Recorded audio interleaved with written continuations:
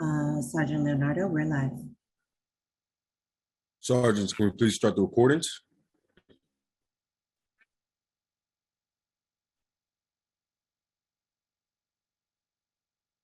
Backup is rolling.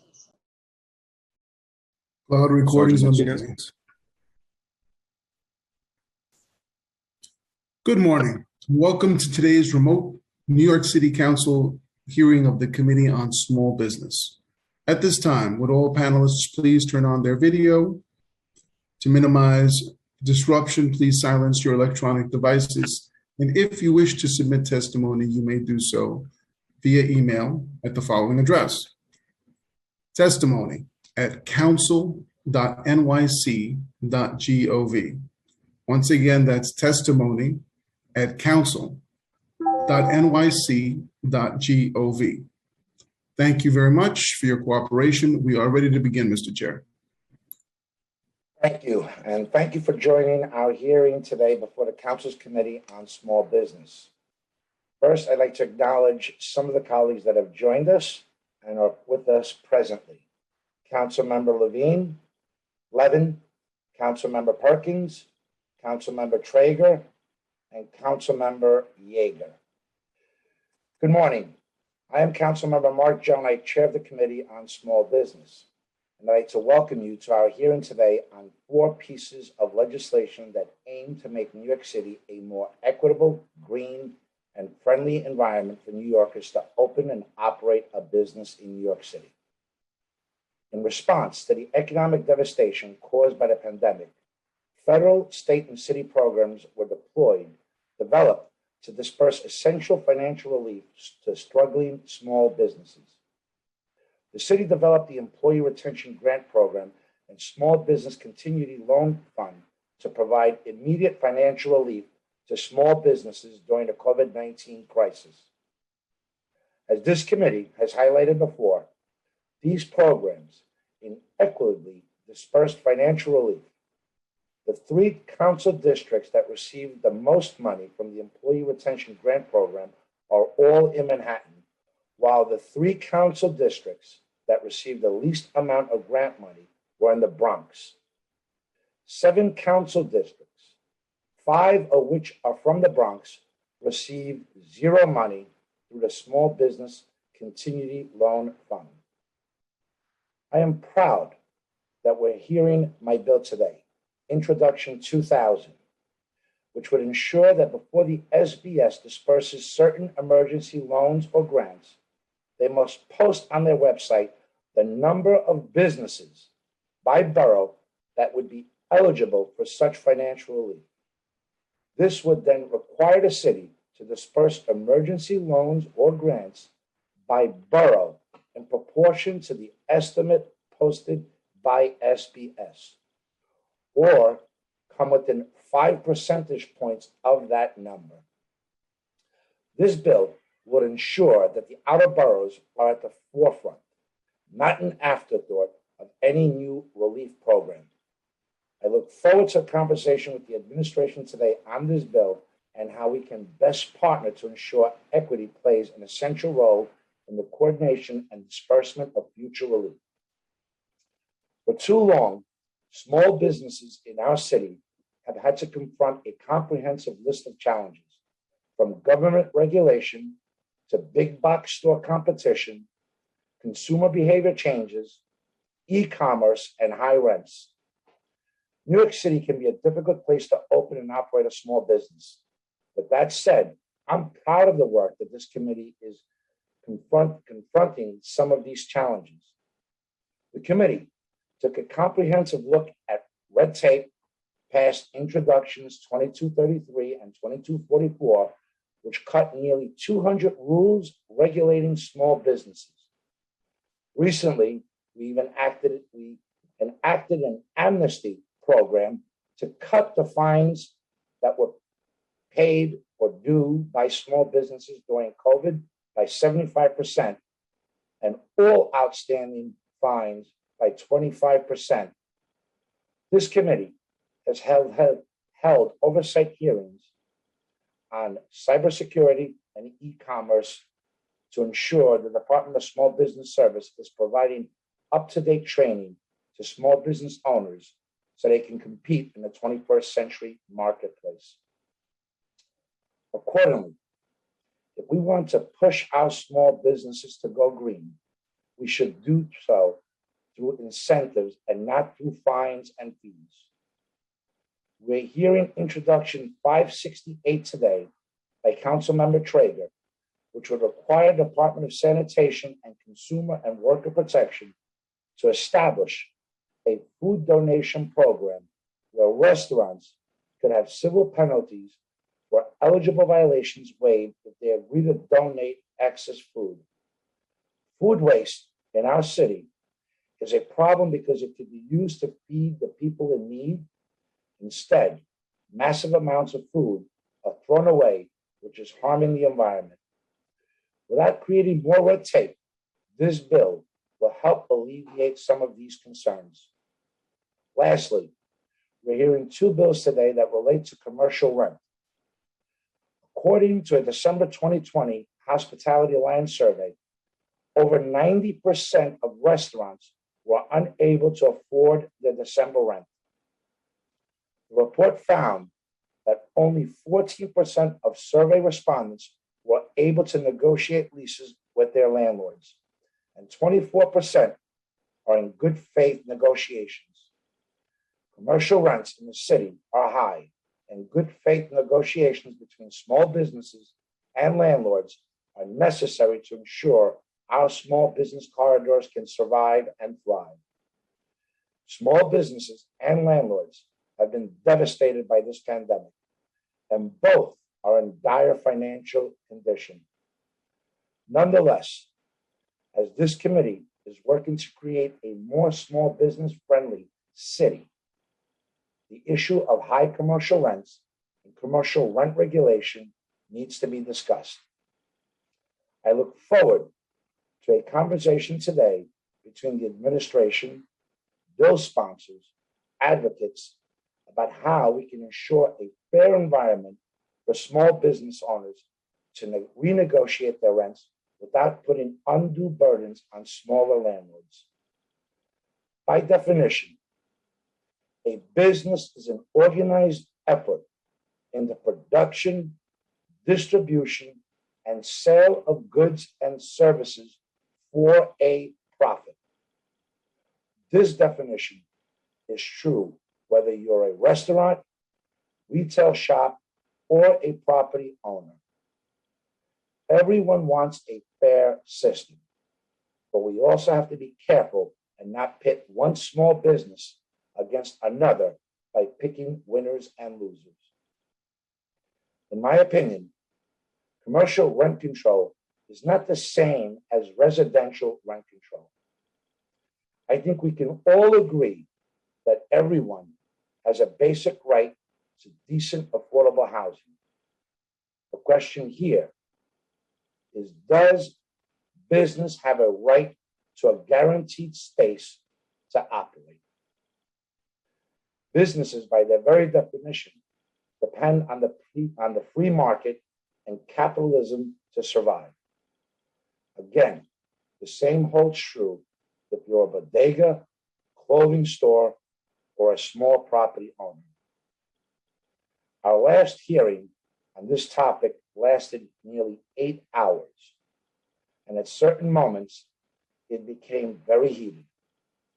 These conversations are complicated and emotional, and both sides have valid concerns.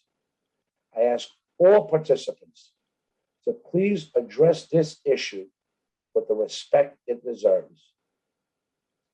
We estimate that this hearing will be long, and I want everyone to be patient as we go through every public panelist. Everyone that has logged in will be heard. With that said, I'd like to thank my Chief of Staff, Reggie Johnson, Legislative Director, Austin Sacker, our Legislative Counsel, Stephanie Jones, our Policy Analyst, Noah Meixler, and Financial Analyst, Aliyah Ali, for all their hard work in preparing for this hearing. I'd like to turn it over to Councilmember Levine who's a prime sponsor on the introduction 1796, so that he can deliver an opening statement. Councilmember Levine? Thank you, Chair. Can you hear me okay? That's fine. Very good. Okay. Thank you very much, Chair Joan. I want to thank you and the speaker for today's hearing on Intro 1796 and allowing me to say a few words at the outset. I introduced this legislation in 2019 in response to the small businesses across the city who said that rent was the biggest challenge that they face in staying in business. The numbers bear this out. Between 2007 and 2017, the commercial vacancy rate doubled across New York City. And over the last 18 months, the situation has only become more dire. The push to address the small business rent crisis in New York City is not new, as Chair John I mentioned. In fact, New York City had commercial rent stabilization in the 1940s and 1950s in direct response to economic instability that the city was facing and the strain put on small businesses. Later, in 1986, the City Council introduced legislation to regulate rent for retail spaces, citing similar hardship concerns for small businesses. Now, as our city contends with the long-lasting economic impacts of a global pandemic that hasn't been seen before in our lifetime, we are called to ask ourselves how we are committing to change. What legacy will this administration and council leave behind for our small businesses, and how will we start forward on a path for a just recovery that puts the well-being of our neighborhoods first and includes the spaces that make them so unique? Local government has the ability to do big things, and today's hearing of Intro 1796 shows that. Now, first, I'd like to be clear what this bill does not do. It does not cancel rent, and it does not reduce rent. It does not guarantee any business a right to a space. It does not guarantee a right to renewal of a lease.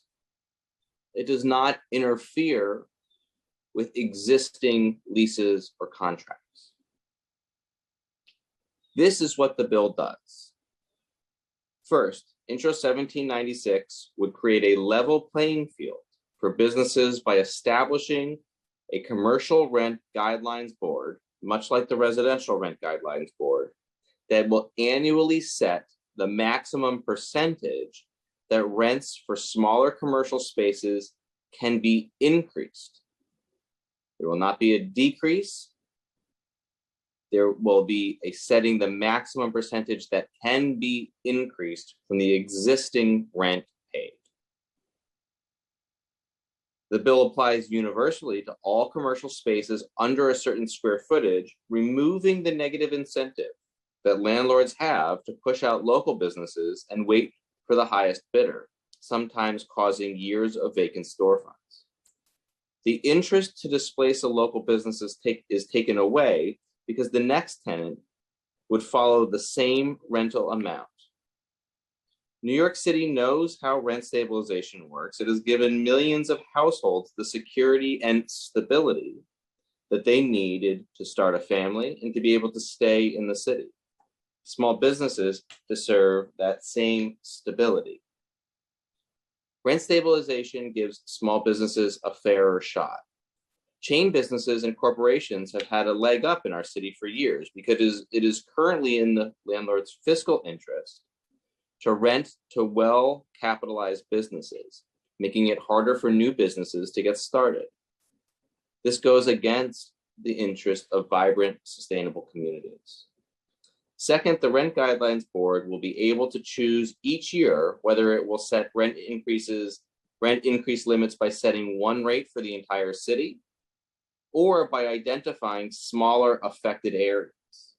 The board will be required to factor in things like building operating costs, neighborhood displacement, local economic impact, and vacancy rates, providing flexibility and a tailored approach to different needs across the city rather than a one-size-fits-all. The bill also brings us a step closer to standardized leases so that all commercial tenants know what to expect in their rental agreements. I have seen in working on this bill wildly fluctuating leases that have snuck in unexpected costs, sometimes not until years 3 or 4, when a tenant was least expecting it. Clearer leases are especially important coming out of the pandemic, when economic instability can lead to desperation and exploitation of those most vulnerable. And so this bill eliminates the addition of pass-alongs in leases. Your total rent will actually be your total rent. New York City has the clear legal authority to enact commercial rent regulation. There is no current state law governing commercial rent, and there has not been one in generations. The city has home rule authority to regulate any area of economic life where the state does not have a regulatory scheme in place. That is why this bill is legal. Intro 1796 brings regulation and stability for small businesses at a time of so much instability. It creates a system of protection and reasonable rent changes, and an end to skyrocketing rent increases and deceptive lease renewals. I want to be clear. This bill does not take aim at small landlords who are often already offering lease renewals and new leases with reasonable neighborhood market changes of 5 to 10%. It does take aim at larger corporate property holders that are gouging local businesses and causing significant displacement in our communities. Now is the time to pass this legislation. And as we start to come out of this pandemic, we can offer the stability and long-term planning that businesses have been demanding of us. Other localities are finding ways to tackle the small business rent crisis. Seattle passed a law last summer to cap any commercial rent increases in response to the pandemic.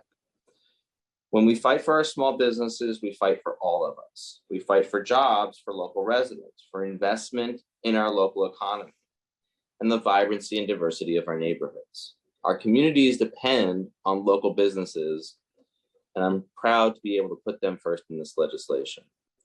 There are some folks I want to thank for this legislation. First, Kelly Taylor and Rob Newman, who worked on this legislation going back about 3 years at this point. Louis Cholton Brown, Audrey Sun, Bill Drafter, Stephanie Jones, Committee Counsel. I want to specifically acknowledge Elizabeth Adams, who put countless hours into working through the complexity of this legislation. I just want to thank her very much. And all of the businesses of District 33 who helped inform this legislation, the members of the United for Small Business Coalition, who have also put in countless hours of work and advocacy. With that, I'll turn it back to you, Chair. Thank you very much for the courtesy. Thank you, Councilmember Levin, and I do want to thank you for your relentless focus on this issue to make sure that we had a hearing over the last year or so. So thank you for your dedication and commitment. This shows that if you put enough time into something, everything is possible. I want to acknowledge that we've been joined by Councilmember Dinowitz, Councilmember Rosenthal, Councilmember Powers, Councilmember Lander, and I'm sure that we will have more that will be joining us during this hearing. I now want to turn it over to Councilmember Traeger, the prime sponsor of Intro 568, to deliver an opening statement. Thank you, Chair Jonai, and thank you for your leadership on behalf of small businesses across the city. Good morning. I'm Councilmember Mark Traeger. I'm pleased to join the hearing for the Committee on Small Business this morning. Thank you again, Chair Jonai, for giving me the chance to speak on my bill, Intro 568. This bill would amend the Administrative Code of the City of New York in relation to reducing civil penalties where food service establishments donate leftover food. Specifically, the bill would require the Department of Sanitation and the Department of Consumer Affairs to establish a food donation program where food service establishments could have the civil penalties for eligible violations waived if they agree to donate their excess food. Truly, this bill is a common sense solution for a variety of issues impacting not only our small businesses, but also many New Yorkers who are facing food insecurity, especially during the pandemic. My bill would make sure that food is not being wasted and that certain eligible violations are being waived if food service establishments agree to donate excess food. This bill has an opportunity to be a win-win for the city, and there's never been a more important time to address this issue. And it really, food insecurity is real.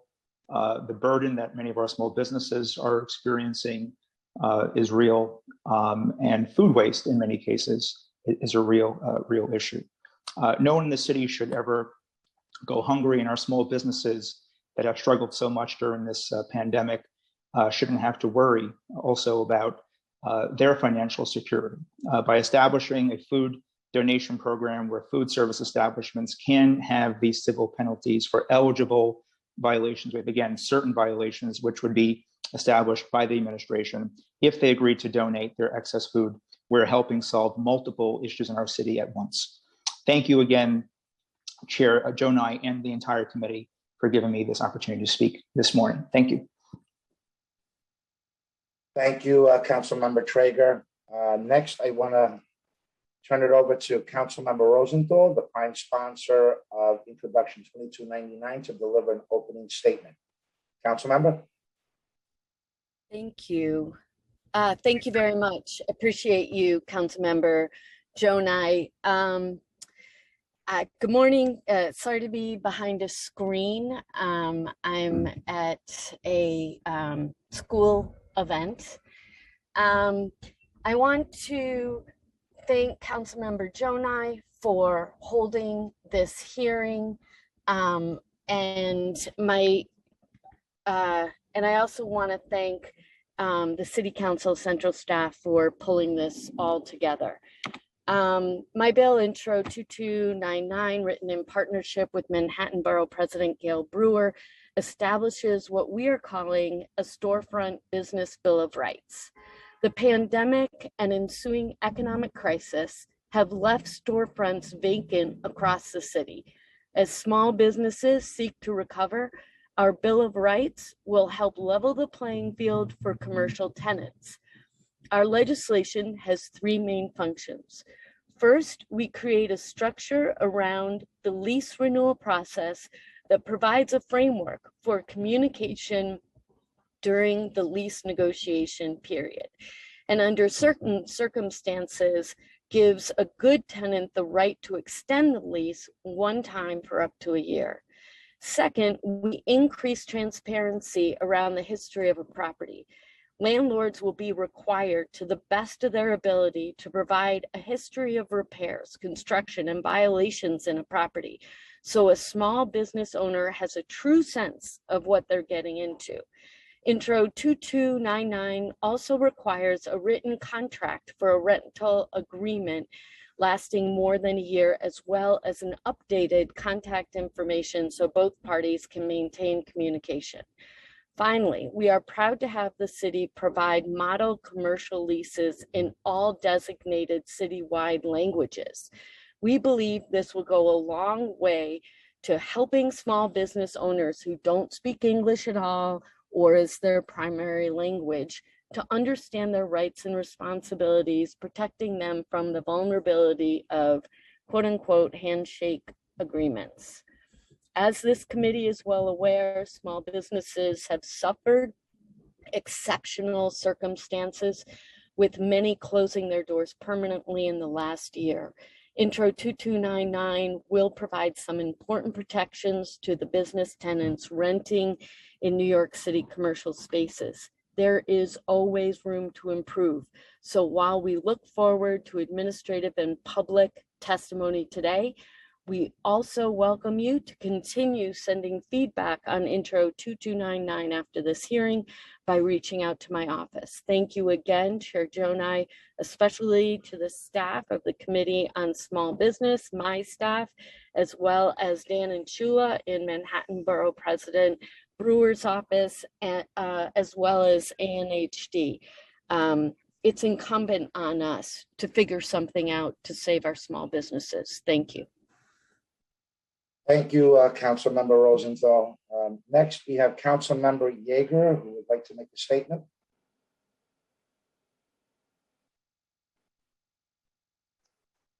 Thank you very much, Mr. Chair, and to my colleagues. It's good to see you all. Although we were in the building just a few weeks ago, we've been relegated back to the technological version of a legislative body meeting, which I suspect will lend itself to less discourse, not more. But we shall see as the day goes on. The hearing that we're having today has some bills which have some merit. And I'll just briefly address those. First, to the chair's bill on equitable distribution of assistance to businesses. That surely makes sense. And as the chair laid it out, we had an enormity of the assistance going to a tiny portion of the area of this city. This is something that this council has been doing for the last several years. These one-size-fits-all rules that tend to forget that this city is a city of 5 boroughs. Not just the great city of Manhattan. So it being considered today for measures of how we can equitize that and be more fair to the people of New York who actually pay the bills around here is a wise idea, and I'm proud to join Councilman Jonai on that bill. Councilman Traeger's bill of incentivizing food donations is a very wise idea for the point that it is designed to incentivize food donations. My concern with this, and I'll address that more as I go through the litany of what we have done to destroy business in New York as a government, is that this will also incentivize fines. It will be a royal shakedown by the city of New York. Impose a fine, then show up and say, well, here's how you get out of it. If you don't think that the city of New York will do that, you have not been following the travails of the alphabet soup of city agencies that march across the city throwing summonses at unsuspecting businesses. They do it all the time. They do it with impunity.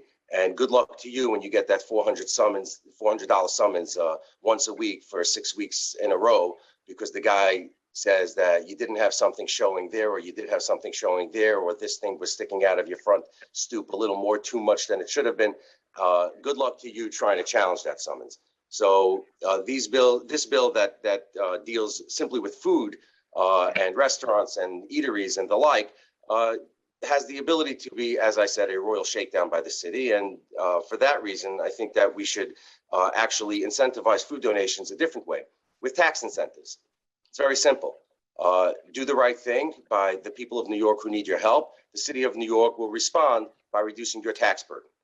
That makes sense.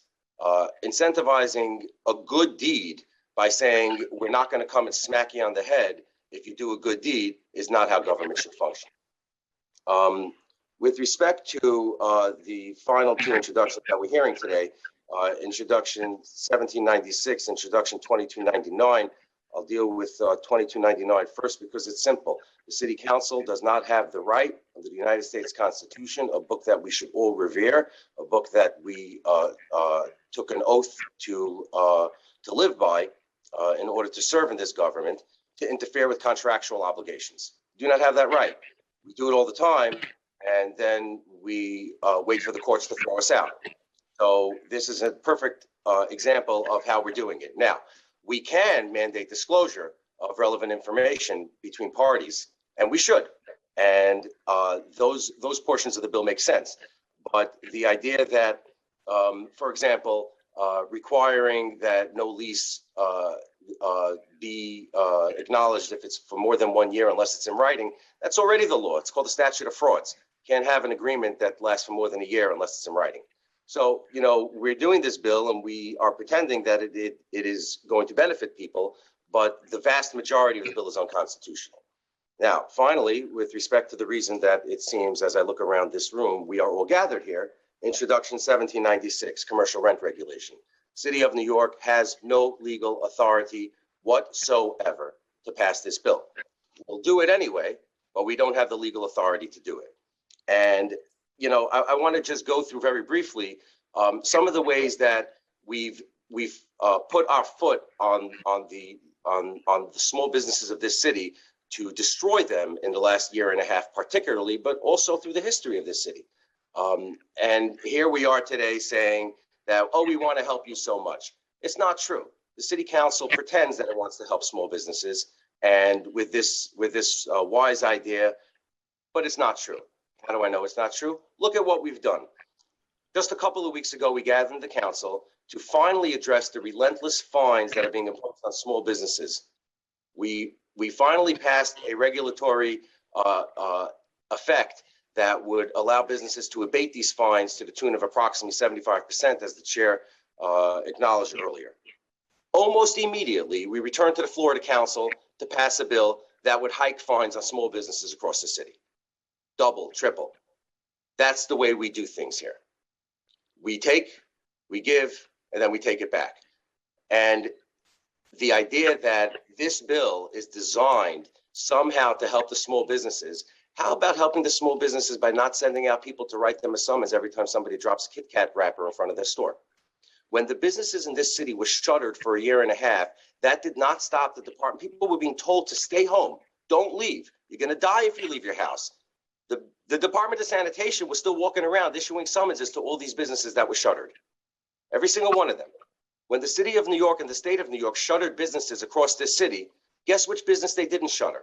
Small businesses were all shuttered. The gates were closed. Target was wide open. Staples was wide open. We did nothing to help the small businesses. What we did was we drove all the customers of the small businesses into the big box stores, never to be seen again by the businesses of our neighborhoods. And then we look around our neighborhoods and we see the aftermath. What we see is store for rent, store for rent, store for rent, store for rent. And we believe somehow that landlords have a desire to leave these places empty, instead of renting them out for whatever they can get to rent them out. So we believe, as you know, some members here, that we can rectify some injustice by instituting a regulatory scheme, an illegal regulatory scheme that will, if adopted by this council, be immediately thrown out by the courts. And we have done nothing to address the ever-increasing property taxes on owners. Every single year I've been in this council, the council gets up and we swear we're not raising taxes, and every property owner in this city gets a bill for more taxes immediately. We passed the bill in June 28th, June 29th, June 30th. The taxes go up effective July 1st, while we're all going, we never raise your taxes, folks. We've done nothing to lower those taxes. We've done nothing, zero, to lower those taxes. But these bills restrict the ability of the landlords, as has been tradition, including, by the way, on the lease that my father's been signing for the last 40 years, to pass along, by the way, as a tenant, not a landlord, just to be clear, to receive the pass-along cost of the city's imposition of taxes. So every year, my father has to pay a little more on his property that he rents because the city taxes the landlord a little more. We have done nothing to lower those taxes, but what this bill does is say that you can't pass along the cost of those taxes to the tenant. Who then should pay for it? What do we expect of this city? Do we think that we're going to see more and more storefronts that are open and ready for business, or do we believe we're going to see less and less? We haven't addressed a single issue affecting the ability of businesses to do business in this city. But what we've done here today is come together and say that the biggest threat to being able to do business is a lease. It's just not true. And so I look forward to hearing from folks today to how I am wrong. I'm sure many of you will tell me that I'm wrong, and that's okay. That's why I was elected, hear why I'm wrong. But I do appreciate my colleagues for setting the stage here for what ought to be at least a very educational morning, and I assume some kind of an afternoon, but I will not be here until the evening, as it is Friday. So thank you very much, Mr. Chair, and I turn it back to you with my thanks. Thank you, Councilmember Yeager, and Happy New Year to you and all of your family and community. Thank you for that very passionate statement. I'd like to now turn it over to our moderator, Committee Counsel Stephanie Jones, to go over some procedural items. Thank you, Chair Jonai. I am Stephanie Jones, Counsel to the Committee on Small Business, and I will be moderating this hearing. Before we begin, I'd like to remind everyone that you will be on mute until you are called on to testify, at which point you will be unmuted by the host. During the hearing, I will be calling on panelists to testify. Please listen for your name to be called, as I will periodically be announcing who the next panelist will be. At this hearing, we will first be inviting testimony from the Department of Small Business Services, followed by testimony from the Department of Sanitation, and then by members of the public. During the hearing, if council members would like to ask a question of the administration or a specific panelist, please use the Zoom raise hand function and I will call on you in order. We will be limiting council member questions to 3 minutes, which includes the time it takes to answer your questions. For all panelists, when called on to testify, please state your name and the organization you represent, if any. We will now call representatives of the administration to testify. We will be hearing testimony from Janelle Doris, Commissioner of the Department of Small Business Services. We will also be hearing testimony from Bridget Anderson, Deputy Commissioner for Recycling and Sustainability at the Department of Sanitation. We will also be joined for questions by Jacqueline Mallon, First Deputy Commissioner at SBS, and Blaise Backer, Deputy Commissioner in the Neighborhood Development Division of SBS. At this time, I will administer the affirmation. Administration panelists, please raise your right hands and I will call on each of you individually to respond. Do you affirm to tell the truth, the whole truth, and nothing but the truth before this committee, and to respond honestly to council member questions? Commissioner Doris? I do. Thank you. Deputy Commissioner Anderson? I do. Thank you. First Deputy Commissioner Mallon? I do. Deputy Commissioner Backer? I do. Thank you. At this time, I'd like to invite Commissioner Doris to present his testimony. Thank you. Good morning, Chair Jonai and members of the Committee on Small Business. I'm John L. Doris, the Commissioner of New York City Department of Small Business Services. I'm joined by Bridget Anderson, Deputy Commissioner from the Department of Sanitation. And from my senior leadership, First Deputy Commissioner Jackie Mallon and Deputy Commissioner Blaise Backer. At SBS, we aim to unlock economic potential and create economic security for all New Yorkers, connecting them to quality jobs, building stronger businesses, and fostering thriving neighborhoods across the 5 boroughs. I'm pleased to testify today on intros 2000, 1796, and 2299, and discuss the work SBS has done to support small businesses in commercial tenancy and during emergencies. I want to begin by acknowledging the terrible losses that New Yorkers and small businesses have faced following the flood impact of Hurricane Ida. Lives were lost and businesses have been ruined in its wake. SBS immediately activated our emergency response protocols to aid businesses in assessment and recovery.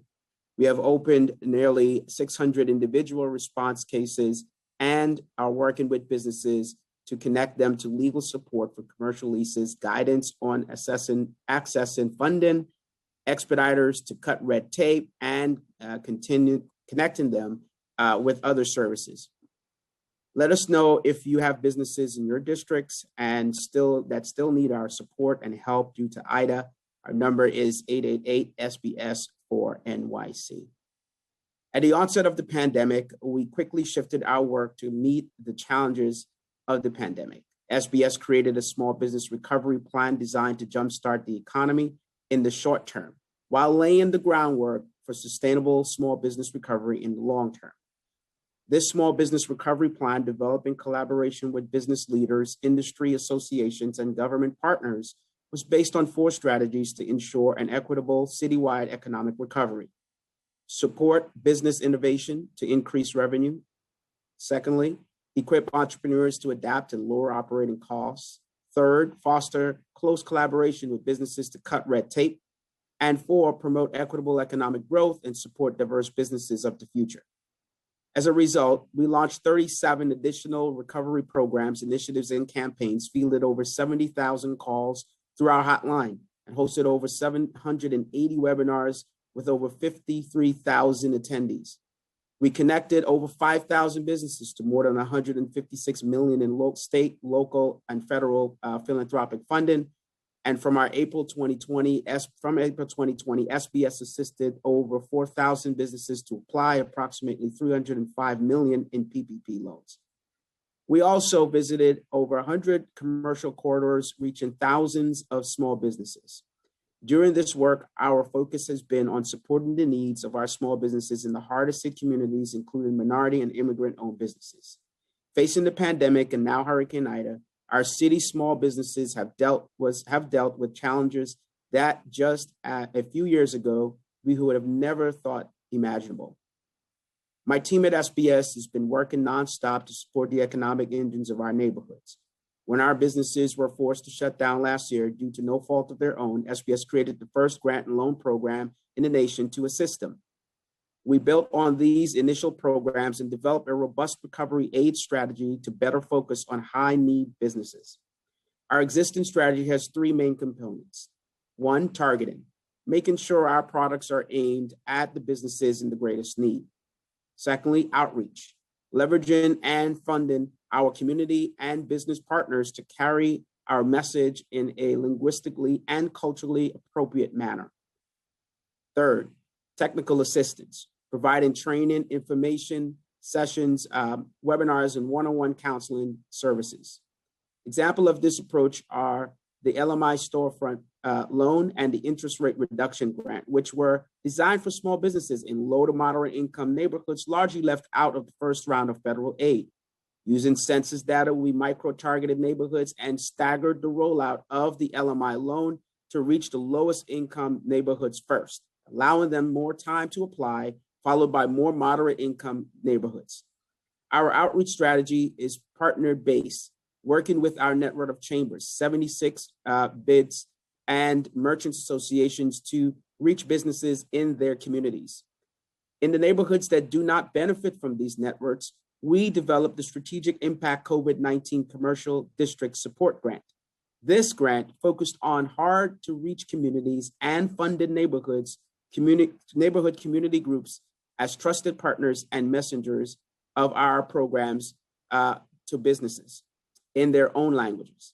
This work complemented our own boots on the ground outreach operations, which consisted of SBS outreach team, the council supported Chamber on the Go program, our emergency response unit, and our compliance advisors, all building trust and educating businesses on the available assistance. Lastly, our technical assistance team, accessible online or over the phone, created weekly and often daily webinars, along with one-on-one assistance to help businesses get the funding they need. To date, 75% of the LMI storefront loan program and 90% of the interest rate reduction grants have gone to minority-owned businesses in those communities. Even with this success, we continue to evaluate our work to determine better strategies to reach business owners. In this vein, we are supportive of Intro 2000, which provides transparency in funding distribution during emergency aid relief operations. By tracking and sharing this valuable metric, we can evaluate and improve our strategies to continue to make them better. Moving on to Intro 1796 and Intro 2299. New York small businesses have taken a 1-2 punch of nearly biblical proportions, and we need to provide the necessary relief to ensure they recover and thrive. Prior to the pandemic, the mayor stated the time was right to look at whether we can make commercial rent control work and to find ways to continue supporting small businesses while protecting them from excessive rent increases. But reduced foot traffic due to the pandemic and the leap in e-commerce have fundamentally changed commercial real estate markets, with many neighborhoods seeing increased vacancy and reduced rents. Regulations could have unintended consequences that create new barriers, hindering other local entrepreneurs from entering the market and starting new retail businesses. Many of the businesses that we work with do not have formal leases, and regulations could increase this trend, hurting these businesses in future years. These are some of the reasons why we need a comprehensive review of the economic impacts this could have on a range of small businesses and neighborhoods. SBS has always committed to providing the tools businesses need to address their lease and rent challenges, and we've doubled down on those efforts since the onset of COVID-19. We know that the challenges small businesses face with rent uncertainty is often centered around difficulties navigating the leasing process and ensuring the right provisions are in place. To support them with this, with their lease, we provided free legal services through our commercial lease assistance program. Through this initiative, our pro bono attorneys help businesses understand, amend, renew, or terminate an existing lease. They also negotiate on behalf of the commercial tenant with their landlord and provide advice and referral services when litigation cannot be avoided. Since its inception, this program has served 925 businesses, and this year we increased the budget to $10.4 million to provide more support during this difficult time. We also produced a 40-page commercial leasing guide. The guide covers the entire process of renting a commercial space, including selecting a space, explaining lease terms and the process of signing, hiring contractors, and the lease renewal and termination process. SBS complements this with live commercial lease education workshops for more in-depth education. In closing, I thank you for your efforts and passion on behalf of our city's small businesses.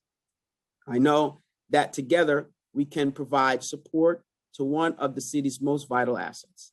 Thank you for your time today, and I'm happy to take your questions. Thank you, Commissioner. Go ahead. Sure. Thank you, Commissioner. We'd like to invite Deputy Commissioner Anderson next to present her testimony. Good morning, Chair Jonai and members of the City Council Committee on Small Businesses. I am Bridget Anderson, Deputy Commissioner for Recycling and Sustainability at the New York City Department of Sanitation. Thank you for the opportunity to provide comments on behalf of the administration on Intro 568. For background, households and businesses in New York City discard more than 1 million tons of food waste each year. According to Food Forward NYC, the city's 10-year food policy plan released earlier this year, as many as 1.6 million New Yorkers are food insecure, up from 1.2 million before the COVID pandemic. To bridge this gap between those with excess food and those who are food insecure, the city has a robust network of food pantries and nonprofits that receive donations of excess or surplus food. DSNY has also created the Donate NYC online food donation tool to connect businesses interested in donating food to local organizations that feed hungry people. Intro 568, sponsored by Councilmember Traeger, would require the Department of Sanitation and Consumer and Worker Protection, formerly Consumer Affairs, to create programs to establish a food donation program where food service establishments could have the civil penalties for eligible violations waived if they agree to donate their excess food. The proposed bill would apply to food service establishments and would only be applicable for types of violations identified in this bill by the respective departments by rule. The administration agrees with the intended purpose of this bill, which would offer regulatory relief to some small businesses while incentivizing the donation of excess food to nonprofits for the purposes of feeding hungry New Yorkers. In its report on Local Law 74 of 2018, which we issued in February 2020, just prior to the pandemic, called the Report on the Feasibility of Establishing a Penalty Mitigation Program for Food Service and Retail Establishments, DSNY specifically identified businesses covered by the Commercial Organics Law as potential candidates for a penalty mitigation program related to food donation. Any food donation program created as a penalty mitigation program should be carefully tailored to avoid creating a glut of unwanted or inedible food, and also must define clear requirements related to data tracking and compliance. In addition, many food businesses already engage in best practices for food donation, and we should be careful not to disrupt these existing relationships. The city looks forward to future discussions with the council on these important topics, and thank you for the opportunity to testify today. Thank you, Deputy Commissioner. Thank you. I will now turn it over to questions from the chair. Panelists, please stay unmuted if possible during this question and answer period. Thank you. Thank you, Stephanie Jones. Commissioner Doris, first of all, I want to thank you for the work that we've done together. And we haven't solved all of our problems, but the energy and the effort that we've put into not only dealing with the vacancy concerns, the COVID concerns and financing, I am grateful to you for your partnership. I know that you're just as passionate as I am when it comes to small businesses. And together, we have much more that we agree on than we disagree. So thank you for that and all the hard work of you and your team. But we have a long ways to go, Commissioner. And I'm going to try to break this down into separate portions. My questions first will be in around the equitable distribution of resources. I think we've all learned from past mistakes, or we should learn from the past mistakes. What steps is SBS taking to ensure that their resources, especially financial assistance, are being distributed equitably in the form of emergency loans and grants? Please be as specific as you can. I just want to highlight, not only, as you heard in my opening statement, that some council districts receive on the high end and some receive nothing at all. In addition to that, I believe the three highest professions that received funding were dentists, doctors, and lawyers. I don't think the intended emergency programs that we have in place were specifically targeting those three professions. Commissioner? Thank you, Mr. Chair. First, I want to say it was also a continued pleasure to work with you, being out in the field, going door to door with businesses, and certainly your advocacy here, everything from the fine and fee reduction to capping fees for third parties, for restaurants, delivery services, et cetera. I mean, so many things we've worked together on, including the largest budget increase with the mayor and this committee for our department in the history of its existence. And so thank you for your partnership. When it comes to the loan and grants emergency program you mentioned, as you know, we were the first in the nation to really release a loan and grant program. The federal government did not step in at the time. This was really at the beginning of the shutdown crisis. And we released that program, those two programs out in which you are citing. And certainly we did not, and we've said this in many of our testimony, did not see the diversity, borough diversity, as we intended to. And I think subsequent to that, as mentioned in my testimony, from our interest rate reduction grant program to our LMI storefront program to the emergency grant program for Ludin that we saw a great difference there. And the way that happened was not only conversations with the council and articulating back and forth the concerns and making sure we're doing what we need to get to the businesses that need it the most. We also, changed our operations. And so I mentioned in my testimony the way we target, so assessing the businesses that can actually participate in a particular product, assessing that. So really micro targeting down. We went all the way down to low to moderate income communities, to using census tracts, to looking at whatever data sources that we may find in order to target. The second is really helping to embolden our outreach efforts, meaning when it comes to language access, but also in the communities. And you know this, and we've literally been knocking on doors, speaking with businesses, but also bringing in community partners. We created a whole grant program just for the community partners to help and assist to get that down to the granular level. And that's why I think we've seen the better results there in the products after the initial products that we've launched. And then the lastly is around technical assistance, very specific. Now, a business would call us, we would give them a one-on-one support, a concierge service for those businesses to walk them through the process and be with them every step of the way in applying for these programs. So I think that sort of captures our approach that we've been taking since that first release, again, first in the nation, loan and grant program you mentioned. Thank you, Commissioner.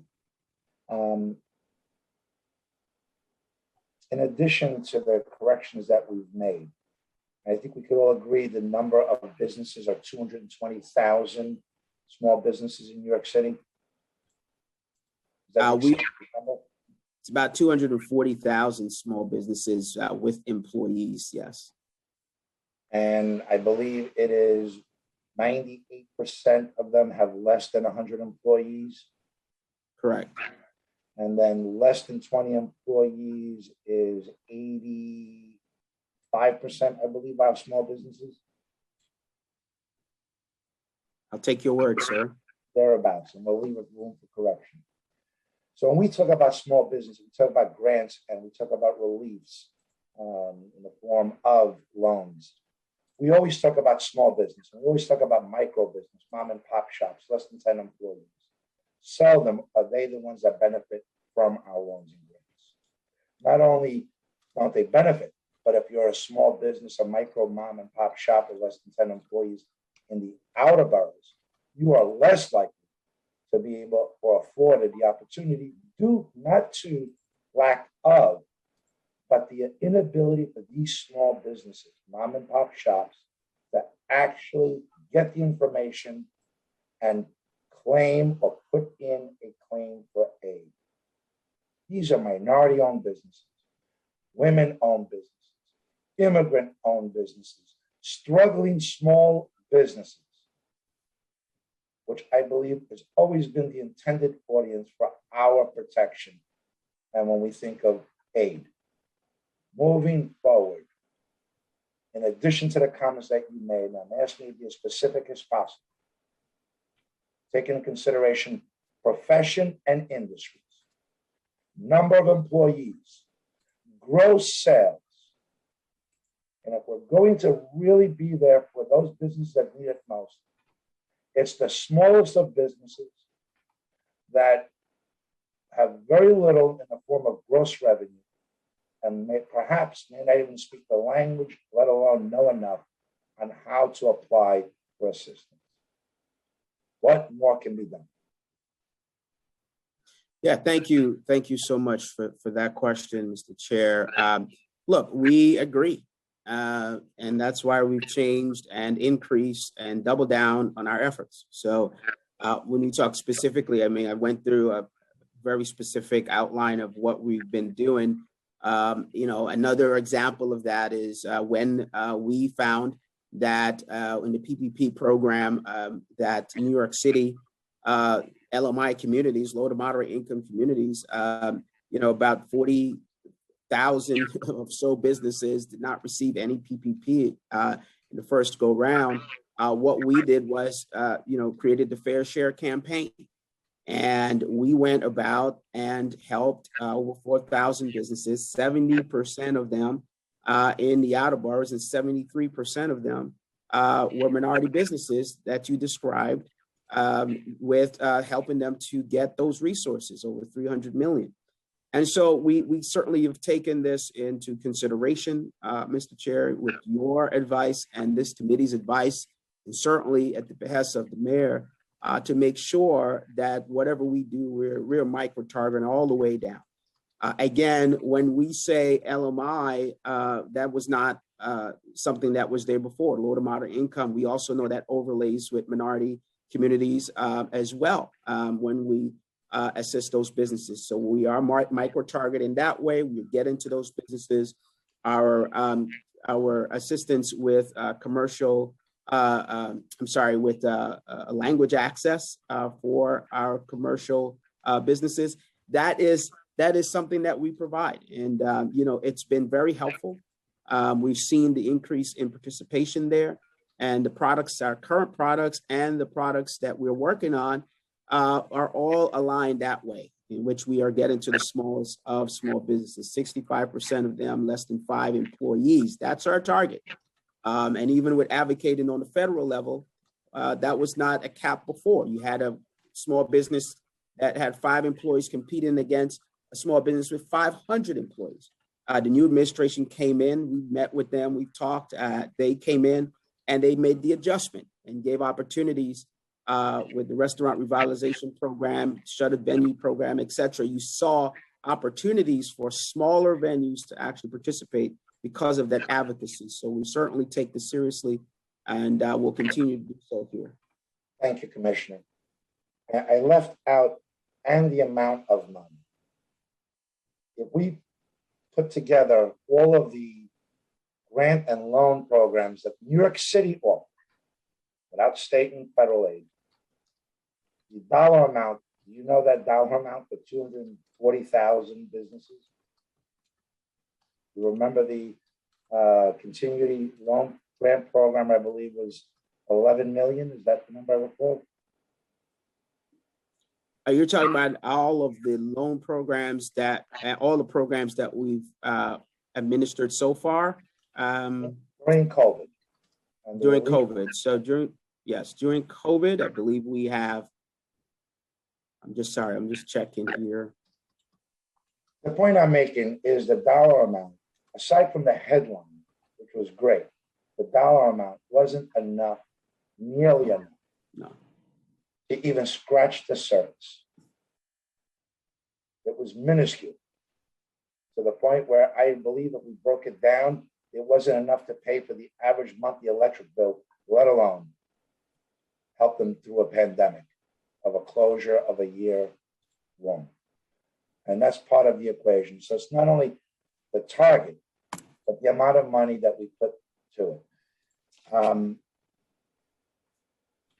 Because I'm sure we have to break this down. I don't have any questions on equitable distribution. If any of my colleagues have any questions only on equitable distribution, this would be the time for our commissioner to be asked those questions. So please refer to Stephanie Jones if you want to be heard on that issue. Yes, please raise your hands on Zoom, council members, if you'd like to ask a question on that topic. I'll pause for a minute. Maybe, Commissioner, in the meantime, you can get that dollar amount so we can, between the loans and the grants programs that will be offered during COVID, for further discussion. Chair, I think we can move on, seeing that we have no hands raised right now. Great. My question now to Deputy Commissioner Anderson. This proposed bill of offering restaurants an opportunity to donate food that they would discard to offset penalties. Why weren't we creative in this sense early on that would address the food insecurities and help our struggling small businesses? We've done a tremendous amount with the help of Commissioner Doris on removing regulations, removing fines and giving cure periods. But this is a common sense approach. I can't imagine this is not something that we're willing to not only embrace, but encourage through incentives and initiatives. Which fines would qualify for reduction if this bill passes legislation? Thank you for that question. And the bill allows the department to define by rule which fines. And when we created our report pursuant to local law 74 of 2018, we had identified fines specifically related to the commercial organics law. And those fines included properly labeling organics collection bins, posting signs in food prep areas, instructing employees on how to separate food waste material. And of course, the goal of the commercial organics law is to reduce food waste. So food donation is a pre-waste activity that even reduces the need for those waste areas. And so those were the examples of the types of fines that we thought would be appropriate for mitigation. We had initiated the process to proceed with rulemaking. However, we have been delayed by the pandemic. So this bill is a good opportunity for us to revisit this, and we are supportive of it. So, Deputy, just so I understand, this will only apply to fines issued for those businesses that are not complying with the organics laws? The bill allows us to define by rule which violations would be covered. And in our initial pass, in our analysis previously, we had identified a good pairing between food donations and mitigating the fines related to commercial organics. But that doesn't necessarily mean that's the only place we need to visit, and we can certainly discuss more. Deputy Commissioner, I encourage that we open up our list to include all the other violations that are not immediate, that are related to immediate health and life and safety issues.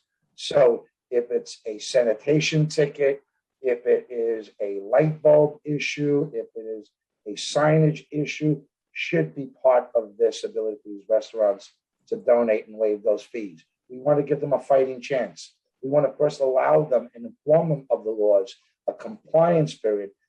Then if they don't, perhaps fine them. But if they don't fall under those categories, they need a way to mitigate this financial burden. I would hope that we're going to include other agencies and forms of summonses. Do we have the ability to allow the food pantries or connect hungry New Yorkers with these not-for-profits in distributing excess food? We're also concerned about the time so there's less spoilage. Is there someone focusing on how to get that food quicker out of the restaurant into the hands of those that need it with less spoilage? Yeah, so we fully agree with your sentiments there. And one of the beautiful things about New York City is that we have this very robust network of food rescue organizations and food pantries that are heavily coordinated already. However, it doesn't capture everything, all food that could potentially be donated. And pursuant to Local Law 176, which was passed in 2017, Department of Sanitation created a food donation portal. It's the Donate NYC food donation portal. And through that portal, donors can register to post food that they have available for donation. Recipients of food, people who would like to receive food donations for distribution, food pantries, et cetera, can sign up to become recipients. And there's actually an algorithm that pairs geographically closely located donors and recipients to help reduce the logistical challenges of transporting food long distances. The idea is if you have a donor and a recipient that maybe are within 3 blocks of each other, let's let them learn about each other so that the connection and logistics are much simpler. Thank you, Deputy. And my last question is, what else can we do to combat food waste? What other incentives can we offer that would encourage? Can we do write-offs on taxes? Can we do, or real estate taxes? Other incentives that will make sure that very little gets discarded and that these businesses can somehow recoup their lost revenue through this food waste while making sure it goes to those that are truly in need.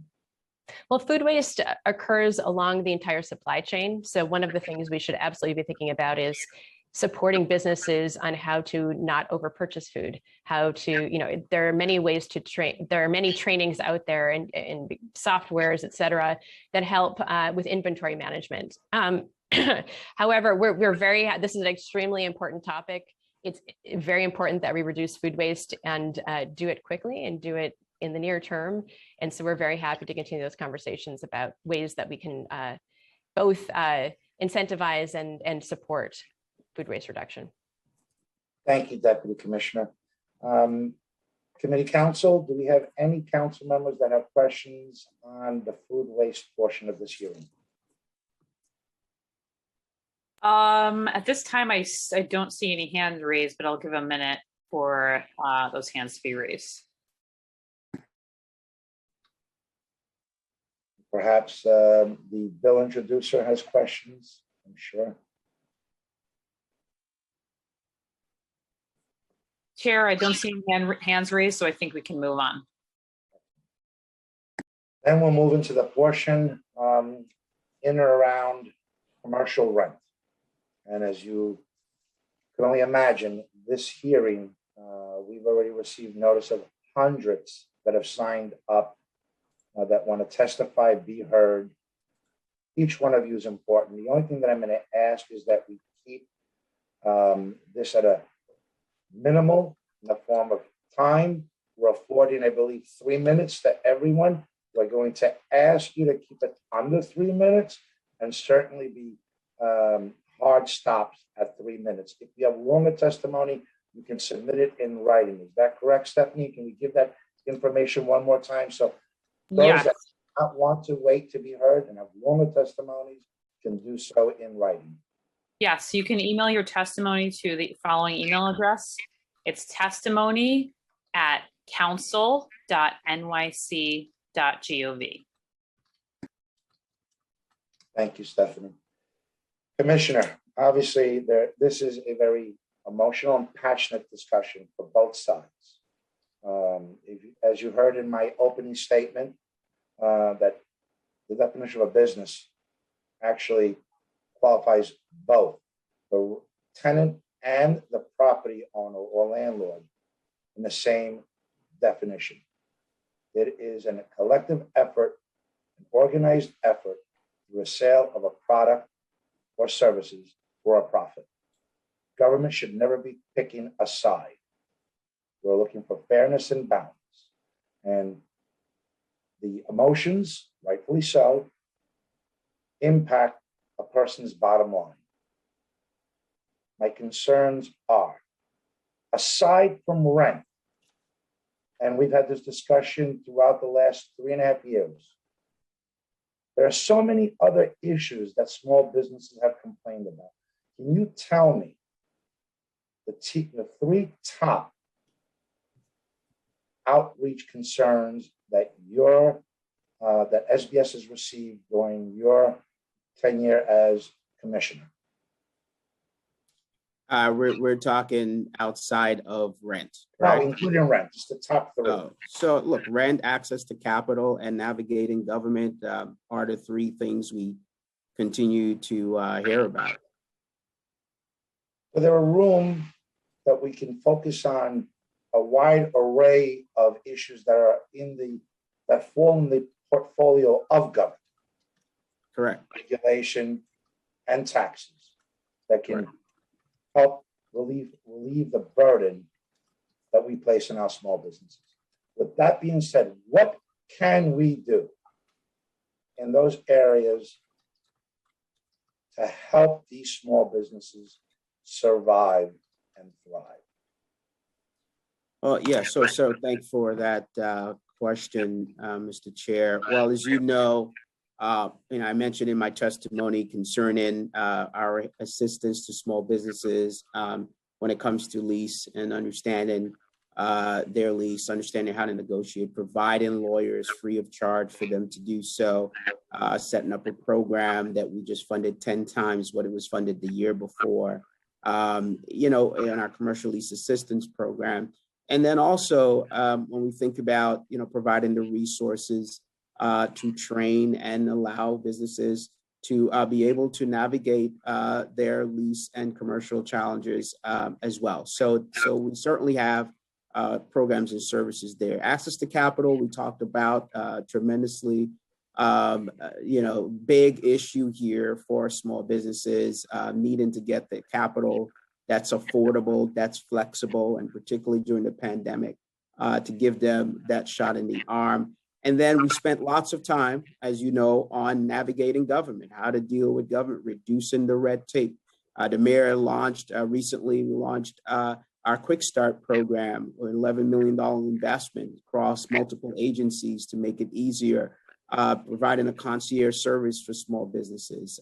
Also working with you and the council to cut fines and fees. That was tremendous during the pandemic and now going forward, and the like. And so, look, we here I'm biased as the small business commissioner. The less we have, the better it is for our small businesses. Certainly, we want to make sure that we create the environment here. And lastly, the mayor said you could cut fines and fees by 50%. By the end of this year, we will have already done that. We've already done by 40%. Since the start of the administration. Now we're going to be doing that with the help of the council, and the bills recently passed as well, down to 50%. So certainly, committed to those things that those small businesses are telling us that they need, and making sure that we double down on those efforts. Thank you, Commissioner. Why haven't we done more? And to echo some of the comments you just made, when I talk to small businesses and I ask them, how can government help? Their response is, don't help, because the more you help, the more you hurt.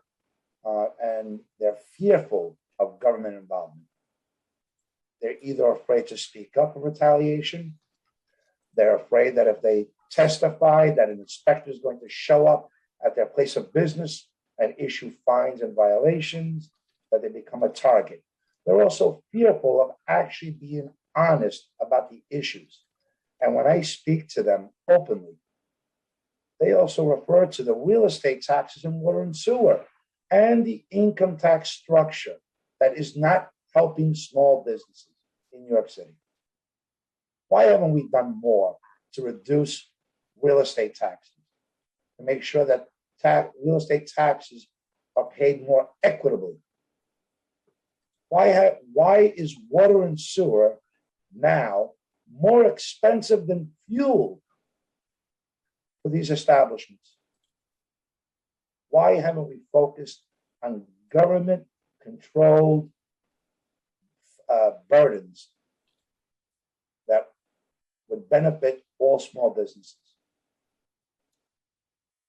Thank you, Mr. Chair. Look, I think we both agree on, cutting red tape and reducing the burden. We have worked with small businesses, as you know, with our compliance advisors teams, and where we were able to help save them, I believe on an annual basis, getting in about $20 million or so with small businesses, helping them to navigate those rules and regulations and make sure that they're doing what they need to do in a compliant way. And I feel during the pandemic, we did that, close to 400 of those with small businesses virtually. And we do agree certainly on the multiple issues that they face, which includes the regulatory environment. You mentioned taxes and the like, and certainly want to continue working with you on those. Is there anything in your mind that we can do to help? Did I lose you, Commissioner? I'm here, sir. Okay, this green switch.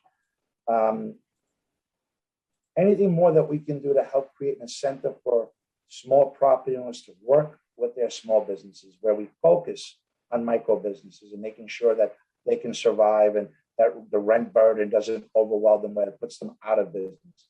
In addition, taking this particular, well, before we get into that, why didn't we remove the commercial rent tax, which impacts only businesses south of 96th Street, I believe, and it's 6% on the base rent with a reduction formula? That was solely placed on our small businesses of all sizes, but one cookie cutter, one size fits all. Anyone operating below 96th Street pays a commercial rent excess tax. That would have helped thousands of small businesses instantly.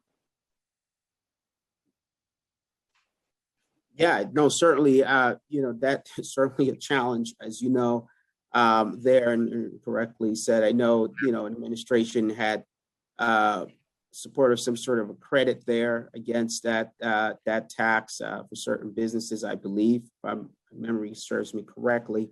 But look, I think these are all things for us to discuss. I mean, we are, as a small business commissioner, I want to make sure that we make it as easy as possible for small businesses to succeed in the city. And I think all these factors certainly should be looked at and have been looked at. And again, supported a tax credit against that particular tax. So for certain businesses. So yeah, I certainly hear you on that and agree that that's a concern that we should flag and continue to have discussions on and potential actions. Thanks, Commissioner. We flagged it so many times, but we've never, that there should be no commercial rent tax because of the location of your business. They already pay real estate taxes, which in those areas pay the highest effective real estate tax commercial rates in the city. The rent's high. They don't need that extra additional financial burden. And while we talk about financial burdens, we talk about the outer boroughs. The Business Integrity Commission charges an employer an application process review fee per employee. why would we put that burden on those businesses which control the marketplace, fruit, fish, vegetable, and meat markets? Because they're geographically located and the industry. BIC was formed to fight corruption and organized crime during the Julie administration. These fees that these businesses pay per employee can't be passed on to the employee. And it delays the hiring process, many of which are minorities, many of which that can't wait the weeks that are needed to get an approval for that job. This has been highlighted before. And the point I'm making, Commissioner, is we can do a lot more to alleviate the financial burdens on our small businesses. It doesn't just generally have to be creating a boogeyman scenario. And in this case, landlord's a problem. City, sorry, we can't reduce real estate taxes, water and sewer, regulations, red tape burdens. And we create this environment. It's a lot easier for a small business to go after the landlord because of the rent payment than government when it comes to taxes and regulation. What more can you offer, Commissioner, as options that ultimately would lead to the same result? A business that's entitled to make a profit, because that's what this is all about. A business that does not make profit will not stay in business. Rent is not rent or taxes are not the concern if the business is not profitable. Council member, I would just say that, making businesses profitable is, centered to what we do here. And I think making sure the business, number one, is educated about their particular, industry. I think it's very important, understanding the competition, fundamentals of businesses. You'll be surprised as not you, but many will be surprised that you walk around, talk to businesses, part of the challenges, really having a plan to execute. They have great ideas. They can do it better than anybody, but certainly putting that plan for growth and expansion is always a concern, right? And that's why we're here. That's why our programs, our educational programs have been utilized during the pandemic alone, 53,000 businesses. Okay. And so, for us, part of that is that education piece. Also, the more we are, dealing with the markets to get financing available to these businesses to make them more profitable, not only educating them on what they need to do, but getting them that resource. So we do agree with you. And again, we didn't shy away from, or not moved away from this reality that as a small business in the city, we've got to take care of the regulatory hurdles. And I think we've highlighted a bunch of that. We did that already during the pandemic. We've done that with you all and the council to reduce that burden. I believe we can go further. I believe there's more to be done. But these laws are on the books, and some of them need to be changed, and we've done that. And I think that commitment, we have to just keep going through and keep plugging through and making sure that we're adding additional things to that list for us to look at and review. Similar to the process we just went through with the last several bills as it pertains to fines and fees, et cetera. So certainly aligned with you on that, sir. Thank you. And my point being is this bill is well intended, right? It's to help assure that small businesses have a fighting chance. And there's more that can be done. But I also have concerns about the current language and my understanding of this bill. It doesn't take into consideration, aside from square footage and some franchise, it doesn't take into consideration number of employees or the gross revenue or industry. For example, I believe the bill refers to rent protections when it comes to any storefront property plus second floor that is visible. That would include banks, which I don't think need the protections of rent regulation. That would include law firms, white shoe law firms that generally don't need this type of protection, that could negotiate their own favorable terms. That would include tobacco stores that we want to prevent from selling their products, knowing how the effects of their products. That would impact gun and ammo stores, retailers that sell guns and ammunition. The very thing that this legislative body has opposed in the city and the state. Strip clubs would be protected by this rent regulation or protection. I don't think that's where we're headed, Commissioner, that these, and that's just a few that come to mind, that I don't think need the help, but fall under the definition of small business that would benefit from the proposed rent control or rent regulations. What are your thoughts on this issue? So, look, we, in our testimony, just highlighted a couple of the concerns. We want to work with the council to address the concerns here, but you've highlighted a few. I mean, there are obviously some others, but we are committed to continuing the conversation around this particular bill. Anything else you can add to this, Commissioner?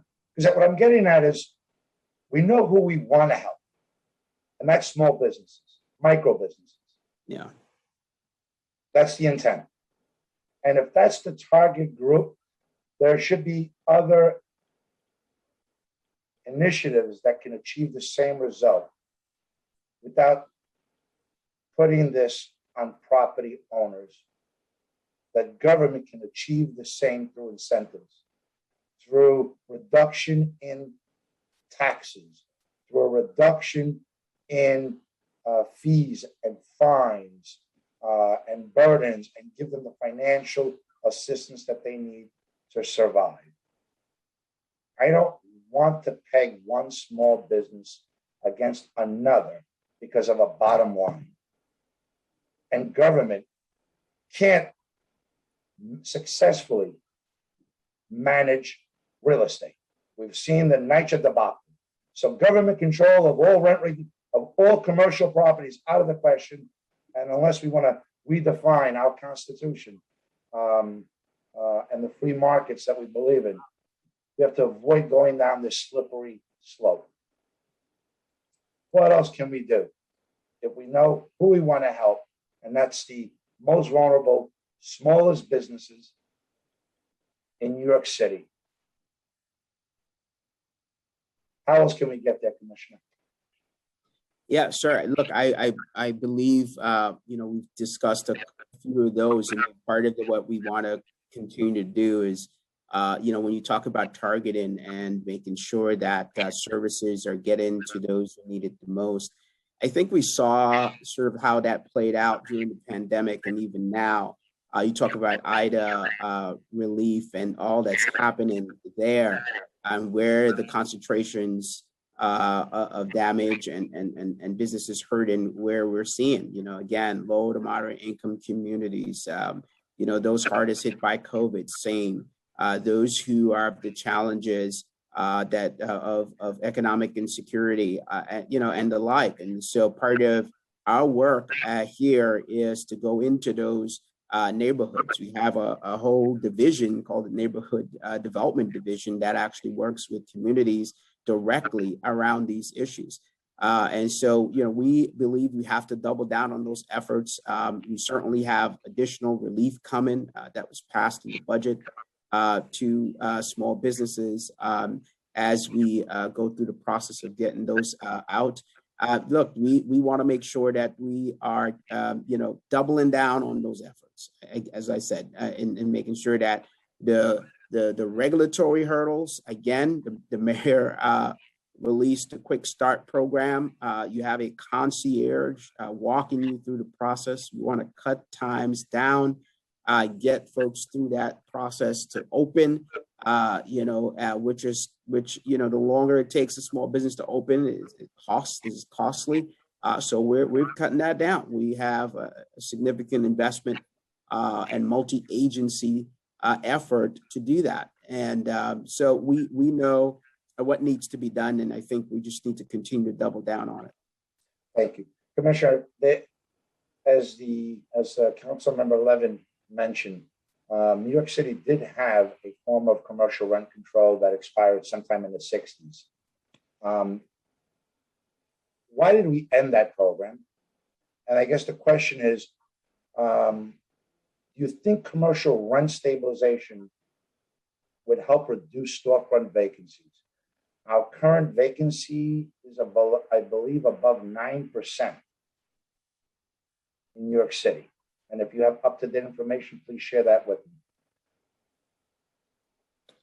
Yeah, I mean, we're seeing over actually 10%, and some communities up to even higher than that.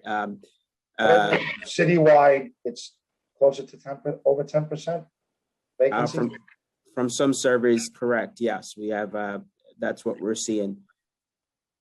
That's one in 10 businesses. That's 1 in 10 storefronts. I'm sorry? That's 1 in 10 storefronts citywide. About 10%. Yeah, about 10% vacancies. And again, in some areas, it's even higher. Look, obviously this topic, is one that we are looking at and reviewing, particularly the legislations before us. We are going over, because as I mentioned in my testimony, and I will repeat it here as questions are asked, and we are very, very concerned about making sure that we understand and gather the sort of unintended economic impact just across the board. While we look at these particular remedies that are being proposed today. So I believe that, as you said, vacancies is a concern, reduction in rent that's currently here is a concern. Flexibility for new businesses to get into certain communities and partake is another concern. And the like, and we have a few others, but again, it's just a matter of sitting down, going over, these unintended consequences, particularly what it means to other types of businesses who are on the other side of this, as you mentioned, small landlords and the like. Thank you, Commissioner. I have more questions, but I want to afford the opportunity to my colleagues to ask questions. Stephanie, do we have any council members that have shown indication they want to ask the commissioner a question? Yes, Chair. We see Councilmember Levin would like to ask a question, so we'll begin with him, followed by Councilor Dinowitz. Councilmember Levin. Thank you very much, Chair. Thank you, Commissioner. I appreciate your testimony and your willingness to engage with us on this topic. I want to ask just at the outset here, and Chair Joe and I had spoken about this. Do you hear, when you are speaking to small businesses out there in the city, do you hear from them that rent burden is one of the first or second top issues that they face? Yes, we do hear from small businesses that certainly rent burden is a concern, why we have some of the programs we have. But certainly, yes, we do hear that rent is certainly a concern. Would you say it's one of the first or second issues that you hear from them? Probably top three, one of the top three, depending on where the business is and where you are.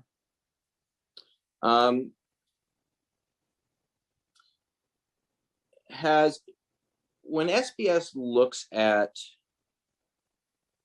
does SBS look at the impact of what we call gentrification on small businesses in across the 5 boroughs? Is that kind of within the purview of SBS?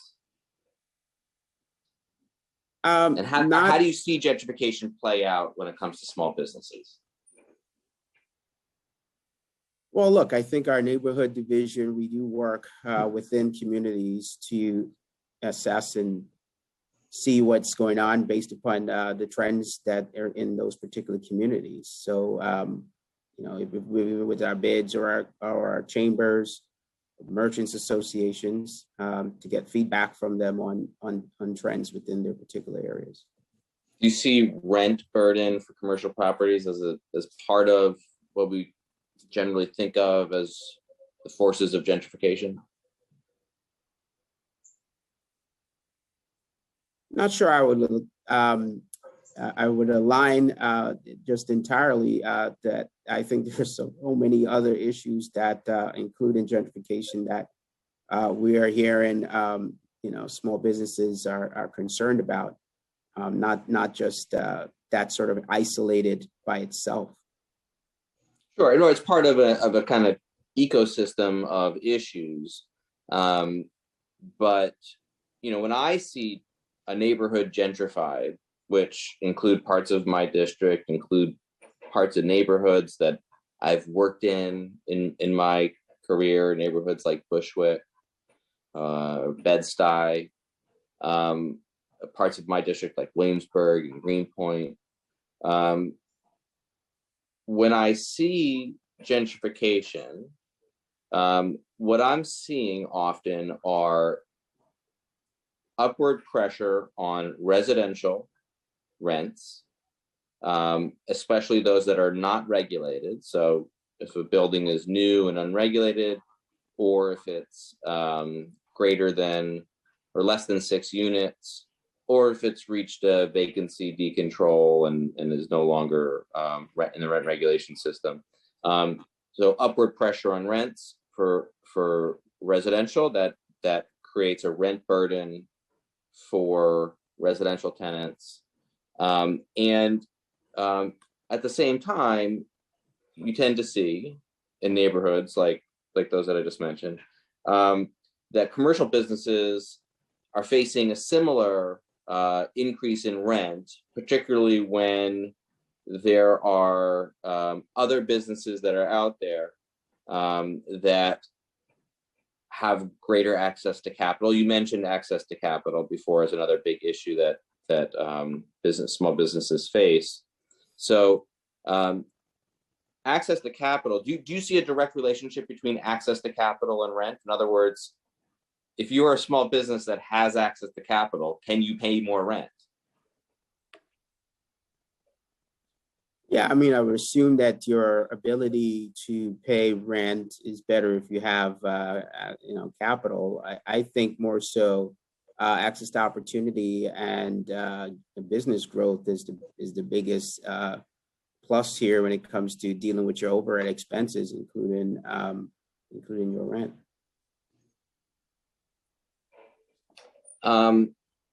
When I just and data, I mean, data in this discussion is generally hard to come by. And in fact, going back and looking at research that was done back in the 80s when we were talking about commercial rent stabilization back then, there was always a challenge of getting objective data that we could all agree on as relevant data. And so, in the absence of really comprehensive data, there are anecdotal examples that we can look at. So I just looked at, I used Acris to look at the ownership of properties that in a neighborhood like I used to work on Wyckoff Avenue in Bushwick. Wyckoff Avenue in Bushwick is is gentrification on steroids. Okay, it's you see a lot of small businesses closing down and replaced by newer businesses that are clearly have more access to capital.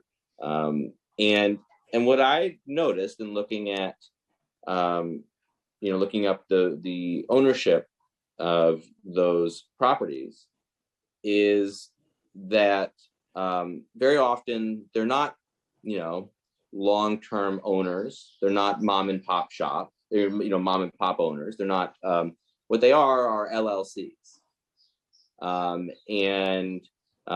They're real estate investment opportunities for people that are in that line of work with real estate investment.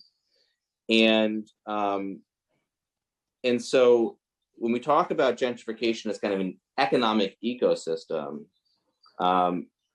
what I think we see a lot in outer boroughs, neighborhoods that are facing these pressures, that face it on the residential side, that face it on the commercial side, is that the investors are looking to make a return on their investment. They have a certain rate of return that they expect in order to make good on their investment. And commercial rent on small properties is a big part of making that return on their investment. And if you are faced as an investor who's not, has a mortgage, an expensive mortgage, has a mortgage that might be securitized, right? We're talking about securitized mortgages where you have to make a return because you have different investors that are involved in securitization. What is there to prevent? What do we have in place to prevent that type of to prevent a small business that has been there for a long time, that has an existing lease, that maybe been there for 10 or 20 years, from losing out on that space to another business that has greater access to capital, that is, and frankly, when we think about an immigrant-owned business, is not going to have the same access to capital often than a non-immigrant-owned business. That's just the reality. And so what do we have in place to level the playing field between a small business that may not have access to the capital markets and a small business that does, that can frankly pay more in rent to satisfy a real estate investment and those investors who must make a return on their investment? What do we have in place to level the playing field? Because that's what I think of when I think of gentrification. Yeah, certainly. Look, I think that's why these issues, as you have rightfully stated, the complicated nature of it all, and dealing with markets, market fluctuations, and gentrification, and access to capital issues, and all the like. For us at SBS, what we do to sort of curtail some of the challenges small businesses face in areas like that. Obviously, we give them all the legal support they need. We also give them financial support, as I mentioned before. Significant number, 75%, and I think 90% in one other program, interest rate reduction grant programs. Most of these are to LMI, or low to moderate income, or minority communities. So we do supplement that. But I do hear you on the broader concept and construct about how do we sort of have something in place there. And I think that's certainly where you're trying to plug in here. And I get that, and I understand it. I think for us, when we talk about the research and the unintended consequences as we go through this process, right? What does it mean for this small landlord, as you mentioned, or as mentioned earlier? What does it mean for businesses, new businesses, by the way?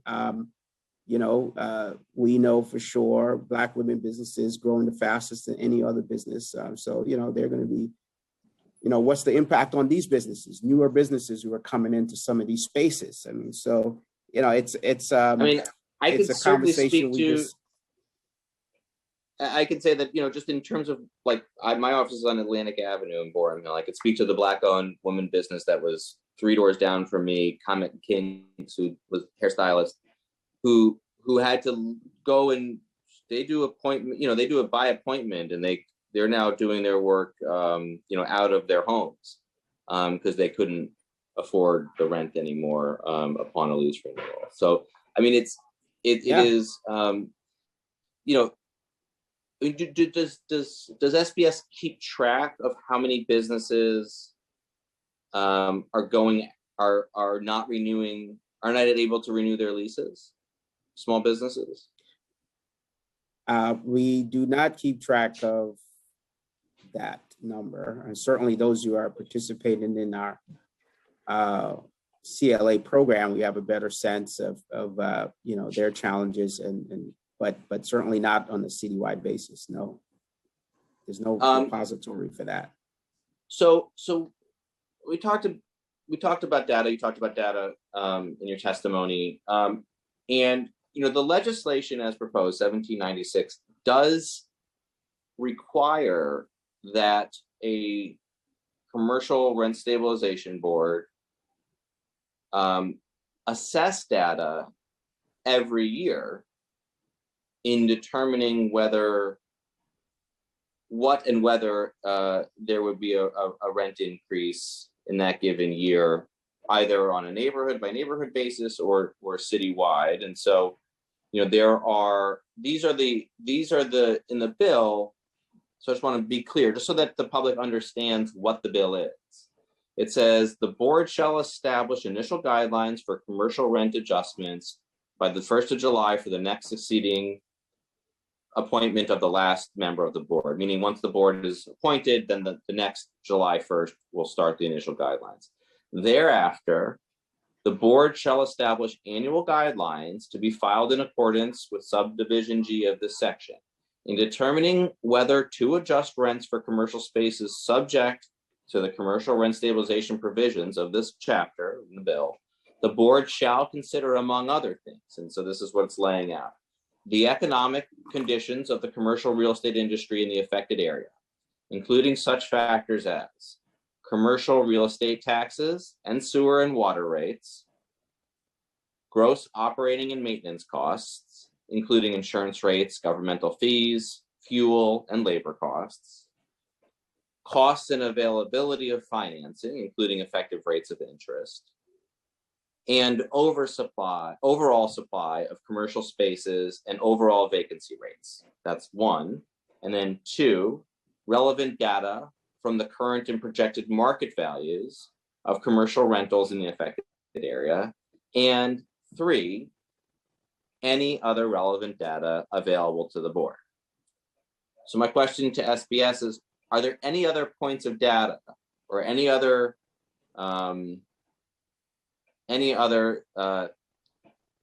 information that SBS believes should be taken into account when analyzing what should be a rental increase for the following year? In other words, the bill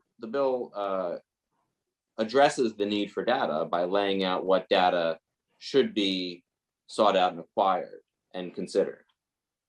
What other points of data would you recommend?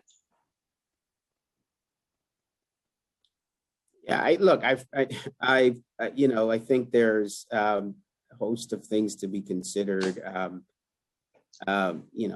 between that landlord and that tenant. But as an entity, if we were creating an entity to meet, limit that market, I think there's, we mentioned new business growth. We mentioned businesses who are retiring, not just because of rents, but just folks. We have a generational shift coming, as you know. A lot of these businesses, folks are retiring or set to retire. It's not because of rents, just because they're just ready to do so. And are we making stock available, retail stock available for new businesses and making it attractive enough? Are we causing some sort of disruption in the market where these particular policies can influence the market in a direction that you don't want it to, and so look, I know there's so much here to review. That's why we said in our testimony and other times, we certainly want to continue to talk with the council and talk with council members and about this and how work through it and figure out if this is the solution. But certainly, we're here discussing it and also want to hear from others who are coming up after us to really hear about the issue. I think that's what we are here to assess. Chair, I just have a couple of more questions for the commissioner, if I may. Commissioner, is there anything that SBS or the city does to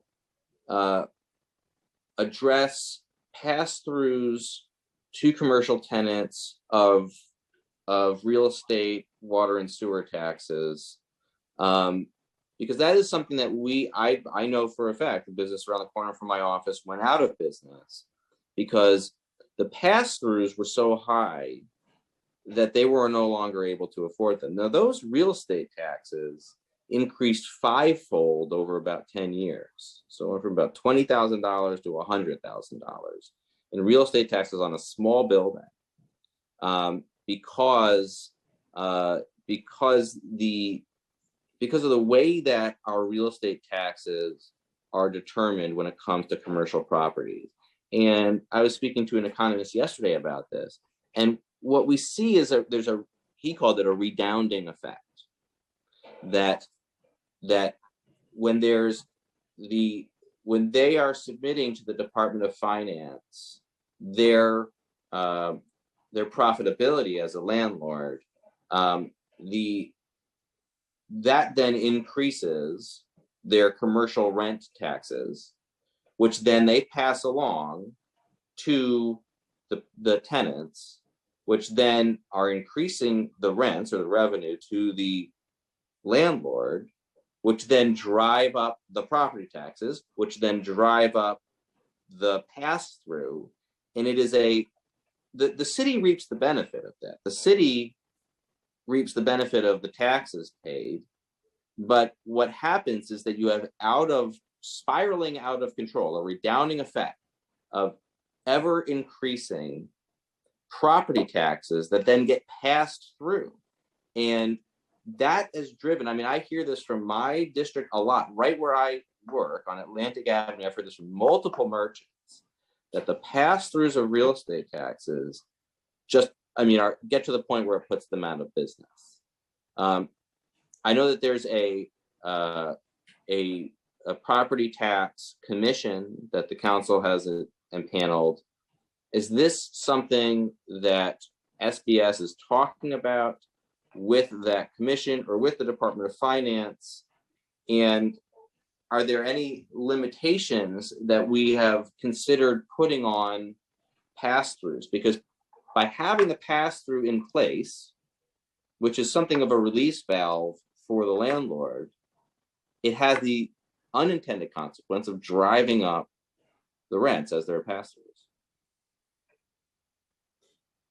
Yeah, council member, as you mentioned, I don't have any additional thing to add to that. Only thing I would say is that certainly the Property Tax Commission, they are impaneled and are looking at, I think, across the board, some of these challenges. And I testified about this way back in 2019 or 2018, whenever they had the hearing in Brooklyn. I showed up and testified about this very issue. And I didn't get the sense at the time that this was something that they were really looking at. They were looking at the class issues and and really focusing on that. But this is I really think that SBS should be the agency that presents this to that commission and says this is a killer of small business. And it's a situation where, it's like they're just figuring, basically what happens is it's, somebody ends up paying the price and it ends up being the tenant because there's a pass through, but it's the city that ends up collecting on the taxes. I mean, I do think that this is a real abuse of the property tax system by the city. Maybe unintended, but it is an abuse. If I may, council member and commissioner, just to add on that, this not only the real estate tax structure that we currently have for these investment properties impact not only commercial rents, but the same effect on residential. And it could be as high as 45% of the revenue that can be charged in real estate taxes. And ultimately, that will all get passed through to the tenant, one form or another. And this is the point I was trying to make with the commissioner earlier. So thank you, Councilmember Levin, for. And one last point, Chair, if I may. I just want to be clear that this bill is seeking to level the playing field. We are not looking to determine who the tenants are. We are not giving preference to one tenant over another tenant. We are not decreasing rents. We are not canceling rents. So I want to be very clear that that's what we are trying to do, is bring some stability to neighborhoods, in particular neighborhoods that I see in the outer boroughs that face these forces of gentrification, and trying to, I mean, we live in a capitalist society. I don't dispute that at all. But when the market runs rampant and totally free without any regulation, there are times when you see negative impacts from that market, and the government's role is to step in to try to mitigate those negative impacts. And I see, after 12 years in the council and 15 years working in public policy, that gentrification has a lot of negative impacts. And I see the council's role and the government's role as mitigating those negative impacts of gentrification. That means that some people may make less money than they might otherwise make. We're not taking money away from anybody, but we are saying that sometimes the free market gets it so out of whack that because of the tools within the marketplace, and that the benefit can get skewed and accrue to one party or another in ways that are detrimental to the good of what I believe is the good of overall society. And so that's what this bill is doing. I just want to make that very clear for the record, that it is trying to mitigate the negative impacts that we see and have seen in our commercial real estate market. We're not taking anything away from anybody. With that, I'll turn it back over to you, Chair. Thank you. Thank you, Council Member. Commissioner, Councilmember Levin brings up a great point on gentrification. What options can you think of government can play in protecting and preserving those small businesses in gentrifying neighborhoods? Now, I also understand the consequences of that, because if it's a struggling neighborhood, you're obviously selling coffee at $1. If it's a up and coming, trendy, gentrifying neighborhood, you're selling lattes at $20. But when it comes to certain small businesses that can't adapt their business to the changing environment and are able to get more for their products and services, what would you think is an option that the government can play in protecting those small, unique businesses in those commercial corridors? Yeah, thanks for the question. Look, I think the number one thing we hear from businesses where that sort of concern is like, sort of clarity around what they're getting themselves into, right? So, help understanding the parameters of their lease or parameters of their agreements and so forth. Even though the city's not privy to them, we're here with our CLA program and other types of programs just to make it very clear to them what they're doing so they can intelligently make a decision. And I think that is part of the work that we do at SBS. And, I think it's critical work here as we sort of discuss these challenges. Sorry, Commissioner, I'm more focused on what incentives we can provide property owners to offset any rent increases to these small businesses. Yeah, I mean, I think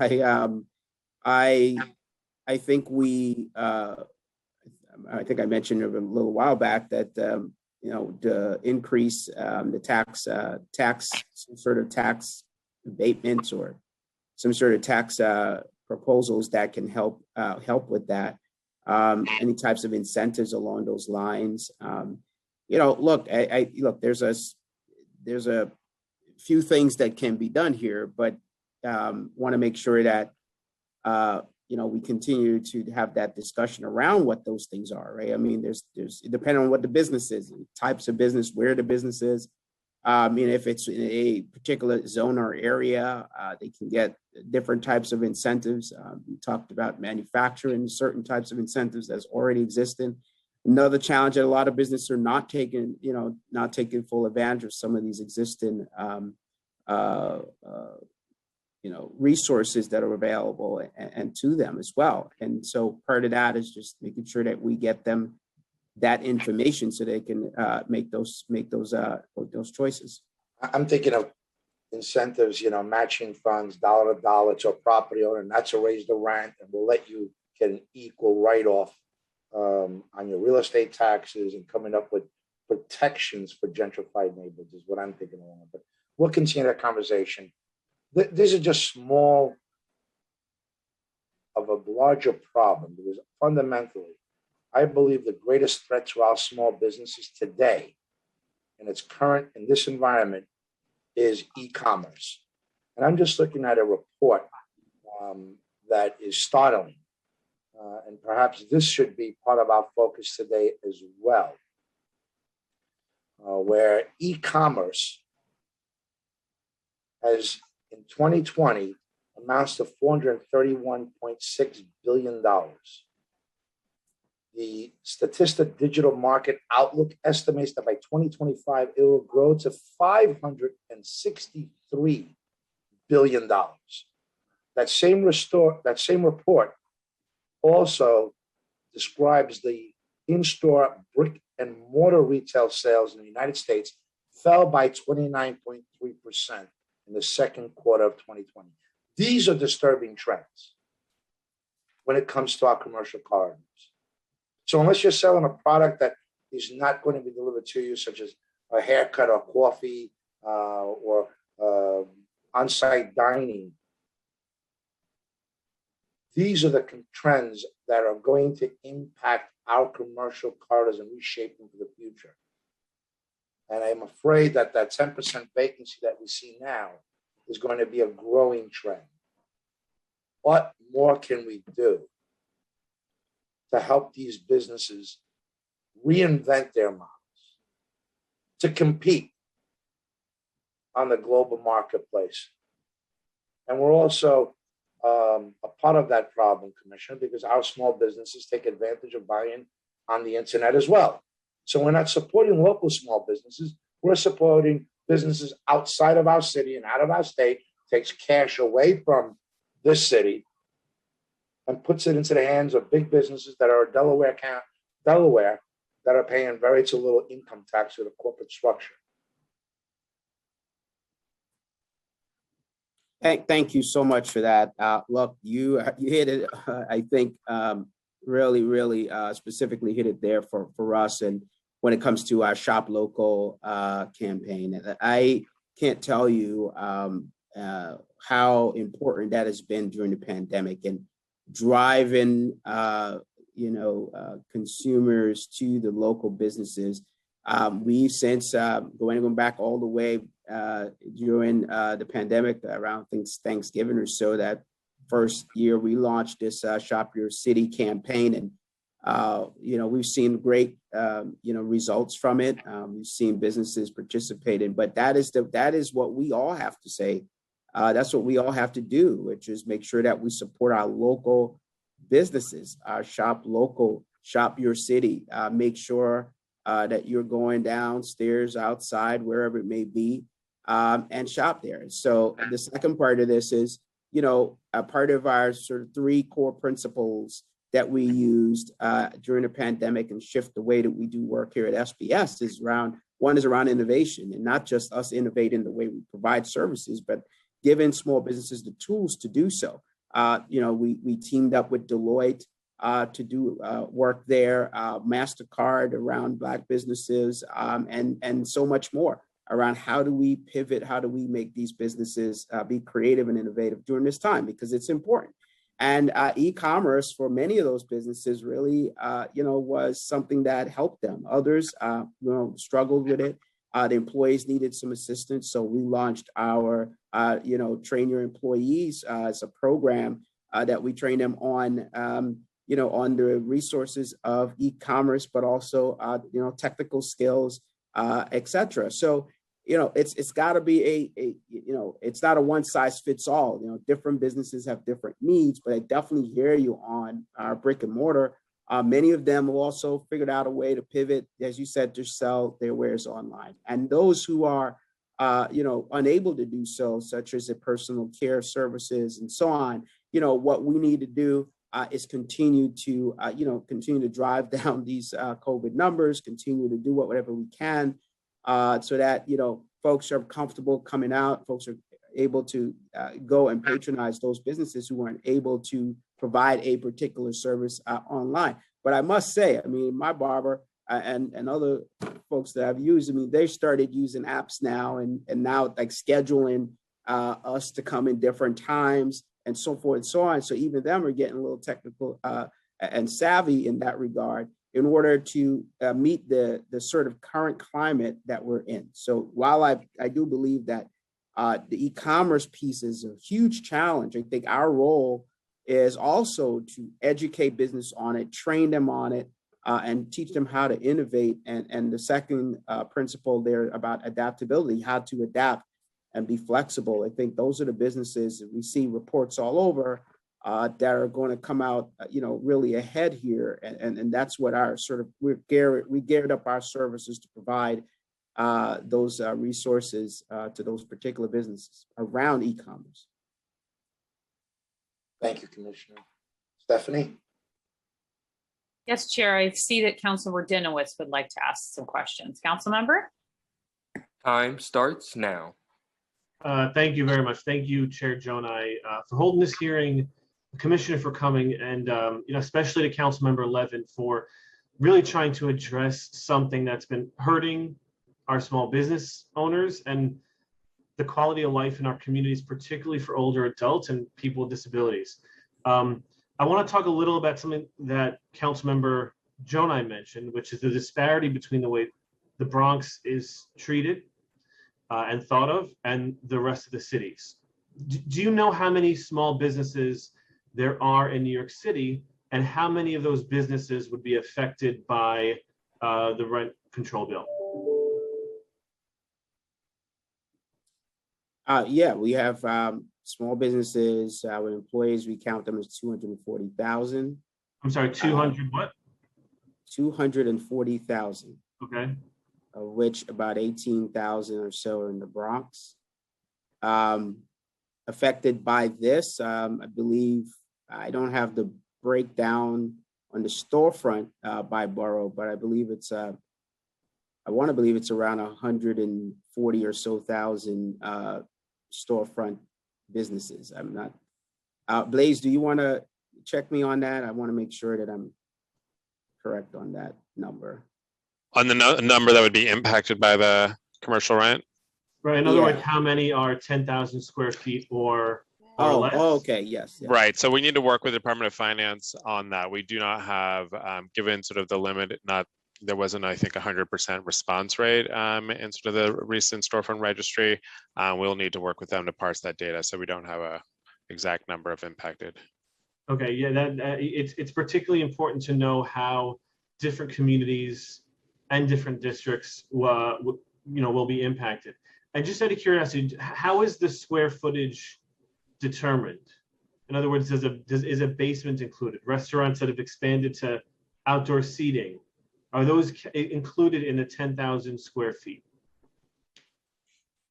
Yeah, I think that'd be a good question for the sponsor. I mean, what their intention is. I don't know how they sort of are reading it, and in part why we are asking for continued conversation around that. I don't know how they're assessing that. All right, and does the SBS have a definition of small landlord versus big landlord? We don't have a definition per se as number of properties owned, et cetera. Certainly, if you're, we have definitions for what we consider a small business, and sometimes it goes with number of employees that you have, revenue, and the like. Okay. Regarding helping small businesses, what, if any, question, do you do any canvassing of small businesses, and how much? Do you go door to door for our small businesses, particularly those immigrant owned who may not have as much access to the English language? Yeah, council member, that is a central part of our work. Just during the pandemic, we've already been to over 100 plus corridors, going door to door. Myself, probably more than 50 or 60 myself, knocking on doors, speaking to small businesses, tens of thousands of them, and that's how we put our products and programs together, our initiatives together. That's how they know about us, and we field over 70,000 calls from small businesses on our hotline in a year, and that's how we get our resources out to them. So this is a very central component of the work we do here. Good. That's very important work. Do you have a breakdown of which neighborhoods and which boroughs are availing themselves of the services that you provide? And do you have a breakdown of the commercial corridors you were able to visit, again, with a theme of, are you staying in Manhattan, maybe going to Brooklyn, but staying out of the Bronx? No, I think I've been in the Bronx more than any other borough, Oh, exception good. of Queens that I It's the live best in. borough, so I'm glad you made it here. Yeah, I think that was my first visit as commissioner. I was just in the Bronx yesterday. We are looking to make sure that there's borough diversity here, and we're going where the needs is, and the needs are, and making sure that those businesses get the support. But I do hear you. I mean, there is a challenge around LMI communities, communities of color, communities, immigrant communities, and that's why, again, we are doing what we're doing. And out of those 100, I don't have a direct breakdown. I'm happy to provide it, but certainly most of it is in the outer boroughs.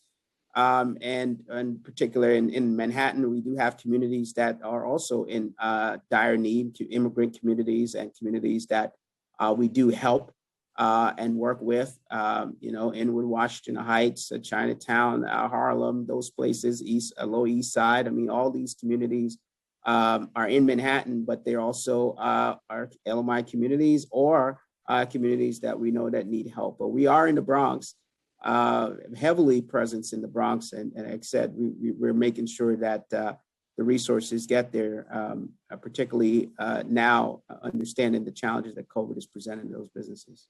Yeah, I'd love to work on it. It's really great to hear you say that. I'd love to work on that disconnect, because as you heard from Chair Jonai's opening statement, there really is some disconnect between the work that you are doing, very clear you're doing, and the services and the support that our businesses here in the Bronx are actually receiving?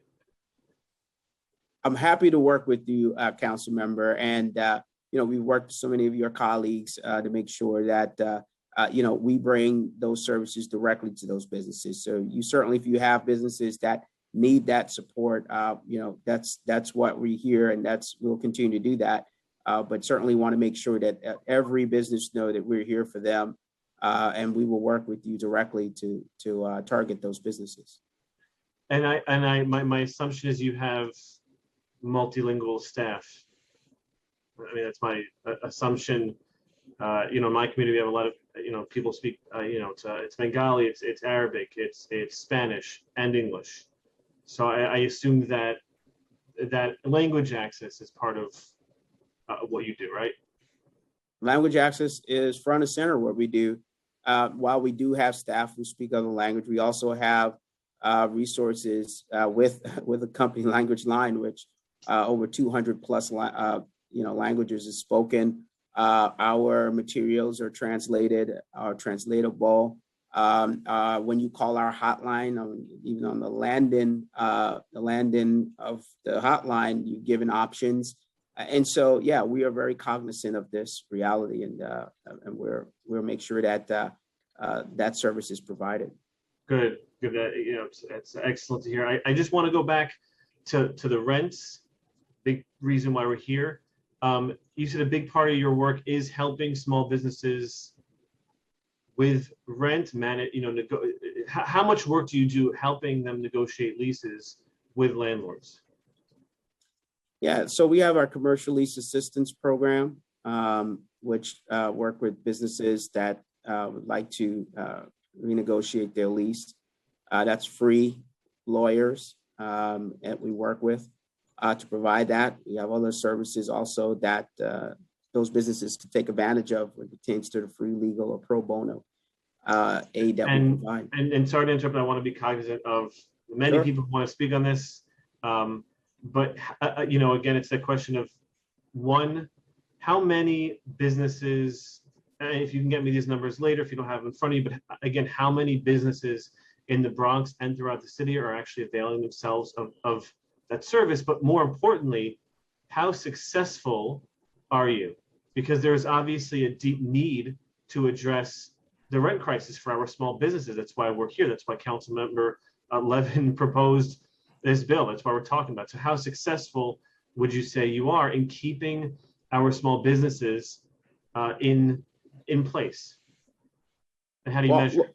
Yeah, look, the CLA program, is just, it does a great work. Those community-based organizations we work with and others to make sure that those small businesses are able to stay in their property and renegotiate those leases.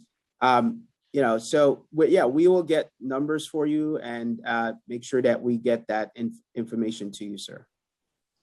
Thank you very much. I appreciate it. I just want to stress that, I'm gonna leave it there. But again, I want to thank you, Commissioner, Chair Jonai, and Councilmember Levin, for all your hard work. Thank you. Thank you, Councilmember. Commissioner, thank you for always visiting the borough of the Bronx. I just encourage you to spend more in the borough of the Bronx so that we can feel the love from you. Stephanie, do we have any more council members that are looking to ask questions of the commissioner? No, Chair, no hands are raised at this time.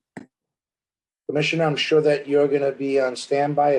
Your staff will certainly be a part of this hearing as we hear the public testimony, which is really why we have these hearings. We learn from the public.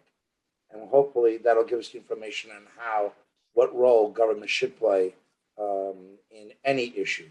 So thank you, Commissioner, and I want to thank the Deputy Commissioner for being on as well. And we'll stay in touch. Thank you, Mr. Chair. Thank you. We will now turn to public testimony. I'd like to remind everyone that, unlike our typical council hearings, we will be calling individuals one by one to testify. There is no need to raise your hand in Zoom. We will get to each and every one of you. Each panelist will be given only 3 minutes to speak. Please begin once the sergeant has started the timer. Council members who have questions for a particular panelist should use the raise hand function in Zoom, and I will call on you after the panelist has completed their testimony. For panelists, once your name is called, a member of our staff will unmute you and the Sergeant at Arms will give you the go-ahead to begin upon setting the timer. Please wait for the Sergeant to announce that you may begin before delivering your testimony. As a reminder, your testimony must be limited to only 3 minutes. There are a large number of panelists waiting to testify at this hearing. You may also choose to submit your testimony for the record by emailing it to testimony@council.nyc.gov. We are joined by the Honorable Gail A. Brewer, who will testify first. After Borough President Brewer, I will be calling on Hussam Khaled and then Ryan Monell. Borough President Brewer, please begin. Time starts now. Thank you very much to Chair Jonai and all of the members of the committee. And I wanted just a couple of things listening to the good back and forth. Number one, as you suggest, no matter how hard SBS tries, and I think the wonderful council member C. Levin knows this, rent is still an issue. And I have had the opportunity to walk around with the commissioner, and I appreciate his going door to door. But even when you do that with SBS, you run into people between language and just survival. They just don't have enough bandwidth to take advantage of all of these SBS opportunities. So you really do need something. And Chair, you mentioned e-commerce. It is a huge issue. I will say that in this city, we still don't have enough online support for these businesses. I know in my borough, in the northern part, there are just tons of, even where there is a wonderful bid, they do not have capacity to deal with the internet cost and to do the kind of great New York / online business. Those that do, they're doing 40%, particularly in the retail, small business, owner occupied online. 40% of their revenues coming from online. So we got to think differently. And yet the rent, you're going to have the best, as you heard from Councilmember Levin, you have the best, you have customers, you have everything you need. When that rent goes up 300%, you cannot survive. So we have to find something to deal with this. And I think he's got some ideas and I have some. So we did have over the last few months before the pandemic and even during the pandemic, a small business task force. And this is what came out of it. With Councilmember Helen Rosenthal, we've got intro 2299. We want right to information. This came up. Clarity. I can't tell you how many folks sign a lease. They don't know what they're signing. There's not the back and forth as to what they actually deserve to know. So we have in our bill a whole list of things. Certificate of occupancy has to be provided. The repairs and construction history, any violations history, and the list goes on. People sign leases without that information, and not everybody can afford an attorney. Also, lots of people don't have a leases. It's a handshake. Okay, but then there's a problem when the lease goes up. So how do we address that? Secondly, we need to have successful storefront businesses stay in their space by establishing a right to fair process and consideration. Structured lease renewal. Communication. You can't, I have a pizza store. I couldn't reach the owner. The pizza guy, great business, tons of customers. Rent goes up, couldn't reach the guy, and he had to leave. So you have to have a talk in a timely manner. And third, this is more controversial, but I believe in it. You have to have a one-time at least right to renew for storefront tenants. If the tenant occupied the space for a year or more and was not able to negotiate a lease, then they get to do so with a discussion that if there's really somebody there, then there's a different time frame. I want to be clear that there are in the borough of Manhattan 25,852 storefronts, and that's a lot. Many of them are small. We have to come up with something. That's why I appreciate this series so much, that deals with the rent issues. And I look forward to having those discussions with your committee, Mr. Chair. Thank you very much. Thank you, BP. And I want to thank you for reaching out to me before this hearing to talk about this very important topic. So I'm grateful to you for your partnership, and we've got work ahead of us. Thank you.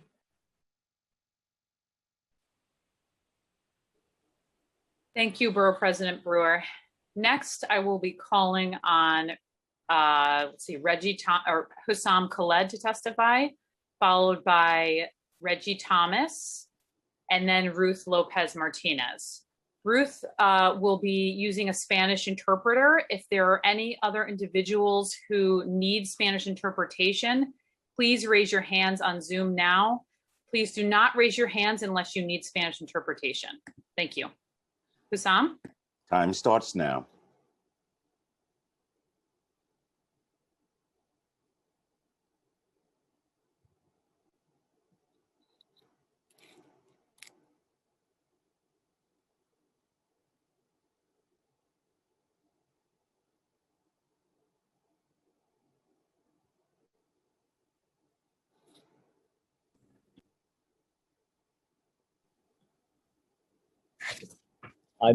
I think I'm unmuted now. Hello, everyone. Good morning. My name is Hussam. That's HUSAMKAID.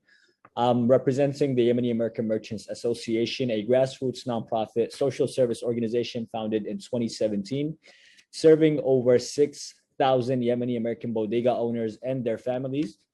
We would like to applaud the primary sponsors of the council members of intro number 1976. The proposal would create a board to regulate annual rent increase, decrease, or freeze rates for small office, retail, and manufacturing spaces, and create penalties for rent overchargers. As an organization that represents thousands of Yemeni merchants across New York City, we are proud to say that we are dedicated to educating, advocating for, and elevating our community. The rising cost of rent has impacted our merchants, like all immigrant-owned businesses in New York City, as rapid gentrification continues. Many of our merchants have had to lay off workers to meet rising rents. Raising rents and rising rents continue to push out local businesses and make goods too expensive to be affordable to the local communities that we serve. We believe in the implementation of intro number 1967, and that it will save small businesses, the families who are dependent on them, and the neighborhoods that they operate in. Our bodega owners, like all small businesses, were hard hit by the COVID-19 pandemic as designated essential businesses. Businesses declined with the drop of customers, leading to the need to lay off workers and take out loans to stay afloat. And now they're struggling with both finding employment and paying back those loans simultaneously, especially those of them who were hit again by the recent Hurricane Ida. These small businesses urgently need commercial rent stabilization to help them recover. Thank you.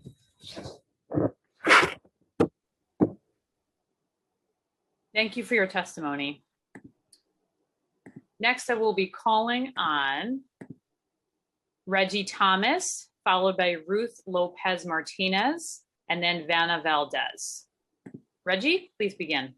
Time starts now.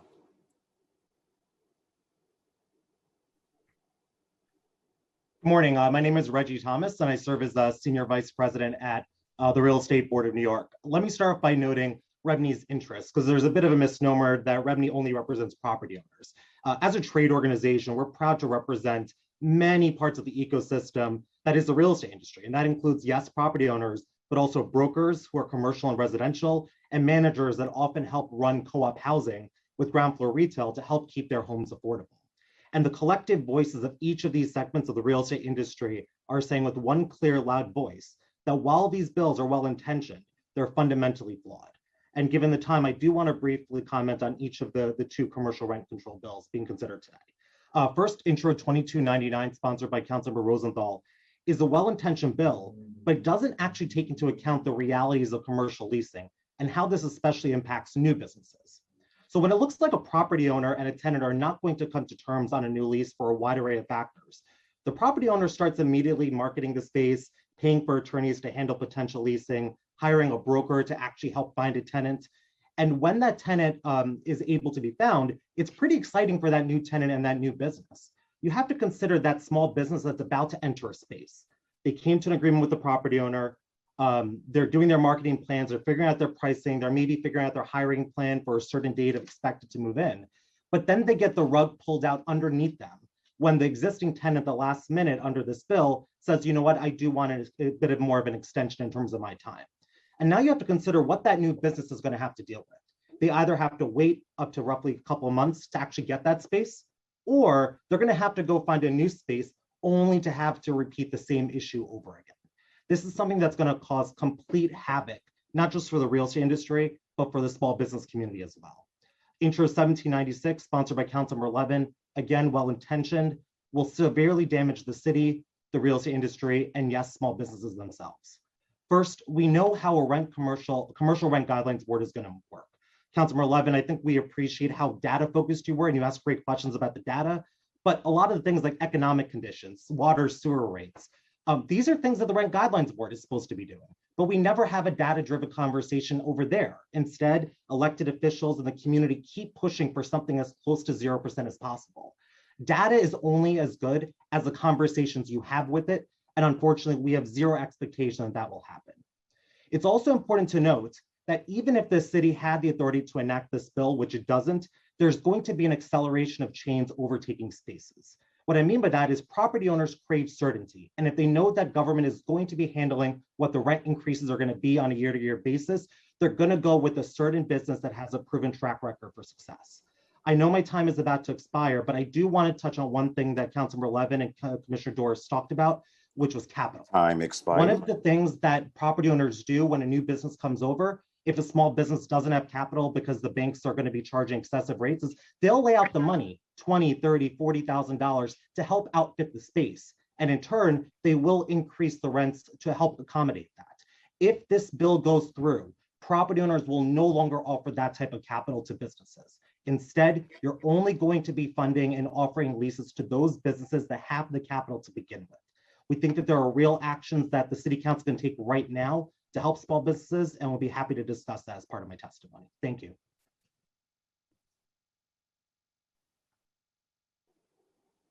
Thank you. Next, I'll be calling on Ruth Lopez Martinez, who will be using a Spanish interpreter, followed by Vanessa Valdez and then Ryan Monell. Ruth, please begin with your testimony. Time starts now. Buenas tardes. Mi nombre es Ruth López Martínez. Soy una dueña trabajadora de la cooperativa Palante Green Cleans. Nosotros somos un negocio de limpieza de apartamentos, casas, oficinas y de postconstrucción. Somos 8 dueños trabajadores y estamos en el mercado desde el 2014.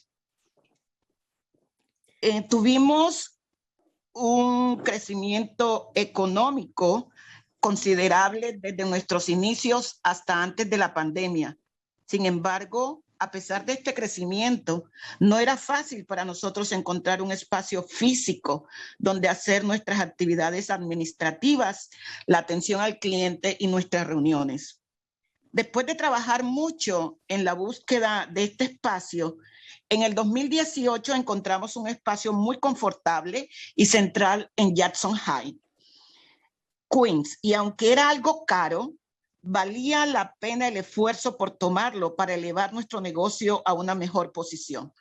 Fue un espacio útil para el negocio, para guardar nuestras herramientas de trabajo, hacer un archivo físico organizado, y a pesar de que mes con mes era muy difícil pagar la renta, nos sentíamos muy cómodos en ese espacio.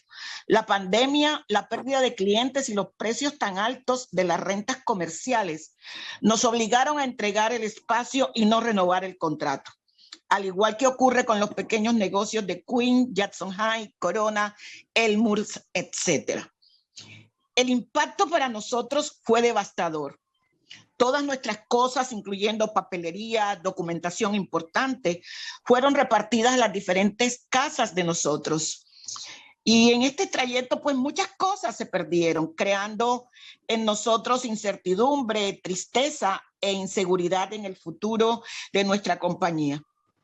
En este tiempo hemos perdido muchos documentos importantes por la falta de espacio, hemos perdido visibilidad con la comunidad y con nuestros clientes y contacto con la comunidad. Luego de esto, Palante, mi compañía, no ha podido tener un espacio. No hemos podido conseguir un espacio nuevo. Las rentas tan altas y nada asequibles en esta zona de la ciudad no nos permiten tener este espacio y pensar de nuevo en organizarnos físicamente. Estamos frustrados, desorganizados, tristes y creo que es el momento que ustedes miren y apoyen el tener rentas comerciales asequibles y seguros, no solo para las cooperativas, sino para los pequeños negocios de toda la ciudad. Creo que nos merecemos esta oportunidad. Nosotros pagamos taxes, creamos empleos, ayudamos al crecimiento económico de Nueva York y apoyamos directamente a nuestra comunidad. Piensen en eso. Necesitamos de ustedes para tener rentas asequibles y seguras para todos y volver a tener negocios visibles. Apóyennos con el proyecto de ley para la estabilización de la renta comercial en Nueva York. Es una necesidad urgente. Gracias. Thank you, Ms. Martinez. Gracias. My name is Ruth Lopez Martinez. I am the owner of Palante Cleanings. We are a cleaning company. We work in offices, we work for residences, we work for apartments. We are 8 owners. And we received a great deal of economic growth up until the pandemic started. It was not easy to find a physical site for our business, but after working really hard to get it, we got one in 2018 in the community of Jackson Heights, Queens. It was expensive, but it was worth it. It was useful for storage and for archiving. Hard to pay for it, but comfortable. We lost the lease in Queens because of the pandemic. It was devastating. The archives had to be split to different residences of our owners and associates. There was a lot of insecurity, a lot of lost documents. We lost visibility with the community and there was no contact with them, something we relied on. There was no space, there was no place to find after that. It's too expensive in this area. It's preventing our recovery. It's keeping us in a sad and depressed position. We need accessible leases. We deserve this. We support our communities. We need your support. Please support the project of law that will enable accessible rent for us.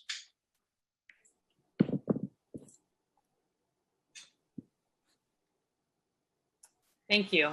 Again, if anyone else needs Spanish interpretation, please raise your hand now while this interpreter is present to provide translation.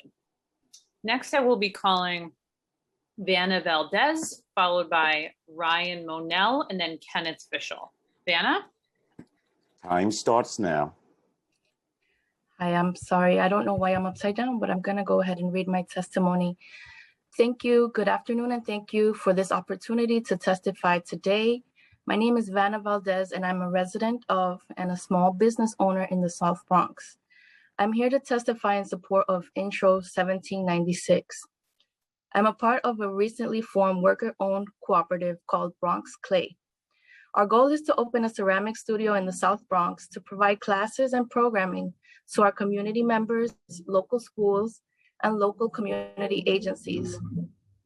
We have been searching for spaces where we can establish ourselves and serve our community. In our search, we grew discouraged seeing that rents went from anywhere from $4,000 to $17,000 per month arbitrarily for spaces around the same size, with the majority of spaces being on the higher end of that price spectrum.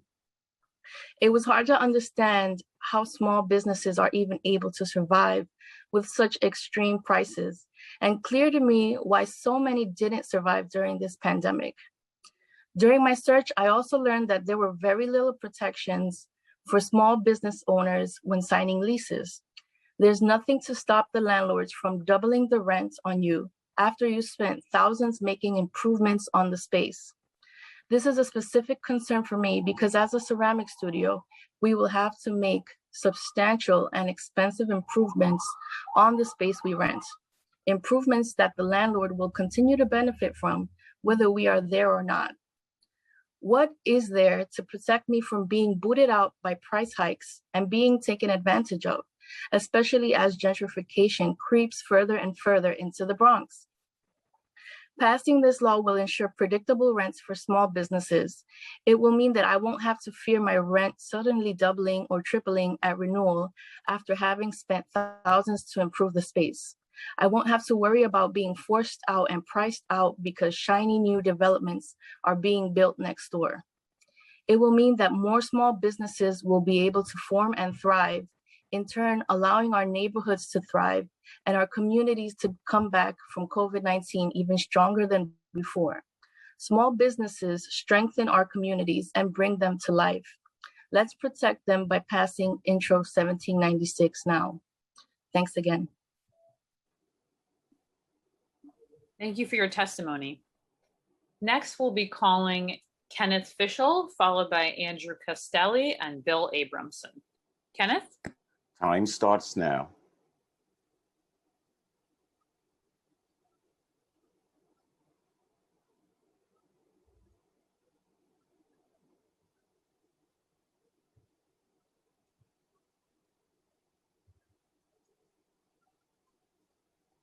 Stephanie, when we go down the list, can we give the next three in order so they can prepare? Yes, Kenneth, I see you're unmuted. Maybe you're having some technical difficulties. So we can come back to you. So next two we'll have is Andrew Castelli and then Bill Abramson. Time starts now.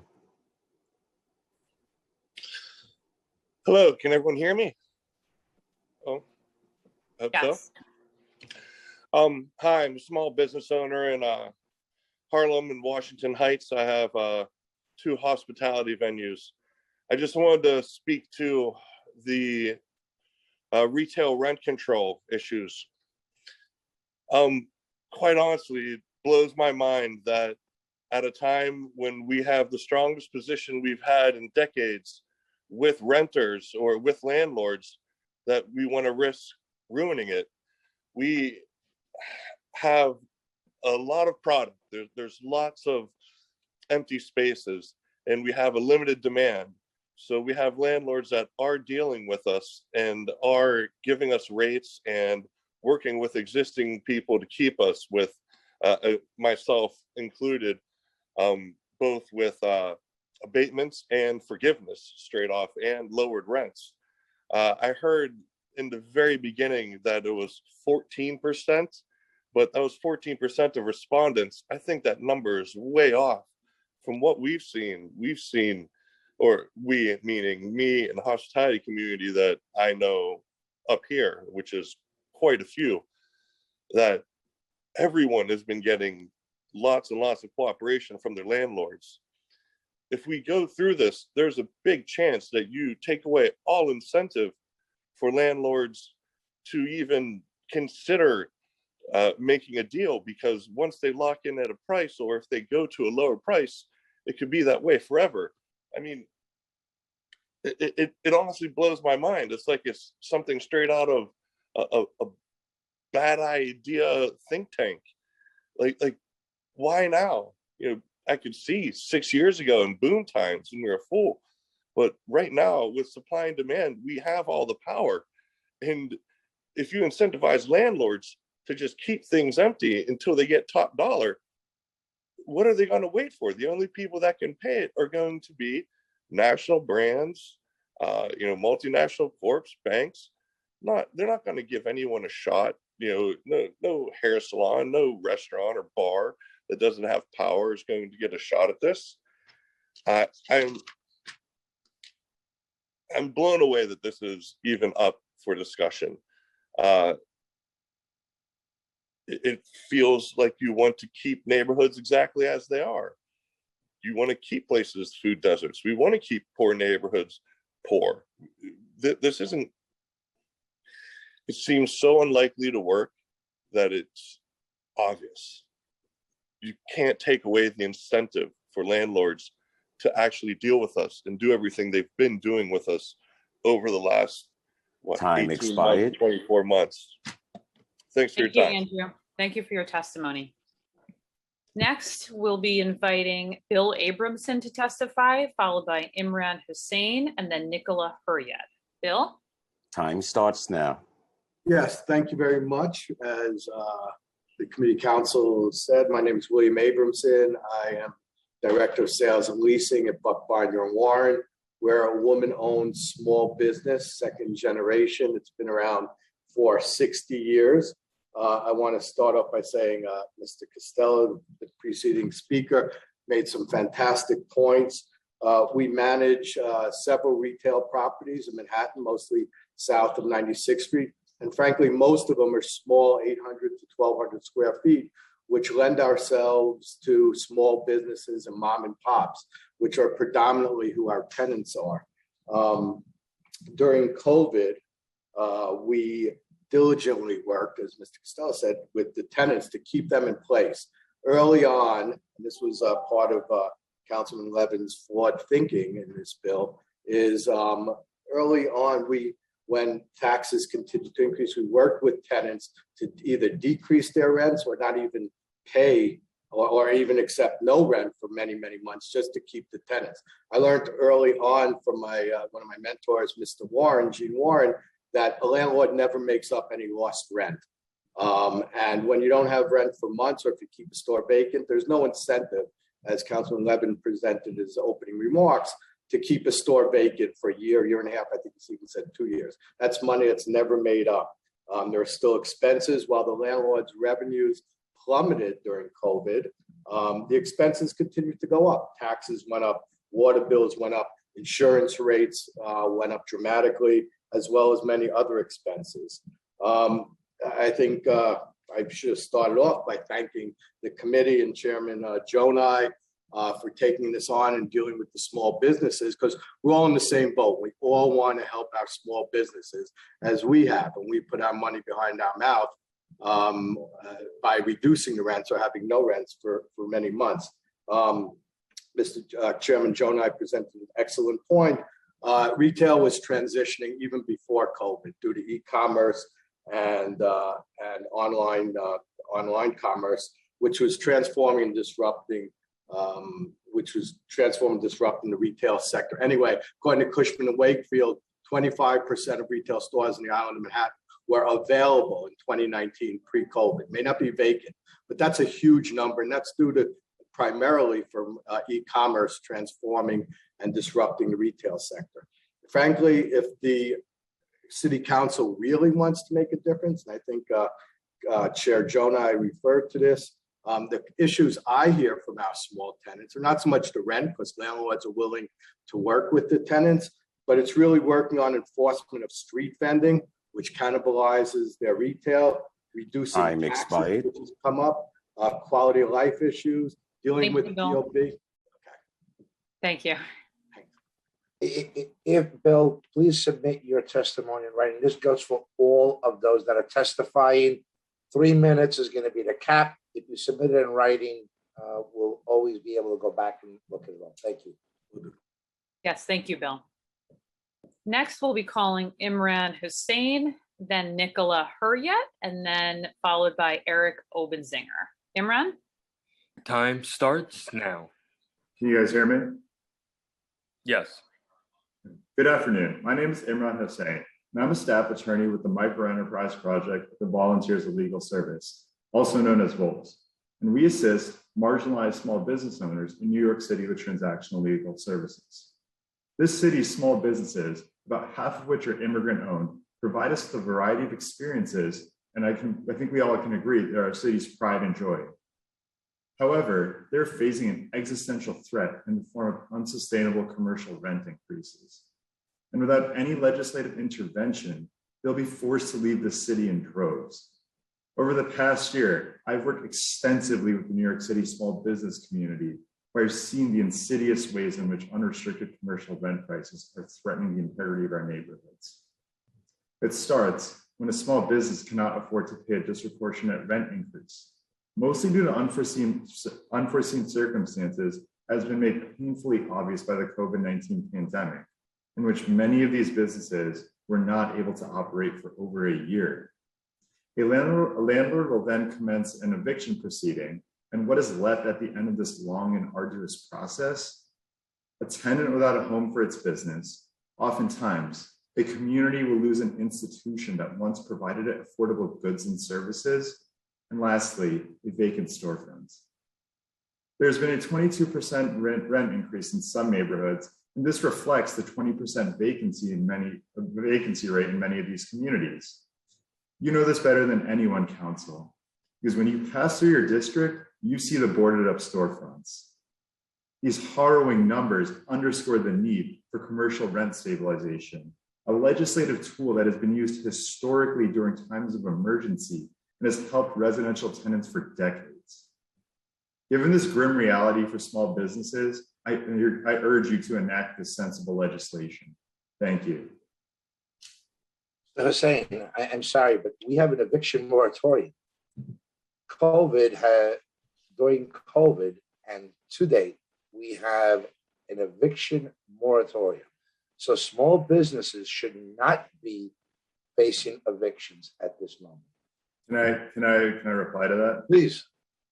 So they're facing an eviction moratorium, but that just kicks the can down the road because their rental obligations don't actually expire. They still, as a business, have to pay for those rents. And as someone who works with these small businesses, these are oftentimes not well negotiated leases. As a result, many sign on their personal behalves. So correct, there is a eviction moratorium that expires on January 15th. But for many of these businesses, they are still obliged to pay rent, and they will be evicted at some point down the line. So unless they can afford better rents and can negotiate better rents for themselves, this will continuously be a problem. Or if government comes up with a grant or loan program that'll make the property owner whole, those businesses will not be evicted. And I think that's what we should be talking about on the table. I don't want to peg one against the other. It's about both being whole, keeping a small business in place and making sure that those property owners don't pay the price for it. I think earlier you pointed out that many of the people who get these grants are not our small businesses who need them most. So I think that's a lot of that is a function of, again, as an attorney who works in this community, is that it's hard to file a lot of these paperworks, and a lot of these documents are not easy to understand and hard to navigate. So you're putting a lot of burden on a small business to comply and be able to receive these things. And I think that this is another issue. Thank you. Thank you. Next, we'll be calling Nicola Huryat, followed by Eric Obenzinger, and then Jessica Lappin. Nicola? Time starts now. Good afternoon, City Council members. Can you hear me? Yes, we can. Good. My name is Nicola Huryat, and I'm a principal with Avison Young. I've been in commercial real estate for over 36 years. I find the two proposed legislations troubling. COVID has affected everybody, both tenants and landlords, office, retail, industrial. I don't believe the council realizes how many landlords have gone out of their way to help struggling commercial tenants, but yet the landlords have received no relief from the city. Property taxes have nearly doubled in less than 8 years for those buildings with retail. Vacant storefronts don't get any tax benefit, and landlords need to lease their space. Imposing restrictions on rents and renewals will have negative repercussions. Landlords will be very reluctant to decrease rents if those rents then become permanent. And landlords will be discouraged from leasing space to pop-ups and other tenants who prefer short-term rentals. In today's market, most tenants want short-term. They don't want long-term leases. Rather than impose restrictions, I encourage the council to consider alternate ways to help small businesses, like eliminating the commercial rent tax and developing a legacy business tax abatement program that would benefit both tenants and landlords. Landlords want to keep viable tenants. They want to help tenants prosper, but landlords can't be penalized for doing this. I encourage the council to consider what has happened to the residential leasing market following the changes that were made by the New York State Senate. Under those laws, that landlords have been disincentivized from investing capital and improving their properties. And this has resulted in thousands of apartments being left vacant, exactly the opposite from what the Senate had hoped to achieve. In my opinion, rent controls don't benefit anyone.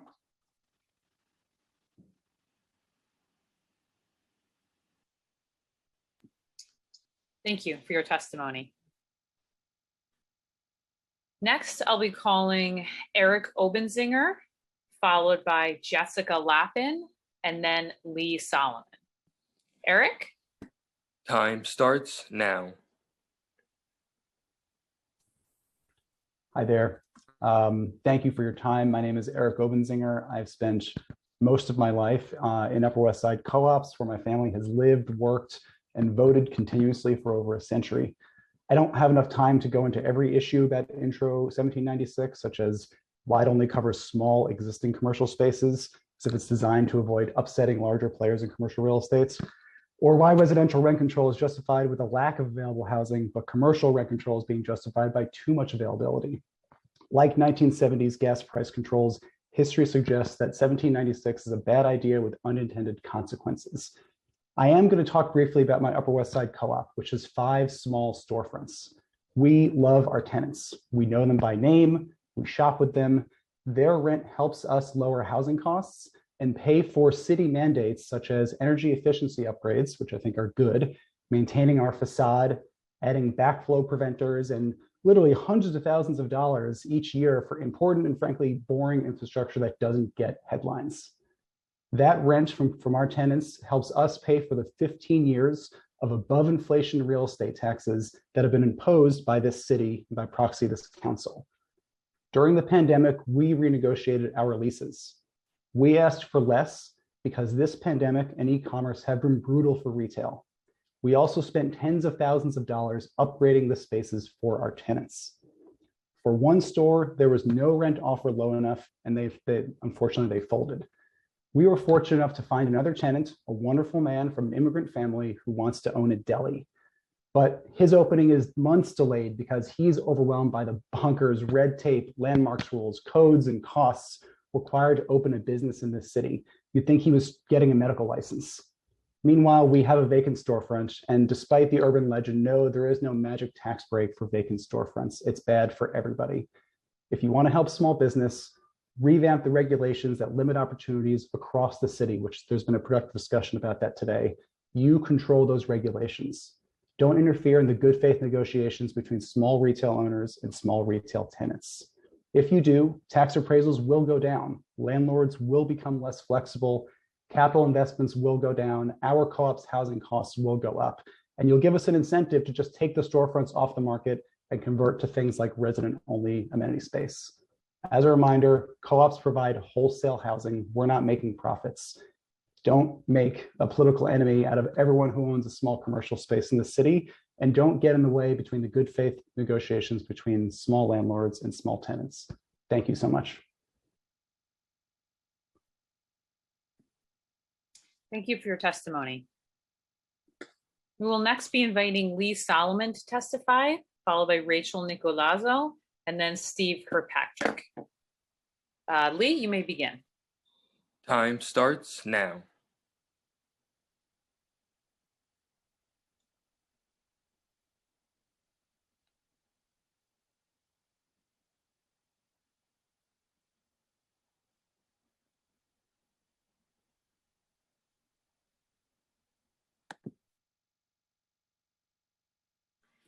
It looks like Lee is not available to.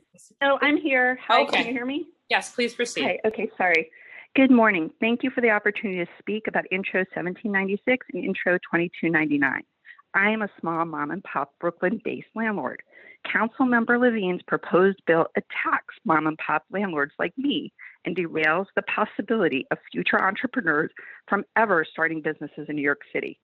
This will further exacerbate the longstanding trend of New Yorkers using Amazon and other online shopping services, Seamless and DoorDash, and frequenting big box stores. Protecting businesses that cannot survive in a free market will only strengthen the hand of the businesses you are not regulating. Councilmember Levine believes that it's a landlord's best interest now to push out existing businesses. Nothing could be further from the truth.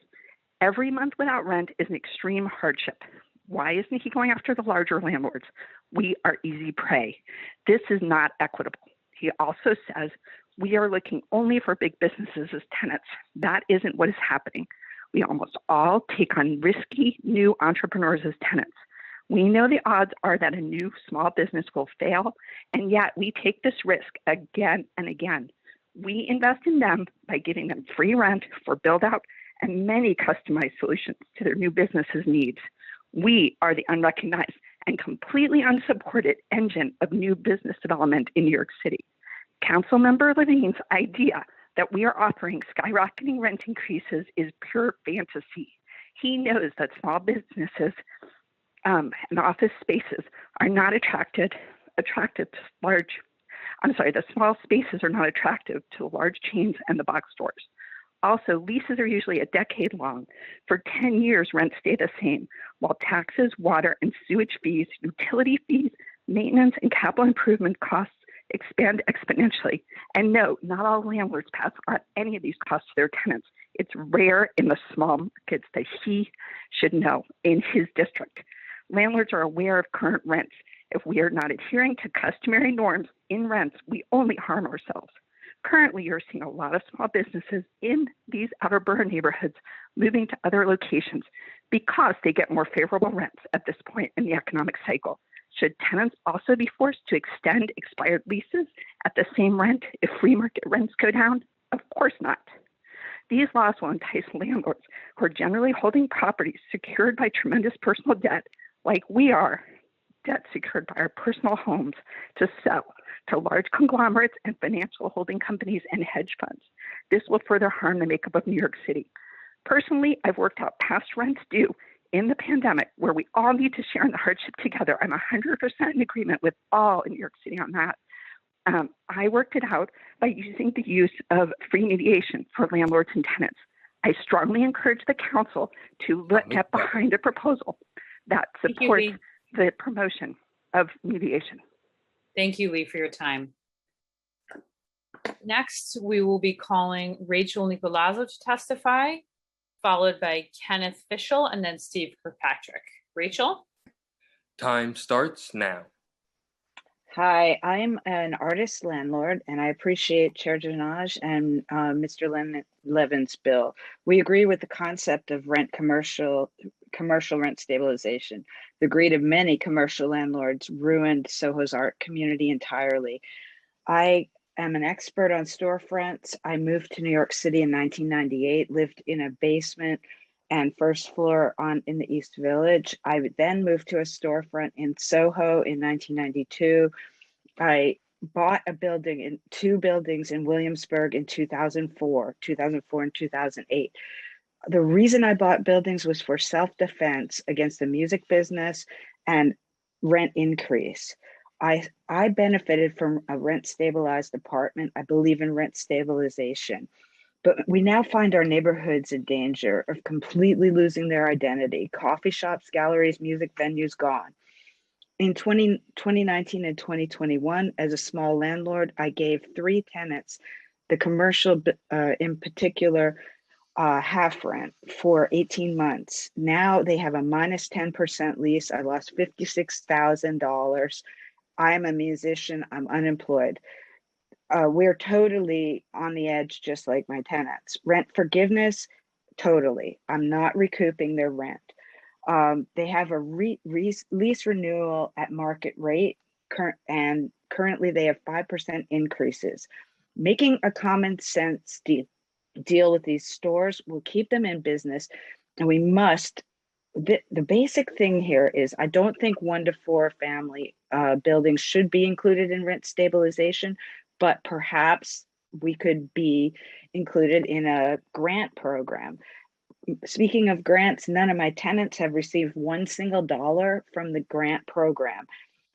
My commercial tenant needs emergency rent grant loans. They can't access them, there are none.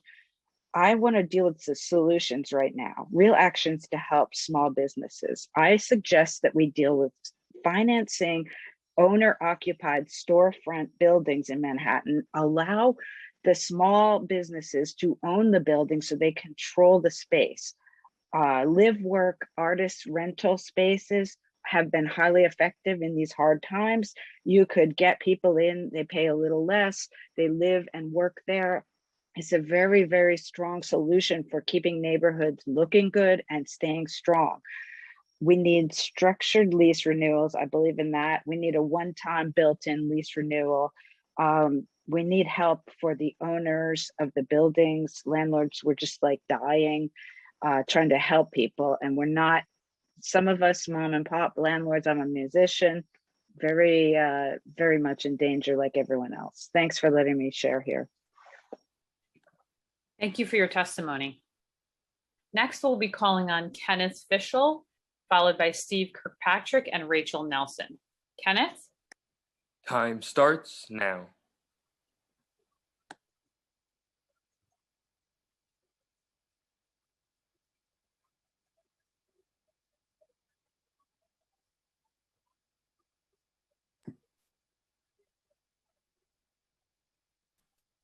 Okay, it seems Kenneth may be having audio issues or is unavailable, so we will move on to the next witness. We have Steve Kirkpatrick, followed by Rachel Nelson, and then Ronald Zaccardi. Steve? Time starts now. Good afternoon, and thank you. I'm Steve Kirkpatrick. I'm a partner of the law firm of Romer DeBoss, where I've practiced real estate law for over 25 years, representing both property owners and commercial tenants in lease dispute matters, and also negotiating and drafting commercial leases. In 2018, I testified before this committee on behalf of the New York City Bar Association because I helped the Real Property Law Committee prepare a legal analysis regarding the Small Business Job Survival Act. Although I am not on the committee currently, and I'm testifying on my own behalf in my own personal capacity, the analysis is exactly the same. Although these bills have a different structure and focus, they are commercial rent control, as was the 2018 bill. And thus, the analysis that was done when preparing the Bar Association's memorandum and its conclusion that the City Council was not authorized to enact the legislation once again applies here. And it simply cannot be done without, at the very least, state enabling legislation. Further, it's very troubling that there are so many unintended consequences as have been testified about. These proposals apply to residential cooperatives and would diminish revenue that residential unit owners would have, and thus would cause their maintenance expenses to increase. They apply to churches renting out an extra room or an event space. They apply to not-for-profits.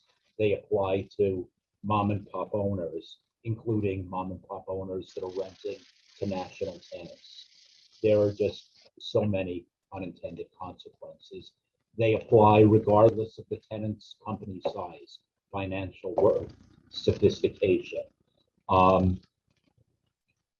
And they apply to tenants as well, tenants who are subleasing space. The renewal rights that I could go on for an hour, but the renewal rights would make it impossible in the one bill to have certainty and be able to lease space, to be able to enter into leases. Who's gonna hire a lawyer, pay broker commissions to enter into a commercial lease when they could, lose that deal? Nobody's going to do that. You're not going to have tenant turnover. You're not going to have pop-ups. I mean, it does not stop. But my time is up. Thank you. Thank you, Stephen. I see Councilmember Levin has his hand raised. Councilmember? Thank you. Thank you, Stephen, for your testimony. I want to just ask, not on the substantive objections to the policy of the bill, but to the legal question. You said that you saw the legal issues as exactly the same for this bill and for SBJSA. Is that right? That is correct, sir. Yes. No, SBJSA, my understanding has always been that legal objections to SBJSA centered around right to renewal and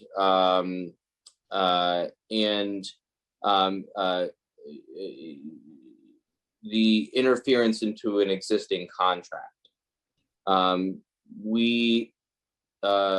specifically avoided those two issues because of legal objections that have been raised on the SBJSA. Do you make any distinction between the two pieces of proposed legislation on those grounds? From a legal standpoint, the problems are that the city has limited authority to legislate in certain areas. And here in this realm of rent control, there is no state enabling legislation. Just to interrupt really quickly there. So it's our position that in the absence of a state framework on commercial rent stabilization, we are legally able to implement our own as a local jurisdiction. So now that might not that's our position. That's been the position of the legislative drafters of this bill. And I've had numerous conversations. I'm not a lawyer myself, but that's been the position of the legislative drafters who are lawyers of this bill for the last several years. That's why the bill was able to be introduced. My question actually is not about jurisdictional authority, because I accept that you are raising that objection, and we can talk about that further, because we actually have a difference of opinion on that. My question is about other aspects of the bill. So setting aside jurisdiction, do you see other legal issues with the legislation? Yes, and I was actually just about to address that. And a significant issue is that there are many conflicts with different state laws. There are provisions of the real property law that govern, for instance, with holdover tenants, holdover commercial tenants, where 2 times the rent would be imposed. This contradicts that. There are provisions in the civil practice law and rules and in the constitutions, in the state constitution, dealing with the court system and how disputes are resolved. And both of these bills deal with issues in terms of, disputes and a structure for resolving disputes. There are, going through them, and I'm sorry, where in this legislation does it speak about resolving disputes? Because we don't speak to resolving disputes in the 1796. I'm speaking with respect to both bills. There are 2 bills. Right. Okay. If we could just focus, because I'm the sponsor of 1796, so I am interested to know what the Bar Association's position is on again, not the jurisdictional issues. And I if I understand correctly, you're saying that there are penalties that can be imposed in an existing contract that this might interfere with on a holdover. Well, and for clarity, I'm not speaking on behalf of the Bar Association. Okay. In 2018, I was on the committee that drafted the memo that was filed, but today I'm speaking in my personal capacity. Got it. Okay.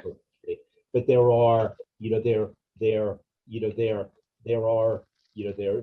conflicts. There are,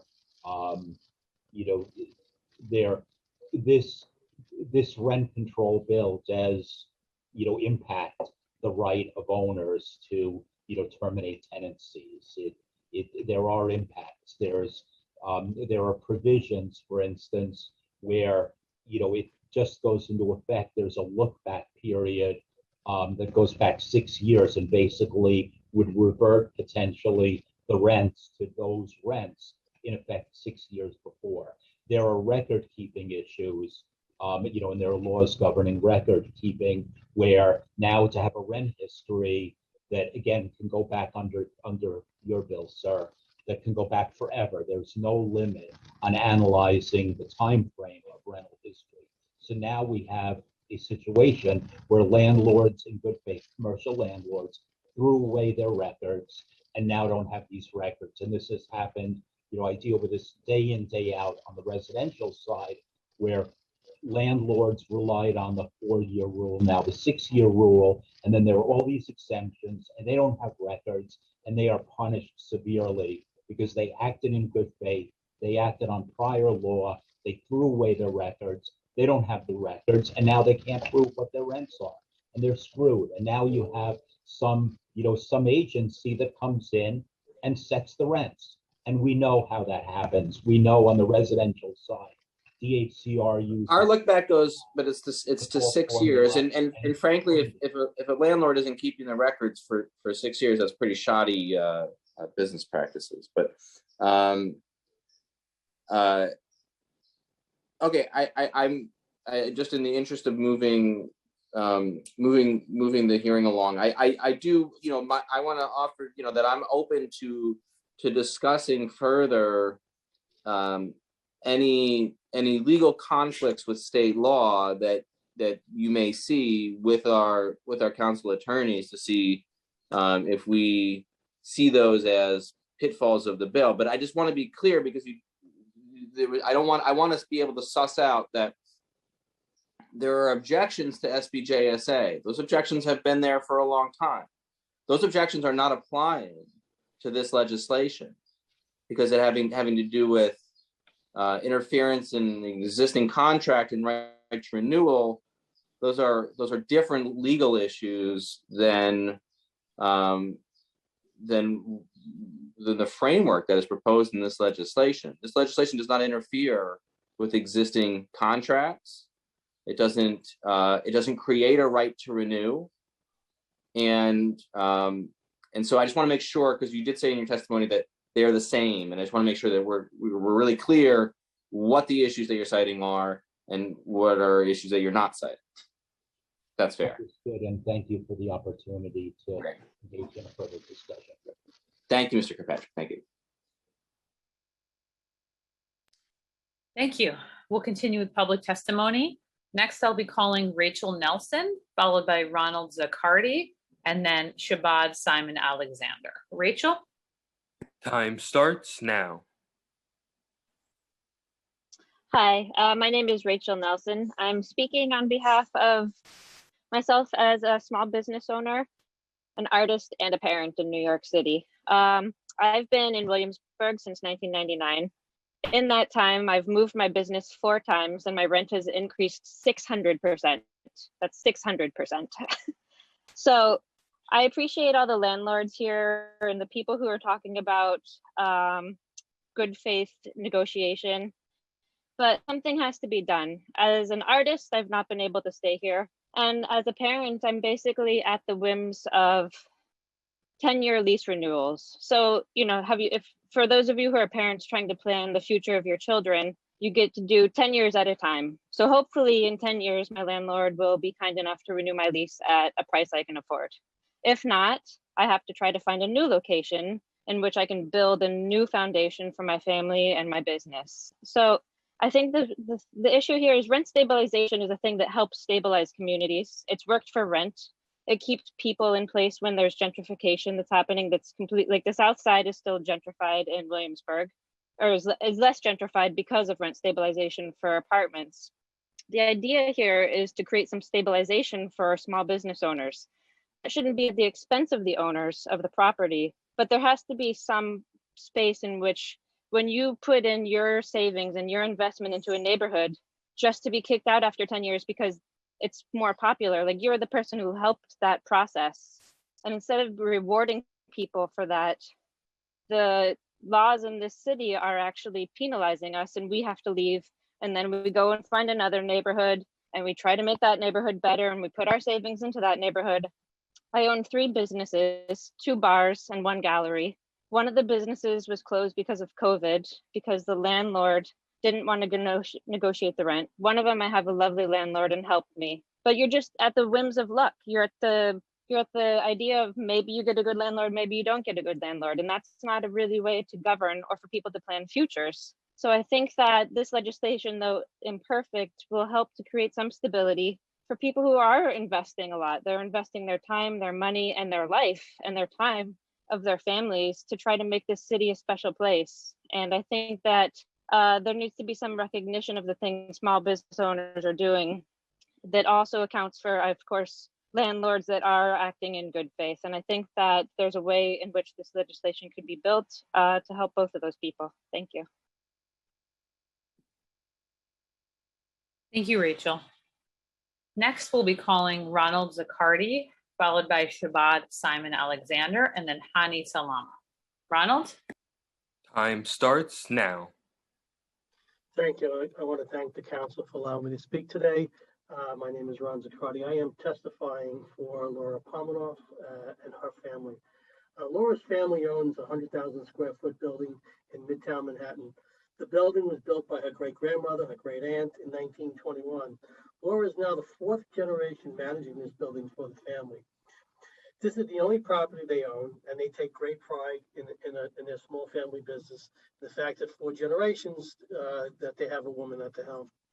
We're here to speak to you today on the legislation 1796 and 2299. As long-term owners, it is not our interest to inflate rates and cause vacancy. The first thing Laura learned from her father when entering this business was always be able to walk on the same side of the sidewalk as your tenants. They have done that time and time again by renewing their tenants and partnering with them. Often they negotiate these leases with tenants and licensed real estate brokers, an industry that would disappear should the city set the rates and terms.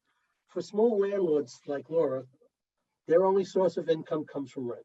They use that income to pay for union employee salaries, benefits and wages for small businesses and small contractors that service their building. They also use it for technological and infrastructure upgrades so that their 100-year-old building can help reduce the impact we're having on our planet. In 1961, the last vestiges of World War II commercial rent control was phased out from their building. They could hardly keep abreast of deferred maintenance under rent control. For an example, they had to repair a compromised steel on their facade at a cost of over $800,000. That was the cost in 1960. Imagine what the cost is today. In today's market, we have local laws that mandate compliance, some annually, and on top of that, we are now estimating the cost of complying with Local Law 97, which requires upgrading heating systems and cooling systems, which we just did 7 years ago. If this law is passed, it would limit our ability to comply and pay for upgrades that the city government puts out. Over the last 18 months, small businesses, retailers, and tenants have suffered. Through our relationships, we have managed to give relief in terms of deferrals and or abatements to 80% of our tenancies. We, along with every other landlord in the city, did this while paying 100% expenses. Carve-outs for PPP loans limited our industry's ability to receive help, but we still partners with our tenants. We have current and future vacancies, and new tenants expect landlords to pay to construct new building installations. Rent control will severely restrict our ability to improve our buildings and to meet the demands of governmental regulations and tenant demand for new office installations. This law will also prevent us from using increases to harbor against inflation, save for capital upgrades and unforeseen repairs. It would also devaluate our building, which Time has expired. Would reduce our ability to pay taxes to the city. I thank you for your time. Thank you. Next, we'll be calling Shabad Simon Alexander, followed by Hani Salama, and then Olympia Katsi. Shabad? Time starts now. Thank you for letting me share today. My name is Shabad Simon Alexander, and I'm here as a concerned community member and a fourth-generation New Yorker. My first job after college, I worked as a seamstress for a wedding dress designer who'd had her shop on the Lower East Side for decades. And she had such wisdom and stories to share. I felt really lucky to be able to learn from her and also to have a deep connection to the New York City that I loved as a child and still wanted to live in as an adult. After decades in the same space, working nonstop and living hand to mouth, but loving it, in 2008, her landlord raised her rent from $2,500 a month to $25,000 a month. $25,000 a month? I'm sorry, it's not unique. Pearl River Mart's rent was hiked to over $500,000 a month in 2015. This left her with no choice but to close her business. And as a working class business owner without a 401k, she had no choice but to retire. More importantly, at 65, she still felt young and inspired to work and didn't want to retire. But no one can make a living paying $25,000 a month or $500,000 a month. And she had to close her business, leaving her with few avenues to sustain her life in New York City after that. To clarify, in case anyone hasn't run a business, you can't just move your business to a new location when your business plan was created based on costs, and inflation and income don't rise at the same pace as rents. And you can't move your business to a new neighborhood because your customers are local, and tax breaks, I'm sorry, do not cover a 900% increase. And sadly, this story isn't unique. I've known too many neighbors and friends, including Rachel, who built a huge community, supported my work as an artist when I was just out of college, like created space for all of us. My mother, who is like battling a landlord right now, I'm grateful to all of the good landlords here, but not all landlords are good. And that's why we need regulations. I lost my business because, as the ceramicist in the Bronx shared, I couldn't reinvest in a space where I needed to do really major overhauls if I didn't know I could stay for the amount of time that would make it worth doing those overhauls. One last story, why it's important to have spaces in our neighborhoods that are rooted in the community and where we can form bonds over time. When my mom was 4, my grandma Minnie wanted to give her her first haircut, but my mom didn't want to get her haircut. So she ran away and she hid in the local corner store down the block from their house in Whitestone, Queens. The shopkeeper knew her and he knew my grandma, and he called Minnie to let her know that her 4-year-old daughter was safe. This can't happen when our neighborhood spaces are constantly being replaced by new businesses, and this can't happen with empty storefronts. Chairman Jones, you've suggested many good solutions to many problems today, and I really hope you draft bills to pass them too. For today, we have a clear solution to one huge problem, and a major step to save our community businesses and our communities. Thank you for your testimony. Next, we'll be calling Hani Salama, followed by Olympia Katsi, and then Bader Fuad. Hani? Time starts now. Good afternoon, Chair Jonai and the distinguished members of the Committee for Small Business. My name is Hani Salama, and I am the Chair and Chief Executive Officer of the Building Owners and Managers Association of Greater New York, short Bowman, New York. I appreciate the opportunity to testify regarding the 2 commercial rent control bills being heard today. As a background, Bowman, New York represents more than 750 property owners, managers, and building professionals who own and manage 400 million square feet of commercial space in New York City. Bowman, New York strongly opposes both Intro 1796 and Intro 2291. We encourage the Council in the strongest terms not to pass these bills, which are not legally viable, would not create good policies for protecting small business, and are not necessary. We are pretty much aligned with Mr. Kirkpatrick as far as the legal argument. We submitted that in our testimony, and we'll just skip over that for now. I'm not an attorney, but we have the same opinion on that issue. Next, neither of these laws create policy approaches that would substantially help small businesses, especially at this time, but also in general, and therefore they are unnecessary. The Council should look at other approaches of helping small business that are both within its legal jurisdiction and directly solve the problems those businesses face. For starters, even if we start to come out of the COVID pandemic, the market is still in a very good place for tenants.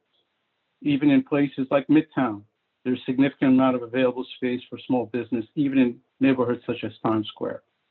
Most building owners want to retain tenants and only ask for relatively minor increases under renewed leases. At the same time, tenants, of course, can shop the market looking for better deals. Landlords also open perks to keep tenants in place. I know myself, during the pandemic, we have abated rents, provided concessions, rent reliefs, and we also discounted the rents whenever we can, and we worked with our tenants to keep them. No landlord in the city wants to lose tenants, especially in tough times. Landlords continue, however, to pay their debt service, their taxes, the labor costs, operating expenses, utilities, and continue to stay afloat as much as we can. What small businesses do face, however, is a maze of laws, rules, and regulations, and their associated fees and fines and they often face a significant tax liability. These hurdles not only stop businesses in their tracks, but they often prevent them from getting off the ground to begin with. Removing many of these regulatory financial obstacles would go a long way in protecting and promoting small businesses in New York City, as would setting up systems to protecting and promoting help from them easily navigate the remaining ones. These are strategies that are well within the council's purview. For example, the commercial rent tax. Thank you for your testimony. Thank you. Thank you. Next, we'll be calling Olympia Kotze, followed by Bader Fuad, and then Rui Lee. Olympia? Time starts now. Thank you for the opportunity to testify here today. My name is Olympia Kazi, and I'm a member of the New York City Artists Coalition, United for Small Business NYC, and I also serve as the Vice Chair of the New York City Nightlife Advisory Board. I am also the mother of two.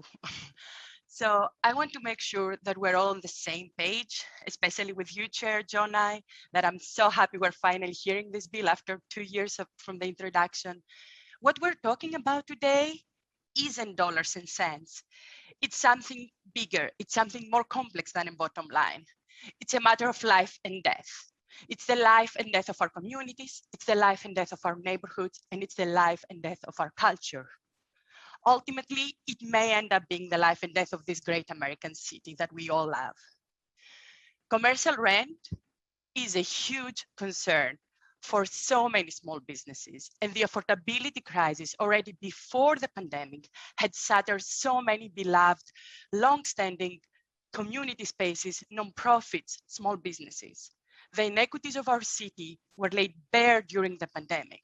And so if we don't change these systemic inequities now, when are we going to change them? Now, to Commissioner Doris' issue, will there be unintended consequences? And to the various lawyers here, oh yeah, it may very well be unintended consequences. When you fix something, you need to change the rest of the system. Ask your plumber if you don't trust me. So we need to change and amend and repeal those laws that don't function, and we will deal with real unintended consequences. Let's be clear, good faith landlords like Rachel Z, the amazing musician, member of our organization and landlord, are not going to be impacted. What this law does is only ending predatory landlords that have devastated our city and our neighborhoods. We cannot allow for this to continue. Let's put an end to them. We need immediate action. Mayor de Blasio was, talked about the tale of two cities when he was elected. Let's make sure we're not going to end this tale with studies. We need action. We're not going to end this tale of two cities by just cutting red tape. I'm with you. Let's cut all the red tape. But we also need to address the elephant in the room, and that is we need to cap the rents. We need services. We cannot fight displacement and gentrification without preserving services, essential services, community spaces, small businesses. I'm happy to answer any questions. Let's please do something about rents. Decades we've been working on this. Please, let's do this. We can, and we have to. Thank you. Thank you. Thank you. I see that Councilmember Levin has his hand raised. Councilmember? Thank you so much. I just wanted to quickly thank Olympia, who's been one of the most incredible people to work with throughout this process. And Olympia, I just want to thank you. That's all. Thanks so much. Next, we'll be inviting Bader Fuad to testify, followed by Rui Lee and then Charlotta Jansen. Bader? Time starts now. Hi, everyone. My name is Bader Fuad. I am from the Yemeni American Merchants Association. However, my coworker Hussam earlier testified on behalf of the organization, and I'll be testifying on my own personal behalf and also my family. Just a little backstory about my family. We have been running a bodega in the Bronx for the past 30 years.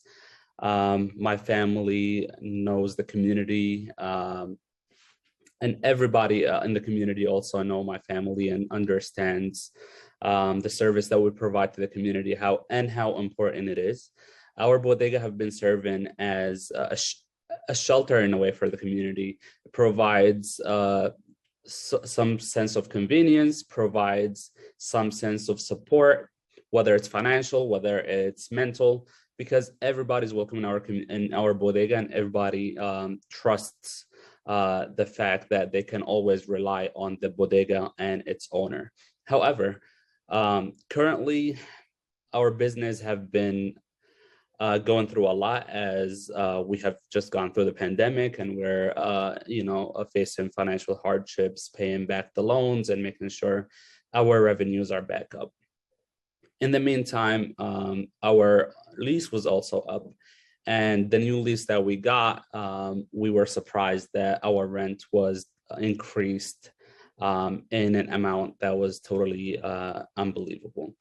Due to that fact, my parents have decided to consider moving upstate because they cannot afford to be paying that much of an increase on our rent. This will not only impact my family, but also impact the community that we live in, as we have been providing for the community for the past 30 years.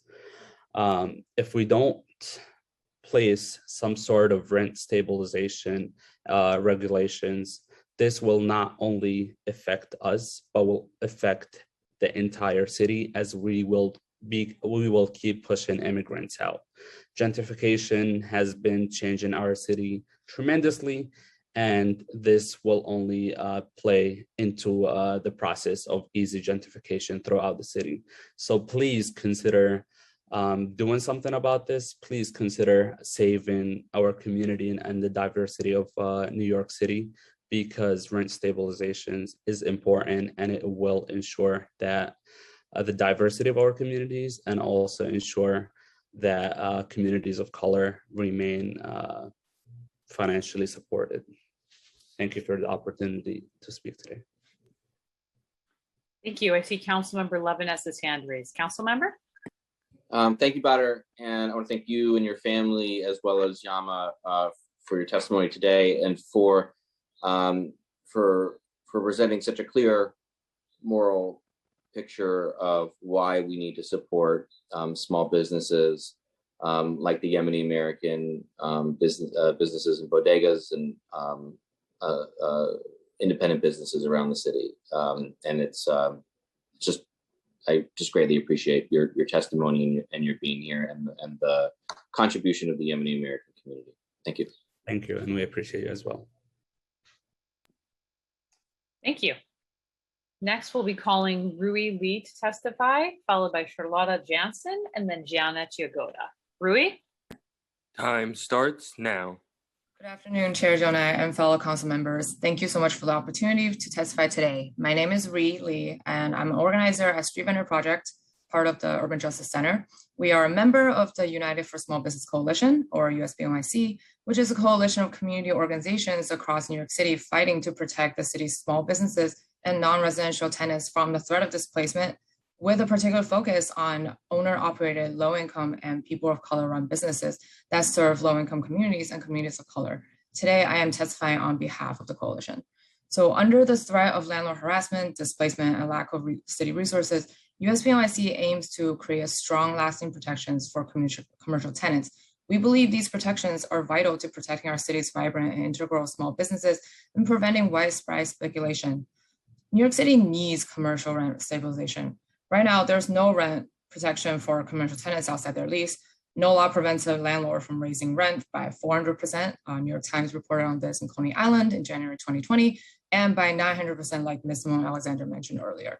This rising cost of rents leads to displacement that impacts both longtime small businesses and aspiring entrepreneurs. The communities that tend to be hardest hit are, communities of color and immigrant communities facing rapid gentrification. The high cost of rent also makes it difficult for street vendors, many of whom who are in the same communities, and for them to move to brick and mortar spaces if they wanted to do so. We need commercial rent stabilization in order to end vacancies. Between 2007 and 2017, the commercial vacancy rate doubled across the city, with many neighborhoods experiencing almost 20% vacancy rates. At the same time, retail rents rose an average of 22% citywide, with some neighborhoods seeing more than 50% rent increases on average. Commercial rent stabilization will not impact the landlords who raise rents by small percentages when the lease turns over. It's aimed at restricting speculative predatory landlords who are out there doubling or tripling rents to force out their tenants. 48% of New York City small businesses are run by immigrants, and roughly 26% of New York City New Yorkers work at a small business. When these small businesses vanish, so do jobs, community spaces, and affordable goods and services. In 2019, 77% of immigrant small business owners say that they were overburdened by their current commercial rent, and 28% say they had to lay off workers to meet the rising rents. As a real estate professional told publication Next City this July, many deals that landlords were offering as a result of the pandemic were designed to only last 1 or 2 years. Landlords have been anticipating they could raise rents back to whatever they were when the pandemic is completely over. And some commercial landlords are already asking for prices that are close to pre-pandemic levels. We need to regulate rent to keep our cultural community spaces from disappearing, combined with commercial rent stabilization and extended to cover all the commercial spaces covered by Intro 1796, not just retail stores. The combination of Intro 1796 and the provisions of Intro 2299 requiring written leases, providing crucial information to tenants, and allowing tenant reasonable time to cure lease violations would reform a robust framework for stabilizing New York City small businesses, and we will support combining them in such a way. With this legislation, we have an opportunity to give small businesses a chance in the post-COVID world. We encourage the council to pass this legislation. Great, thank you so much. Next, we'll be calling on Charlotta Jansen, followed by Gianna Jagoda, and then Karina Kaufman Gutierrez. Charlotta? Time starts now. Hi, I'm Charlotta Jansen, Bed-Stuy Restaurant Coalition. We're about 30 restaurants, and all of us have landlord issues. And I don't understand anyone who doesn't realize that landlords are the #1 problem for us small business owners. And this is a huge bill. This is huge for us. Every realtor boasts about us neighborhood restaurants when they sell real estate. Look up any site and you will find mine. Those same realtors are fighting this desperately needed bill. 1998, I opened Chez Oscar in Fort Greene. Crime was high and we were glad if we even had 10 customers. We had put everything into this business. With our neighbors became Fort Greene's Restaurant Row and felt a great sense of community, helping each other with napkins, tablecloths, soda, and more. Slowly, all these pioneers that made Fort Greene vibrant and multicultural have disappeared. None of the original businesses are still there. Each, including me, have a painful eviction story. My team is my family. Oscar chef Octavius Samancas is with me since 1999. My GM, Angelique Helmet-Strucker, since 2002. In 2012, I realized my landlord was ripping me off on taxes and water bills. What's new? When confronted, he said, "That's it, I'll never give you another lease." And when my lease was up, he evicted. In Fort Greene, I had nothing to show for 18 years of really good business, no equity at all. My landlord sold my kitchen for scrap, collected key money from someone else, and had a tenant paying more than double what I did. Most landlords do this. They destroy community for money, making running small business, family restaurants, and dining out unaffordable. We restaurants invest hundreds of thousands of dollars to open, and when our leases are up, we can't take it with us, nor do we have any way to continue in the communities we help build. Every realtor loves to boast of the diverse restaurants that make communities vibrant, and those are the first to evict us. In Bed-Stuy, I am the only surviving business on my block because I now own. Many dreams around me are shattered, now giant debts, while landlords have mortgages on pause and wait for the next sucker to charge key money to and double their rent. Oh, and what about roadside? That's what we fought for, and they are going to cash in on it. Not them, but they didn't fight for it. Businesses that invest into a place as much as restaurants do, from sweat equity to solid infrastructure, need rent stabilization, like in France. There, a commercial lease is a lease for life, much like once a taxi medallion was. Let's clarify gentrification. There are communifiers and commodifiers. Communifiers invest themselves and do their best to give services that improve life in their communities. Commodifiers calculate how little they have to give and how much they can pull out of their community. Keep empty storefronts, overcharge, bring in chain stores. The less they give, the more they will be rewarded in this system. We need laws that differentiate between the two. Small businesses that work hard, invest themselves into commercial rent stabilization works. That's why Paris isn't a ghost town and New York City is. Thank you very much for your testimony. Next, we'll be calling on Janet Jagoda, followed by Karina Kaufman Gutierrez, and then Beth Krieger. Janet? Time starts now.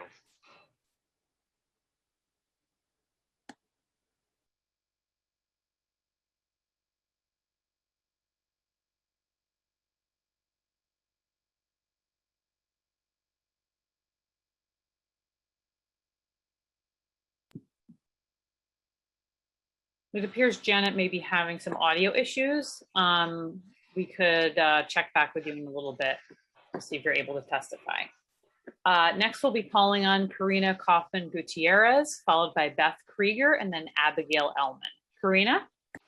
Time starts now. Good afternoon, everyone, and thank you, Chair Jonai and Councilmember Levin and all present here today for your time, as well as for your sincere commitment to hearing all of our voices. We do appreciate it. My name is Karina Kaufman Gutierrez. I am the Deputy Director at the Street Vendor Project of the Urban Justice Center, and we're here today in coalition with the United for Small Business organization to say that New York City needs commercial rent stabilization.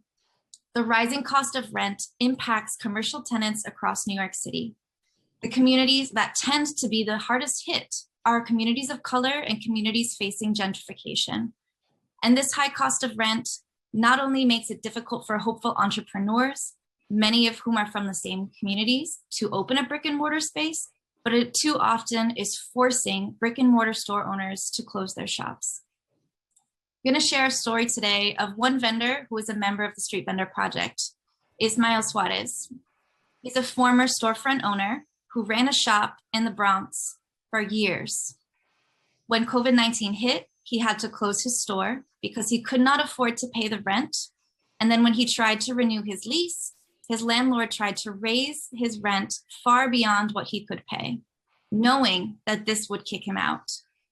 But he was left with no job, no way to make money, and a store full of inventory.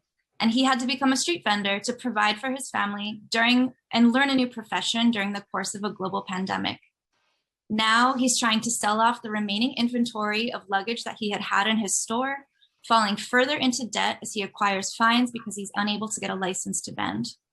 This devastating cycle of hurting rather than supporting our smallest businesses and entrepreneurs needs to end.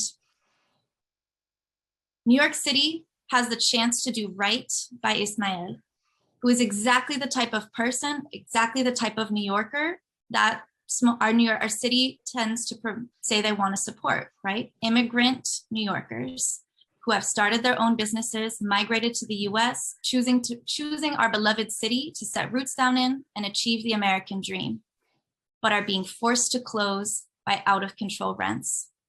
We need commercial rent stabilization in order to end vacancies, to protect immigrant New Yorkers, and to preserve the culture and economy of our neighborhoods. I want to stress that rent regulation isn't just good for businesses, it's good for the whole neighborhood, because limited rent increases means that stores are less likely to go out of business. Many smaller landlords are already asking for reasonable rent increases so they won't be hurt by this, right? The only ones who will be impacted by this law are predatory landlords who increase the rent to push out their tenants, exactly as what happened to Ismael in the Bronx. Passing commercial rent control now is urgent. Our recovery from COVID depends on stabilizing rents for the small businesses that survived the crisis, giving us the opportunity to build better and creating an economy. Thank you, Karina. Apologies for being very strict with the timer today because we have a lot of people waiting. Apologies.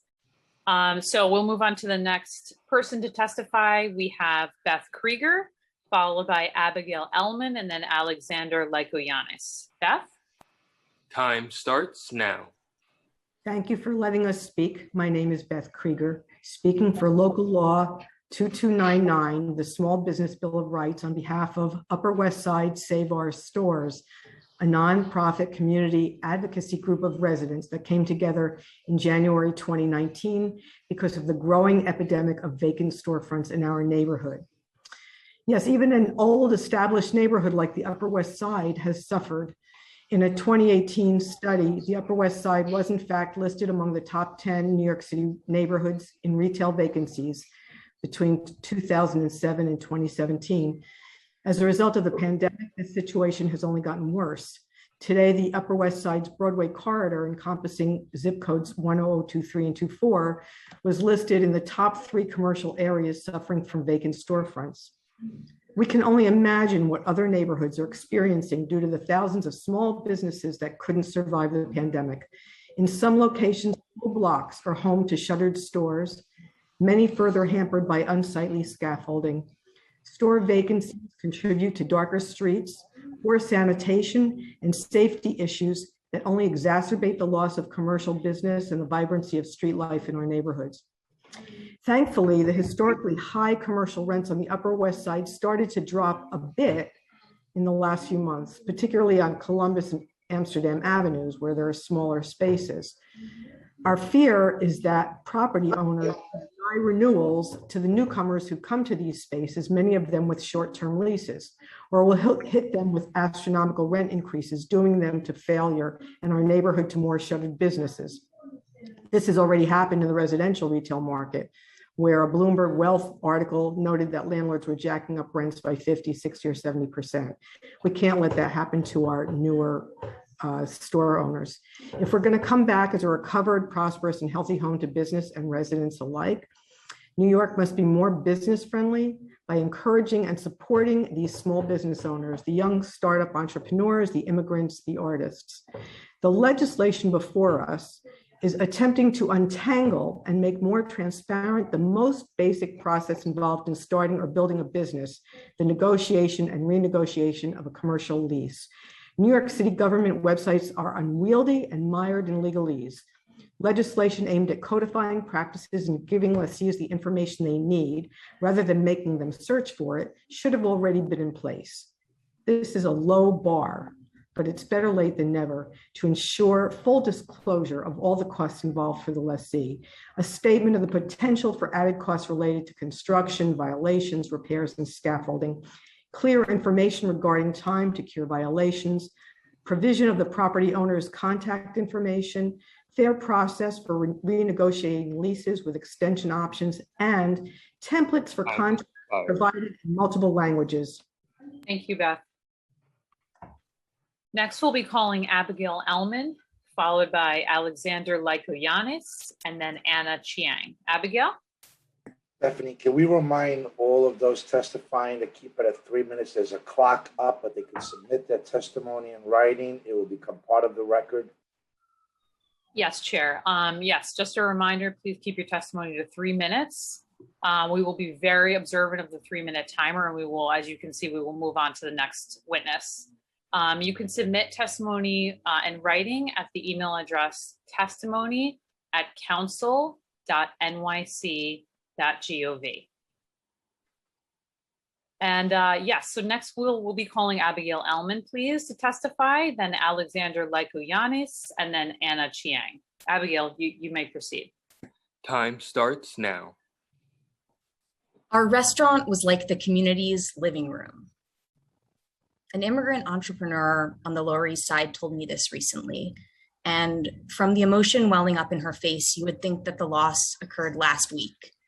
But her restaurant that she poured her sweat and heart into and was a cultural hub closed over 3 years ago. The business at the time was profitable, successful, but at lease expiration, the property owner demanded double the rent. She closed.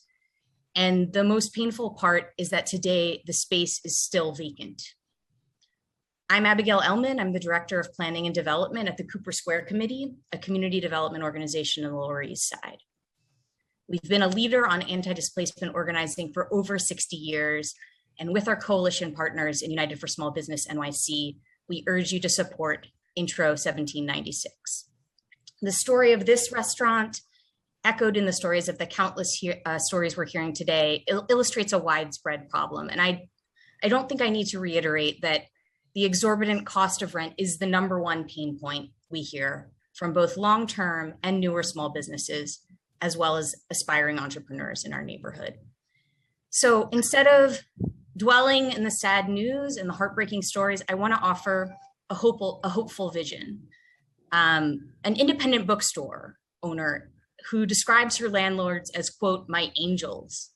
She was displaced from the West Village after 15 years and luckily was able to relocate to the East Side, where the property owners who live in the building, care about the neighborhood, offered her a lease with fair annual escalations. This story of mutually beneficial leases between commercial tenants and landlords, stable, predictable rent increases, should sound familiar. If you read the bill, it's the framework of commercial rent stabilization, and it could be the story for New York City's recovery. There are many good landlords who are already looking at their relationship with commercial tenants in this way, and they wouldn't feel much impact from its passing. However, the legislation would regulate the behavior of speculative, predatory landlords in the first case I mentioned, and in the countless other cases I've witnessed, who are doubling and tripling rents, forcing otherwise profitable businesses to close, and leaving our neighborhoods churning with instability or pocked with vacant eyesores. I really love this concept of communifiers, not commodifiers. We need to align the interest of commercial tenants and landlords, and we need to pass a strong version of Intro 1796 urgently. Thank you. Thank you for your testimony. We will next be calling on Alexander Lykuyanis, followed by Anna Chiang, and then Ann Korchak. Alexander? Time starts now. Good afternoon. Thank you for the opportunity to speak this afternoon. My name is Alexander Lykuyanis, and I'm a member of Rosenberg and Estes, the largest real estate boutique law firm in New York City, where I've represented commercial owners and tenants for almost 20 years. Among other areas of practice, I've extensively litigated in the rent stabilization area. And in connection with that practice, I've studied the history of rent regulation in New York and the legal authority under which rent regulation statutes have been enacted. Based on my research of the relevant issues, I've concluded that New York City cannot unilaterally enact a commercial rent control statute, such as Intro 1796, without authority from state legislation. While New York State is a sovereign government entity, New York City is not. It only has such authority to enact laws, like Intro 1796, as has been granted by New York State. Here, the state has granted no such authority to the city, and therefore Intro 1796 is beyond the power of New York City to enact independently. The best way to understand the issue is to study the history behind residential rent regulation in New York, which many here have mentioned. In 1962, the state legislature passed a piece of legislation called the Local Emergency Housing Rent Control Act, or LERCA, which empowered New York City to adopt and amend local laws or ordinances in respect of the regulation and control of residential rents. Thus, enabled by LERCA, the City Council enacted the Rent Stabilization Law of 1969, and similarly, in 1974, the legislature passed the Emergency Tenant Protection Act, which enabled New York City to declare a housing emergency and expand rent regulation consistent with the statute. Here, by contrast, the state legislature has not passed enabling statute like LERCA or the EPPA, which would authorize the city to act on its own. And in fact, as has been mentioned several times here today, there was commercial regulation from the 1940s through 1963 affecting commercial properties in New York City. That was the Emergency Commercial Space Rent Control Law. But the important thing about that law that I think some people here may miss is that that piece of legislation was enacted by the state of New York, not by the city of New York. Even though that law was aimed at regulating commercial rents in New York City, only the state legislature was empowered to do that. And I believe, and if you look a couple of years ago at Assembly Bill A9622, which was introduced in the state legislature, that confirms that the state agrees with my analysis. So while I don't doubt the good intentions and the council members and everyone else's sincere desire to help, my conclusion is that there is no authority to enact this legislation. Thank you. Thank you, Alexander. Next, we'll be calling Anna Chiang, followed by Ann Korchak, and then Paula Siegel. Anna Chiang? Time starts now. Hi, my name is Anna Chang. I own a store in the West Village called the Ink Pad, and you may have seen me today walking around and dealing with my shop as I was trying to listen. So thank you for your patience. I'm sure you had some weird camera angles today. My story is that I am a third generation business owner here in New York. The name of the store is the Ink Pad. We sell rubber stamps, stencils, stickers, pencils, custom stamps, just small, like very neighborhoody things. We have customers from all over the world from being in business this long. And this is my third location. The previous location, we were at 7th and 13th. And in 2009, we started at about $5,000 a month rent. And by the time we closed there and moved, it was close to $10,000 a month, plus taxes on top of that, which had gone from $1,000 when we started to almost $15,000 per year. So anytime I hear, and this has been a very interesting, what do you call it? A way to listen to this, because I have been both on the landlord side, as my family owned a building a long time ago, and now I'm on the tenant side. So in 19, my landlord decided to sell the building that we were in, which was on 7th and 13th. The new landlords wanted to increase the rent and the property taxes, and I knew it was time to go. There are 4 storefronts in that building, and today, more than 2 years after we've left, almost 3 of them are still vacant, and that's despite the fact that it's a really good location on 7th Avenue. I didn't want to relocate, but I had to try and keep above water here. I changed the business entity, which prevented me from getting some grants because I didn't want the new landlord to come after me for anything, even though we vacated clean and clear at the time. So we were open exactly 2 weeks here in this new location on 19th before we had the New York pause order that kept us closed for 3 months. The day and minute I could come back to work, I did, and have been trying to do business here ever since. It's still pretty difficult because we don't have a lot of tourists. We don't have a lot of neighborhood people. There are people who, as you know, left the city for 15 months and went to their summer homes or whatnot, or rented elsewhere. So the fact that we were closed for the 3 months, we should have had the ability to do business and defray the cost of moving and construction costs, which is pretty high. And unfortunately, we couldn't be open during that time. So thank you. Appreciate it. Thank you so much for testifying. Next, we'll be calling Ann Korchak to testify, followed by Paula Siegel, and then Miss R. Sands. Ann? Time starts now. Hi, good afternoon. My name is Ann Korchak, and I'm a member of SPONY, the Small Property Owners of New York. I'm speaking today in opposition of Intro 1796. Our family has been a small landlord in New York City since the 1940s, so we have a deep understanding of rent control, and adding these burdens to the retail and commercial sector would be a terrible policy. Currently, the rent stabilization system is broken. In many rent-stabilized buildings, the commercial rents are subsidizing the rent-regulated tenants because the owner is unable to raise net rents naturally to cover increasing expenses. Property taxes is that biggest expense that all building owners face.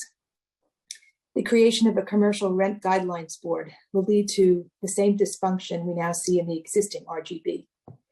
Each year, tenants and landlords come to the hearing and share heartbreaking stories of their suffering, and the RGB must decide who is suffering more. It's a broken system where board members ignore their own data and typically make unsound decisions.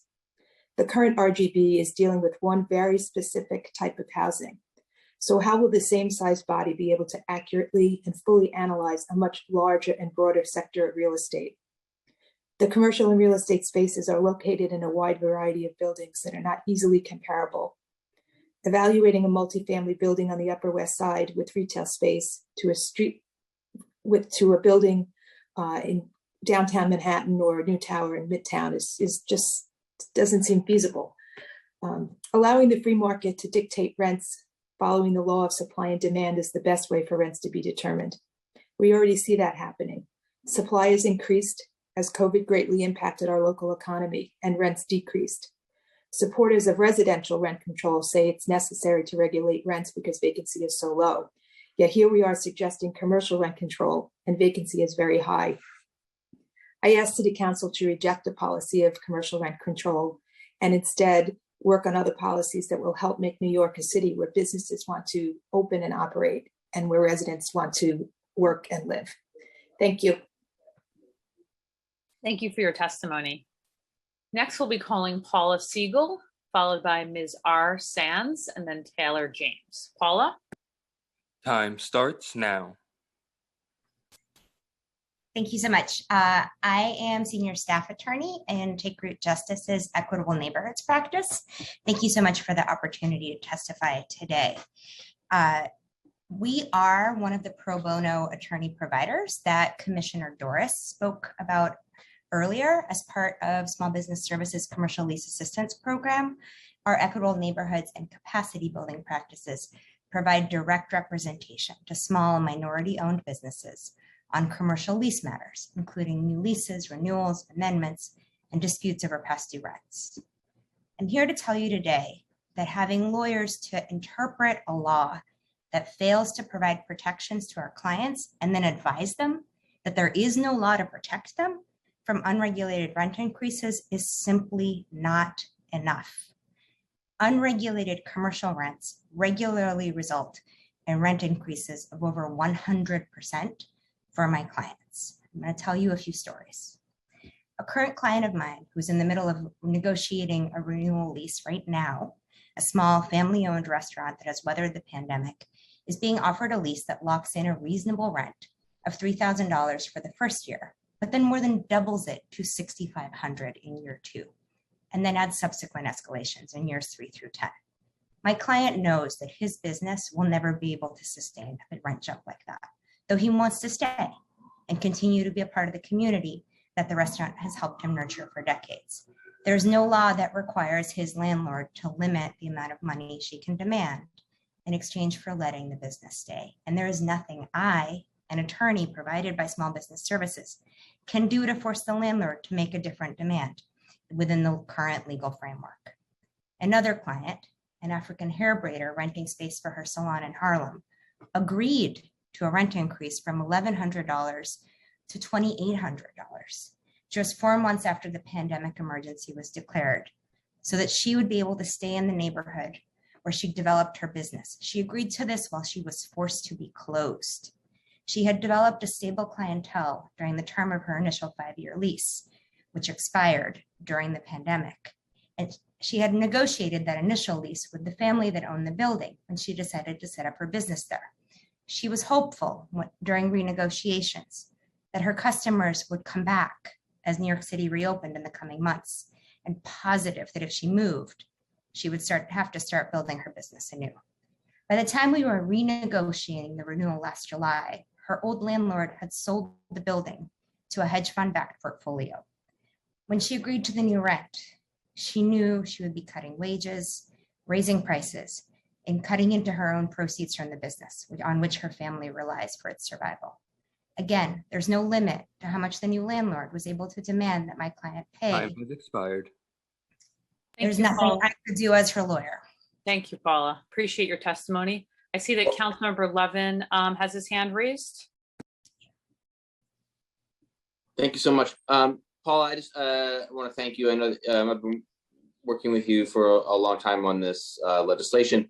What I wanted to ask you, because I think you can explain it better than I can, is why is it, this is in response to Mr. Likayanis's remarks about legal jurisdiction of the City Council to do this legislation. Why do we have, in your opinion, the legal jurisdiction? Thank you so much, Council Member. That is a great question. So New York state law gives municipalities in the state home rule powers. Cities in the state are allowed to legislate for their general welfare in any area where the state hasn't legislated and where the state hasn't forbidden it. Mr. Likianis was quoting from the field of residential rent regulation extensively during his testimony. The field of residential rent regulation has been fully occupied by the state of New York. Not only has the state of New York regulated residential rents in the city, but it has explicitly passed a law that says the city is not permitted to regulate housing accommodation costs within its own borders. That's what we call the Erstad law, is that right? Yeah, that's what we call the Erstad law. I just realized my video's been off. I'm so sorry about that. Hi. That is what we call the Erstad law, and that the Erstad law is explicit. The words in the Erstad law are housing accommodations. The Erstad law does not apply to commercial spaces. No one's living in commercial spaces. They are not housing. Further, there is nothing, the state has done nothing about commercial rents. That doesn't mean advocates have asked the state, actually. We asked the state to occupy the field. We said, please, state of New York, you're getting all this money. Please do some regulation, please do something. The state did nothing. The state had every opportunity to take up this space and potentially take this power away from the city, but it did nothing. And when the field is blank in New York State, under the New York State Constitution, which was amended in 1963, so we have actually a new constitution than the one we did have when the last time we had commercial rent regulation for the city of New York. Under that constitution, if the state has not forbidden it, and if the state has not taken that power onto itself, then any city is allowed to regulate in that area. And what we are asking the city of New York to do is to please regulate out of control rent increases that are putting small businesses that have built our neighborhoods out of business. So we have home rule in this instance. We are not preempted by the state. Exactly. Beautiful. Okay. So that's on the record. We have home rule. That's why we believe that we can do this and that we're not preempted by the state. That's the response to the argument put forward by Mr. Likianis, correct? That's exactly correct. Okay. Thank you very much, Counselor. Thank you so much. Go ahead if you wanted to. Oh, sorry, I just wanted to provide a quick point of clarification about testimony we heard earlier this afternoon from Mr. Steve Kirkpatrick. Mr. Kirkpatrick, I used to serve on the New York City Bar Association's real property law committee, with Mr. Kirkpatrick until he left the committee. I am currently a member and he is no longer a member.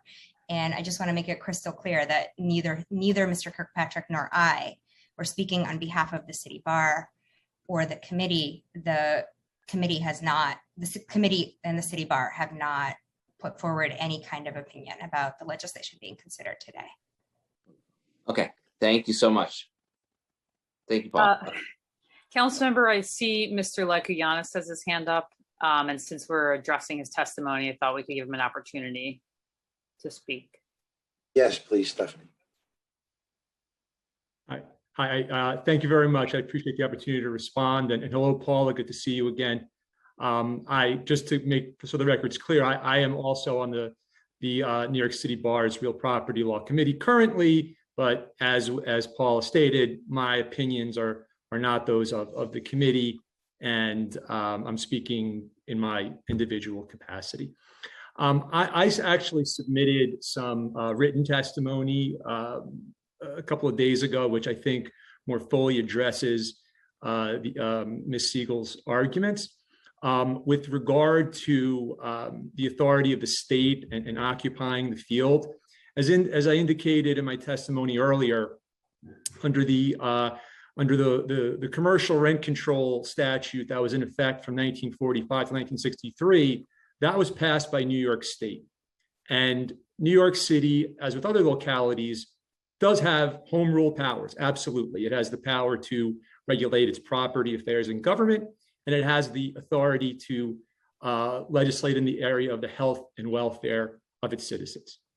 But what the courts have continually held over the years is that the area of rent regulation does not fall within those two areas.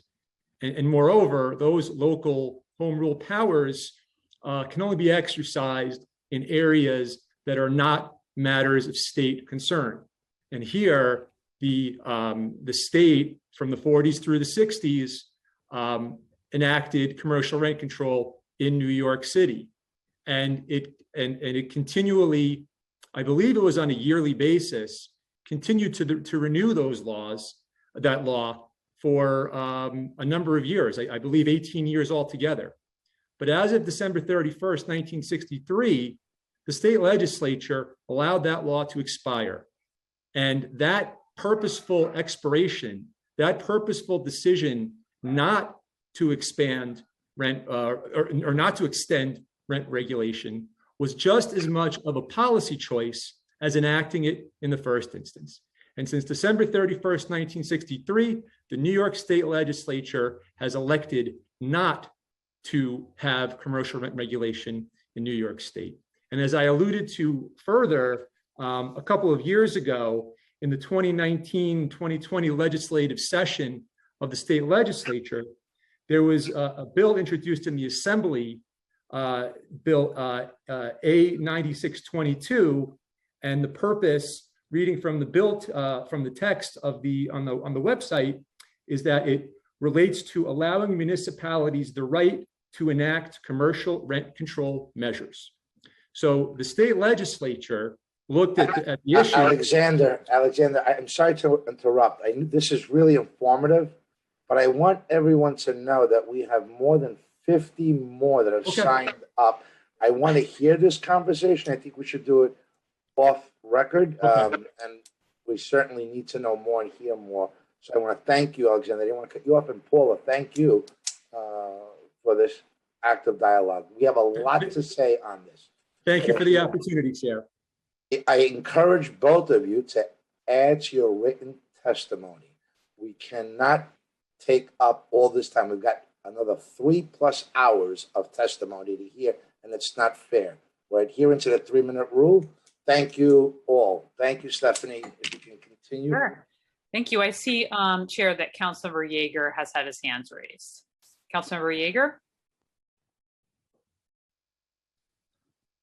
Thank you. I'm just going to be very brief in light of the chair's comments right now, and I'll yield back to the chair. But what I will say is that I gave my opinion earlier in this hearing about what the law is, and Councilman Levin, my colleague, wanted to bring out for the record the opinion of some attorneys on this matter. But what I will note for the record, since this is about making the record, is that there will always be competing opinions of attorneys, and I assume that none of the attorneys that are here have never given an opinion which has been disagreed with by a court. My opinion continues to be that this would be an unlawful action by the City Council. Thank you, Mr. Chair. Thank you, Council Member. Stephanie, hold on. Councilman Levine, only if it's important. We've got 50 more people that have been waiting patiently for 4 hours now. So the interruptions here have to be streamlined a bit. I'll be very quick.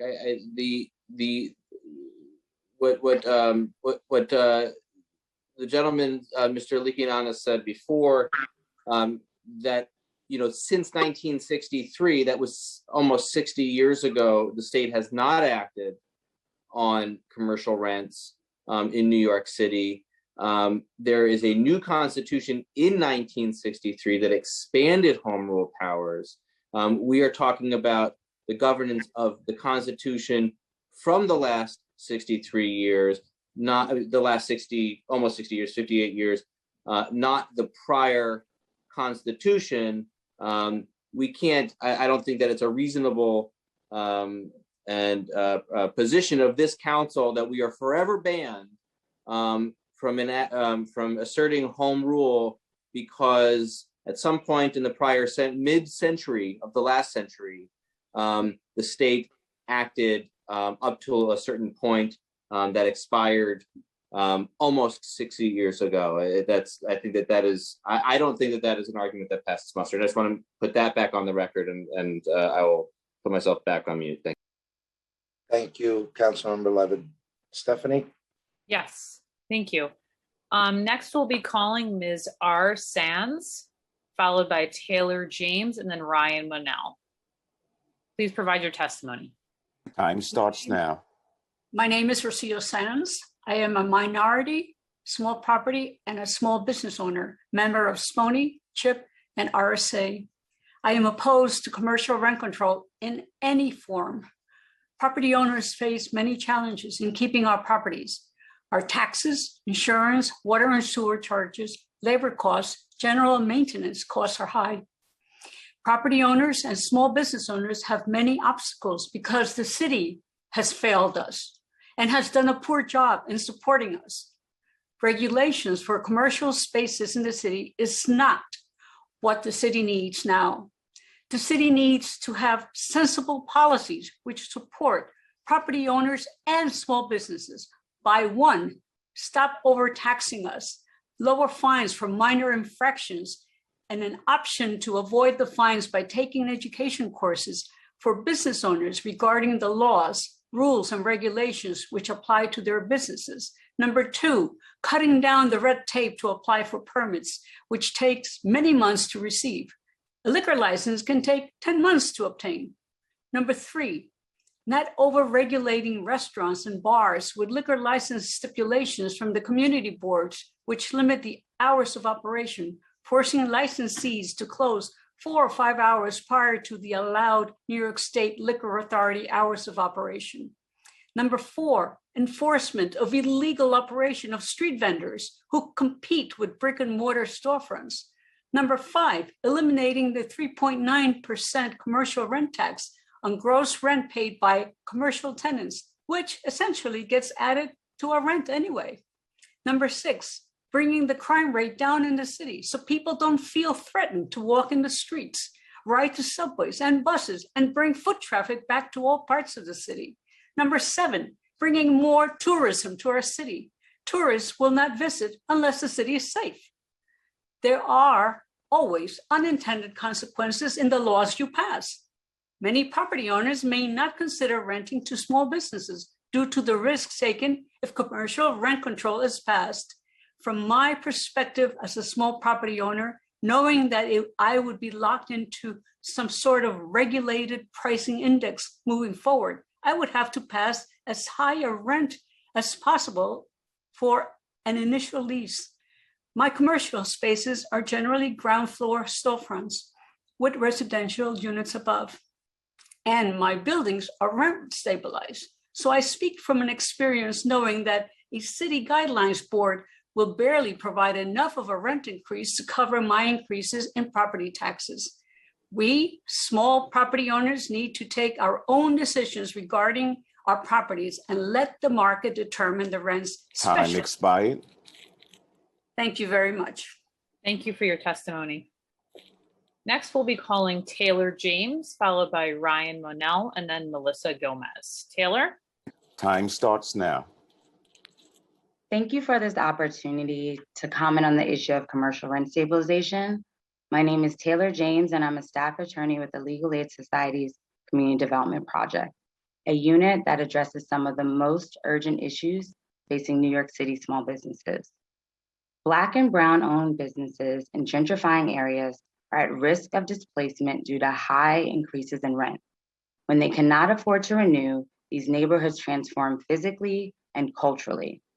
POC-owned businesses that have kept neighborhoods afloat deserve protection and predictability when it comes to rental costs. Currently, there is no rent protection for commercial tenants when their lease ends. That is where the trouble usually starts for our small business clients that the landlord needs to issue a new lease for.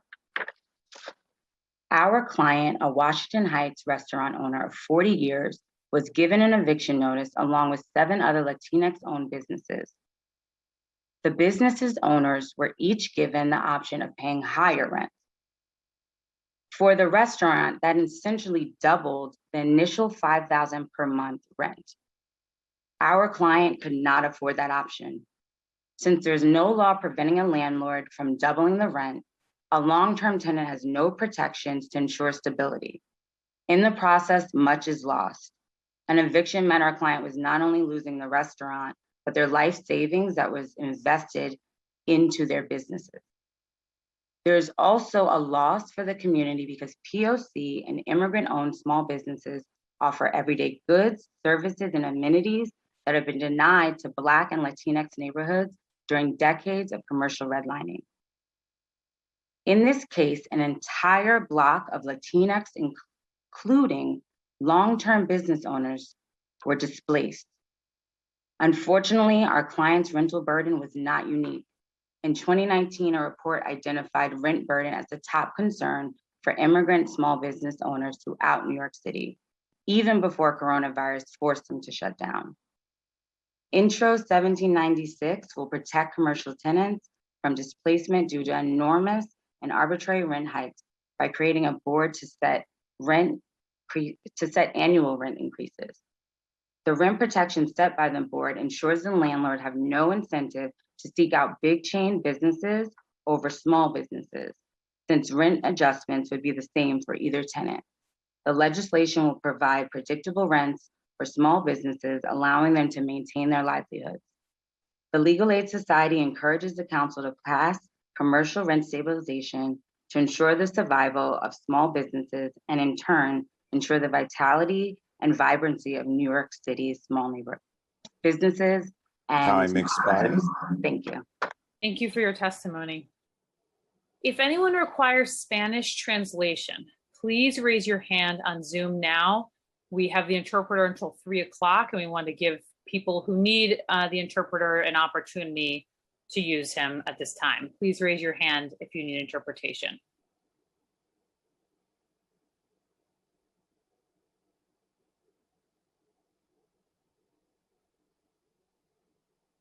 Why don't we unmute the interpreter so he can repeat that in Spanish in case anyone requires that. Por favor, si alguno de ustedes necesita intérprete al español, alcen la mano ahora, ya que solo tenemos el intérprete hasta las 3 de la tarde.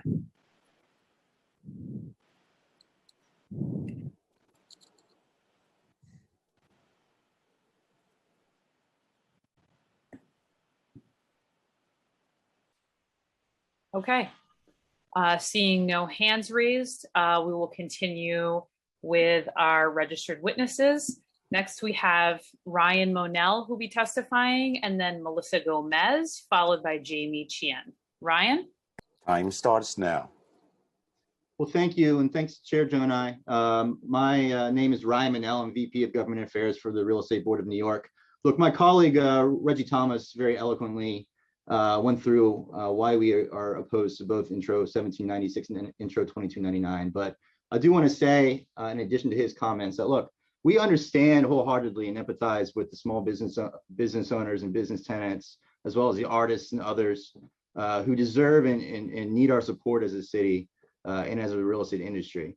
But we also take offense to the fact that it isn't just predatory landlords who will lose if this bill is passed. It is also the dozens, if not thousands, of cooperative buildings, as well as other small business landlords who would be detrimented if this legislation were to go into effect. So what can we do instead of passing this legislation? Well, we've been thinking a lot about that at REBNY. There's obviously many things that the city council could do tomorrow, including cutting red tape, incentivizing opportunities for folks to work more with SBS to their benefit. But we also believe that there's an opportunity to look into something that was discussed during the pandemic as small businesses worked to help hopefully recover a little bit quicker. And that is to put into place an abatement program that incentivizes small landlords who do depend on their rent rolls to offset their building costs and property taxes to work with legacy businesses. In our minds, you can define a legacy business many different ways. It could be a business that's been in the community for 30 or 40 years. It could be an entrepreneur. It could be an artist. But despite or regardless of how we define that individual, putting forth a proactive opportunity for small business property owners to work with a small business tenant in a way that provides an abatement to offset the tax burden for that property owner who does depend on their rent rolls to pay their property tax or to pay their building expenses is incredibly worthwhile. And we hope that we can talk to the council further about exploring that opportunity as opposed to doing something that would artificially cap or provide parameters for commercial rent. That's all I wanted to add. We're happy to discuss with anyone on the call today, including the members of the council, further with these more proactive opportunities and ideas. Thank you. Thank you, Mr. Manel. My name is Alex Polinoff. I'll be filling in for for Council Stephanie Jones temporarily during the remainder of the hearing. Next up, we will hear from Melissa Gomez, followed by Jamie Chan, and then David Estrada. Ms. Gomez, you may begin when the sergeant calls time. Time starts now. Hi, good afternoon. My name is Melissa Gomez. I am a small business owner and my family owns a few commercial properties. I'm here to testify against Intro 1796. I felt that it was important for the council members to hear how this negatively affects small business owners like my parents who are immigrants from the Dominican Republic. They're not the Durst, the Spires, or the Roths. They're the Gomez's. There are people who came to this country not looking for a handout, but looking for an opportunity, and they found it via real estate. They can't rely on Social Security to pay for their needs. They're a part of the gig economy before the gig economy was even deemed viable by so many, and they don't have a pension. They have real estate, and their source of income is their tenants. This bill negatively affects them and so many others I know who are just like them. I don't know how many on the city council actually own commercial properties, but I want to talk about the cold hard facts of currently owning property in New York City. I'm going to use one of my parents' properties as an example. Located in Queens Village, it is under an LLC by the advice of their attorney and accountant. They've held the property for over 30 years. For those that don't know, Queens Village is Southeast Queens. It has a storefront on the first floor and 2 residential apartments above. Due to New York City building codes, it's deemed fully commercial, even though my mom has tried to fight it. And it is taxed similarly to how you could tax the Empire State Building. In 2012, the annual property taxes were $14,616.05. In 2020, they were $47,058.94. The annual reported income for that building is $79,000, and they actually have the deposits and the leases to prove that that is the accurate income. Depending on the negotiated lease, a tenant in a 10-year lease might be responsible for all of the majority of those taxes, realistically, as to how leases are negotiated. Those funds do not go to the landlord. Now let's add other costs. Insurance has gone up, property maintenance has gone up. They are mandated to do annual backflow inspections, annual sprinkler inspections, fire department inspections, and now gas inspections. The cost to maintain a typical Queens taxpayer building has become astronomical. How can a commercial landlord break even, let alone turn a profit in today's world? Councilmember Levin expressed that this wasn't to hurt those types of landlords, yet there is no carve out in this that helps, that's actually there for these types of landlords, which, by the way, a lot of Southeast Queens, that is your typical landlord. Many are citing that while the landlords on today's call are great, but not all landlords are great, the same can be said for tenants. There are many amazing tenants. Not all tenants are great.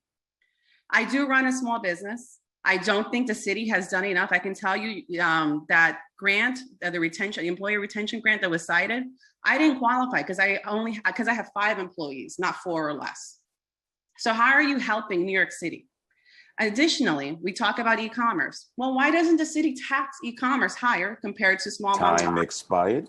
Please continue, if it's gonna, can you wrap it up? Because I just want to hear a couple more. Did you submit your testimony in writing as well? I will be submitting my testimony, and I just want to say thank you. And there's a lot here, and I'm here to speak for the people in my area that are not the big guys, realistically speaking. And yes, we are being punished by this law. Thank you. Thank you, Ms. Gomez. Next, we will hear from Jamie Chen, followed by David Estrada and Natasha Amit. Mr. Chen, you may begin when the sergeant calls time. Time starts now. Hi, my name is Jamie Chen, and I'm a native New Yorker born and bred in Brooklyn. I'm a small business owner, a commercial lease renter in the Bronx, and I'm also a property manager for a family-owned business here in New York. And I'm going to provide my testimony based on my experience as a property manager of mixed-use buildings. And I've seen challenges faced on both sides, and I'm not supportive of Intro 1797. I work closely with businesses that rent from the buildings that I manage, and some of our tenants have been with the buildings for 20, 25, and over 35 years. During the shutdown, we offered concessions to all of our commercial businesses. We slashed the operating rent down for months that they were closed, and we kept the reduction throughout the year in order to help them get back on their feet. Many business building owners around me, they performed the same thing, but at the same time, property taxes, the water bills, as well as staff salaries, they remain the same for owners. And yet many of us, we tightened our belts and we found ways to make it work together, even as the city continued to burden the restaurants and the retail stores and building owners with fines, and they still continue to collect their taxes. Their biggest challenge has not been meeting the operating rent, but in being heavily fined by different agencies, whether it's the Department of Health, Sanitation, or Buildings, just to name a few. And now with COVID protocols and the HERO Act that was rushed out, they're burdened with additional challenges to overcome, while also trying to maintain the safety and health of their employees who all face challenges, even traveling to work when the streets are not safe for them.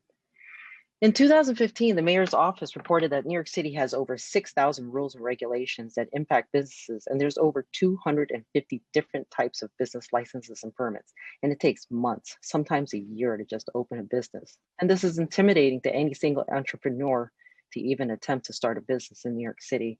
So it's clear that commercial rent control proposals don't address the root causes of some of the greatest challenges that face small businesses in New York City, including issues with rising taxes, bureaucratic red tape, and the need for greater support and resources from city agencies. Many building owners would welcome any attention by an applicant to consider renting their commercial space.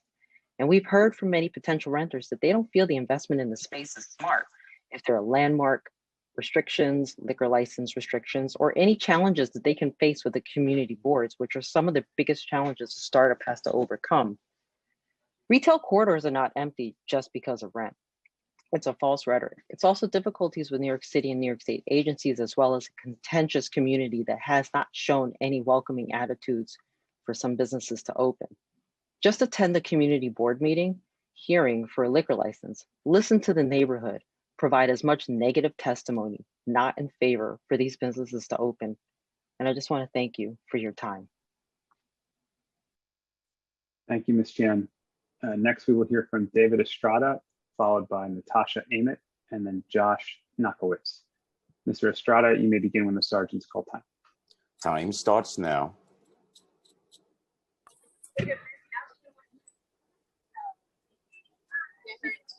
Hello, my name is David Estrada. Thank you, Chair Jonai and council members. We are at pre-K dismissal. I apologize for background noise.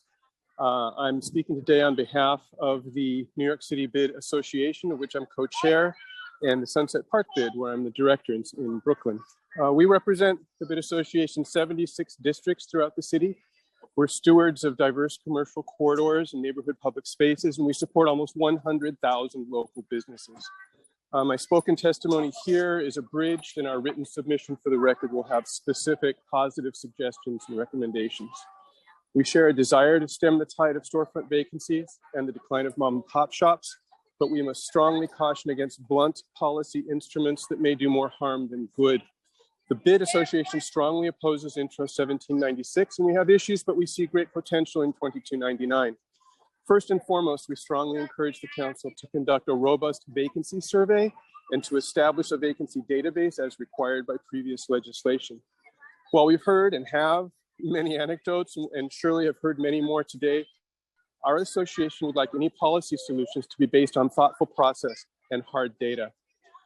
We have several overriding concerns with 1796. First, every commercial space is unique, the market conditions, the value, the use, countless other factors.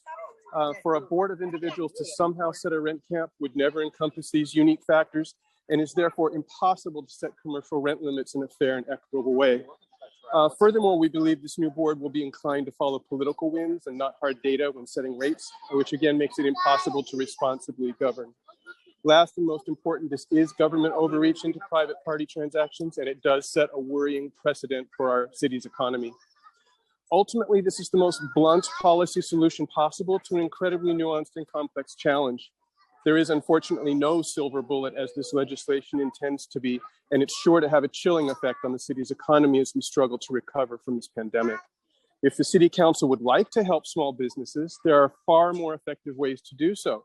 We hope the city will look into the solutions published by the Bid Association's Working Group on Storefront Vacancies.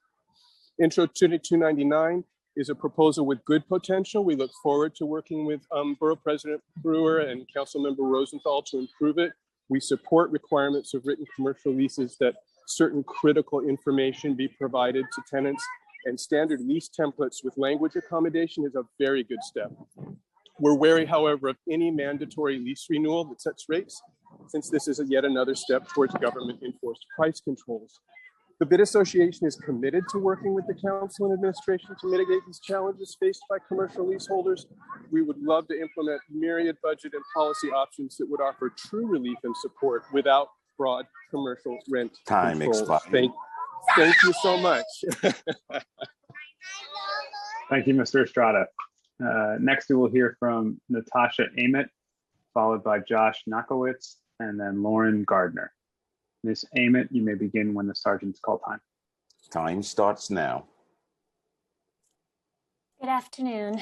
My name is Natasha Amott. I am a small business owner, and I'm testifying in support of Intro 1796 because I believe there has been a long developing commercial affordability problem in New York City, and we cannot rely on a pandemic to cure it. I founded Whisk, my small business, in 2008, and for 10 and a half years, I ran this highly successful kitchenware brick and mortar and online retail business in the heart of Williamsburg. I had a great relationship with my small landlord who lived above the store. But between 2010 and through until now, Williamsburg has become more a home for multinational and private equity-backed retail stores than independents like Whisk. What used to be a phenomenon isolated to fancy Fifth Avenue or Soho has been slowly moving to other Manhattan neighborhoods and the outer boroughs. And the problem is that these kinds of businesses, the Levi's, the Space NK Apothecaries, the G-Star Ross, they have the finances to pay far more than they will earn through that one location. They accept high rents as an advertisement cost. But then there are businesses like Whisk, where I was paying $18,500 a month in the last year of my lease, and I could do that. I offered to pay $20,000 a month in the renewal, but my landlord insisted on a 44% increase for just a 5-year renewal with annual escalations. That may have been market rate, but it was damn near unaffordable and would have required pushing my staff's wages down to minimum wage. That's your sisters, your kids, your neighbors' salaries. And then also increase prices for customers, which is all of us. So let's fast forward to this very moment. At 203 Bedford Avenue, just 2 blocks from where Whisk used to be, is a vacant 1,700 square foot space for rent. Perfect size for a Whisk. The landlord is asking $300 a square foot or $43,500 a month. He said he would start a conversation with me closer to $200 a square foot, but that's still over $29,000 a month. And there's no scenario in which that location's expected revenues will make that space affordable. So when data show rents are coming down because of this pandemic, I just urge everyone listening here to ask, are down rents the same as affordable rents? Or are they mostly affordable to those with deep pockets who may not live in New York City? Because somehow we have got to take away the competitive edge that the latter type companies have. And Intro 1796 is proposing to do just that. And I'll end on this very quick note, and it's for you, Chair Jonai, City Council. New Yorkers, we don't want to hear about constitutionality. We don't care about authority to enact legislation at the end of the day. What we care about is a strong economy in our neighborhoods where we can access affordable and needed goods. Thank you. Thank you, Ms. Ament. Next, we will hear from Josh Nakowitz, followed by Lauren Gardner, and then Joanne Podell. Mr. Nakowitz, you may begin when the sergeant's call time. Time starts now. Good afternoon, Chair Jonai and members of the committee. My name is Josh Nakowitz, and I am the Senior Vice President for Economic Development at the Alliance for Downtown New York. The COVID-19 crisis has wreaked havoc on our small businesses all over the city, and especially in central business districts like Lower Manhattan. Every day, we hear from small business owners who are telling us how desperately they are missing the nearly 300,000 public and private sector workers who came daily to Lower Manhattan pre-pandemic. I know many retailers around 250 Broadway who are waiting expectantly for the city council staff to reoccupy their offices and will be thrilled when those customers return to the neighborhood. And of course, our small businesses are still grappling with all of the challenges that made it so difficult to operate a business in New York City even before the pandemic. Unfortunately, Intro 1796 fails to address any of these problems and may even have unintended consequences that will make the climate worse for small businesses. Intro 1796 would create a strong incentive for developers to lease space to exactly the sort of large format chain retailers that many New Yorkers don't want to see in their communities. Unlike residential units, commercial spaces are routinely divided into smaller spaces to accommodate different tenants and uses. Property owners would be far less likely to partition a large space to attract small independent businesses if it would mean subjecting the newly created retail or office space to rent regulation. Intro 1796 would also disincentivize property owners for investing in new retail spaces. Lower Manhattan alone has added over 2.9 million square feet of new retail space since 2014, and small retailers and small businesses have flocked to those newly created spaces. The legislation will also impact the availability and cost of real estate for small office uses.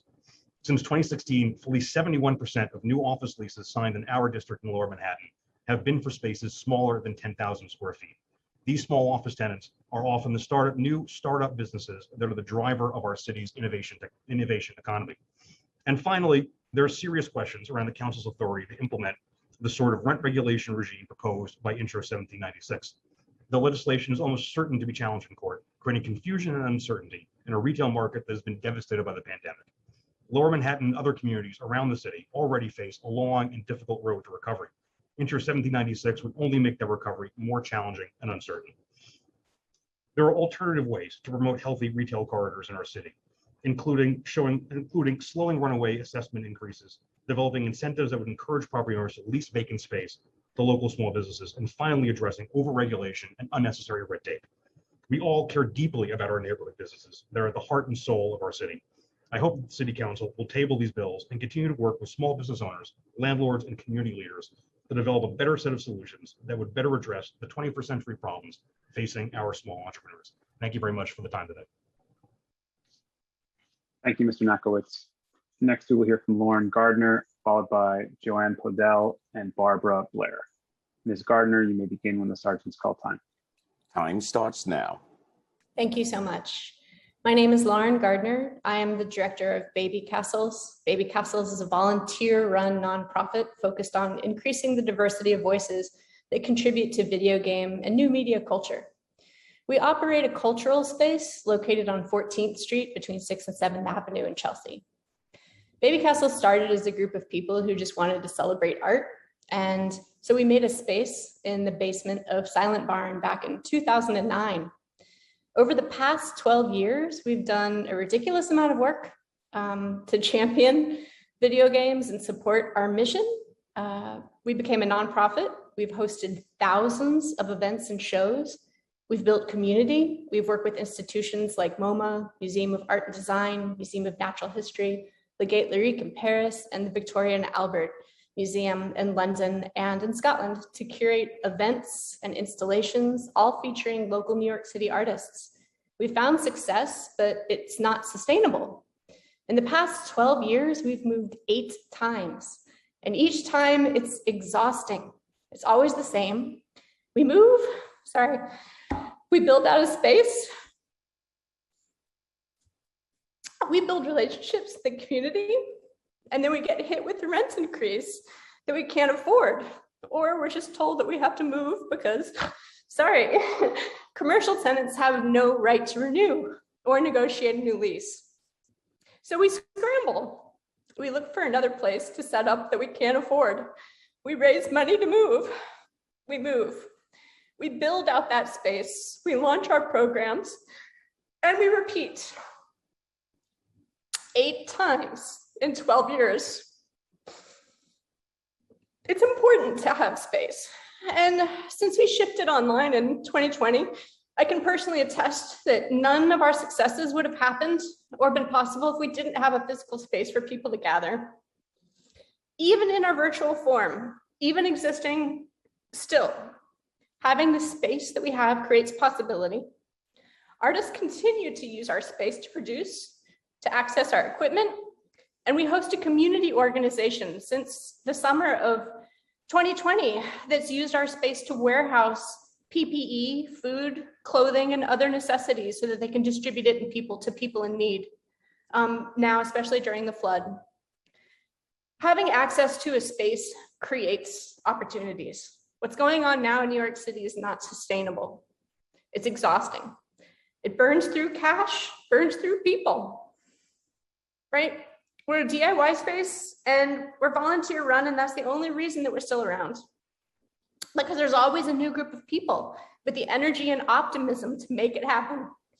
But it gets harder and harder every year. The rents. Please continue, Lauren. Thank you. Finish that off. Very quick. It gets harder and harder because the rents increase. I have seen rents increase from $2,000 to $8,000. It's unjustifiable. So we're just running out of places to exist, and we need your help. Thank you, Lauren. That was very heartfelt. But can you explain why 8 times in 12 years? That means every year and a half, roughly, you're moving out. Your leases are not for duration of 5 years. You're not negotiating that from the beginning. Well, because we are honestly just a group of volunteers, we entered into a lot of spaces without any kind of backing or understanding.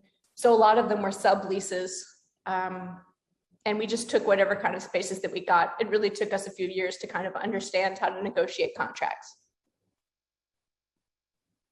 Lauren, please stay in touch. We have resources for you, and hopefully you'll find a permanent home that you can call home for a long, long time. Thank you. For your testimony. Thank you, Ms. Gardner. Next, we will hear from Joanne Podell, followed by Barbara Blair, and then Monique Wong. Ms. Podell, you may begin when the sergeant's call time. Time starts now.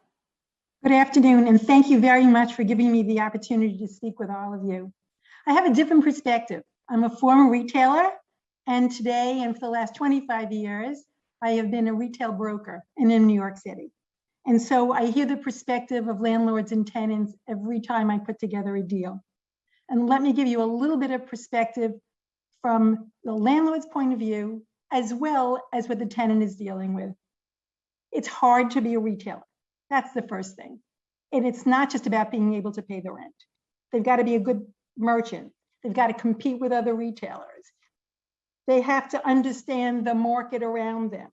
They have to maintain their store. They have to stock it. They have to understand inventory. It's really hard. I know I did it. It's not just about rent that makes for success and failure. There's so many other costs associated with being a retailer. Real estate taxes, we've all heard so much about them today. It's definitely an issue.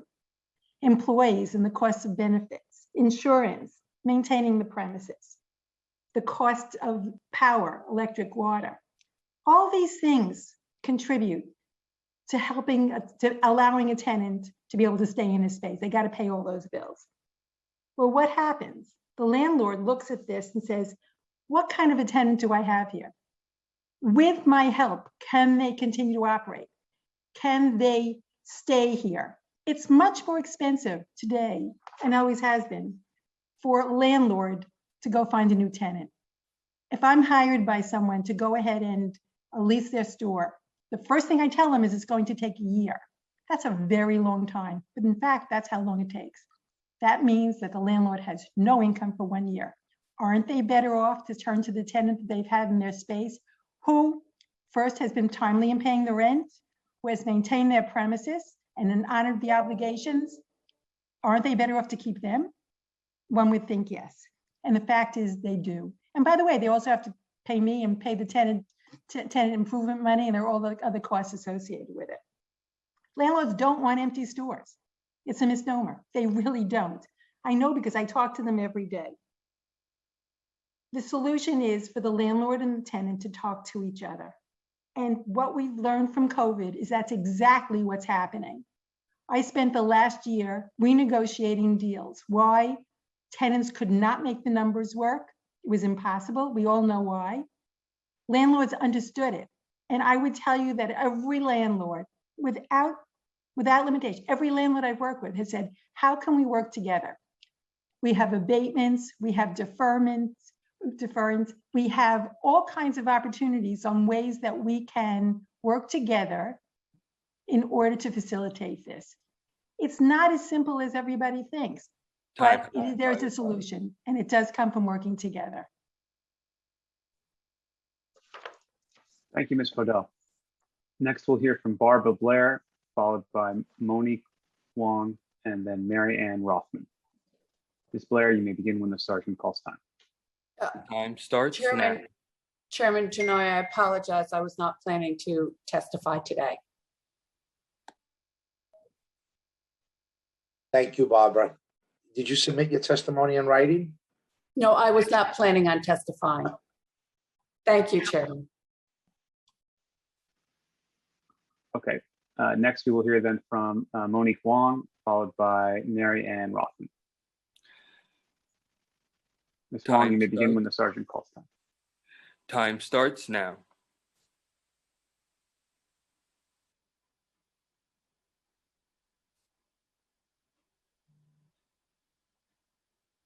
Will the muter please unmute Monique Wong?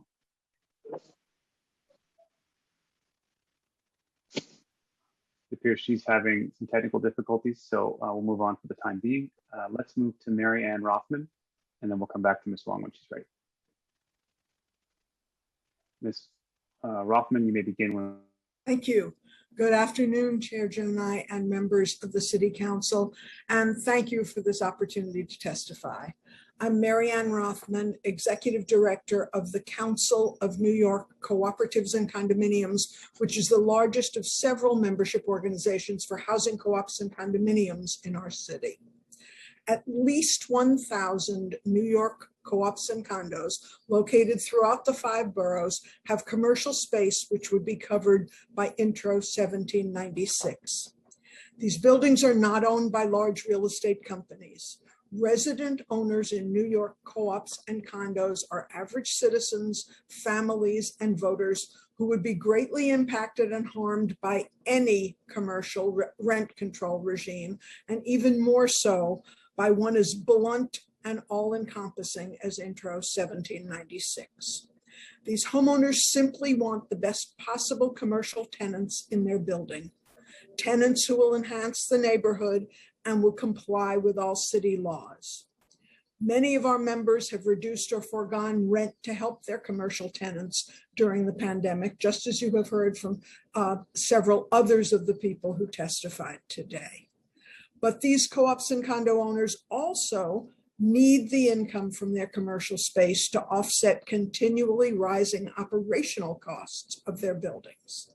This bill would strip them of their negotiating freedom.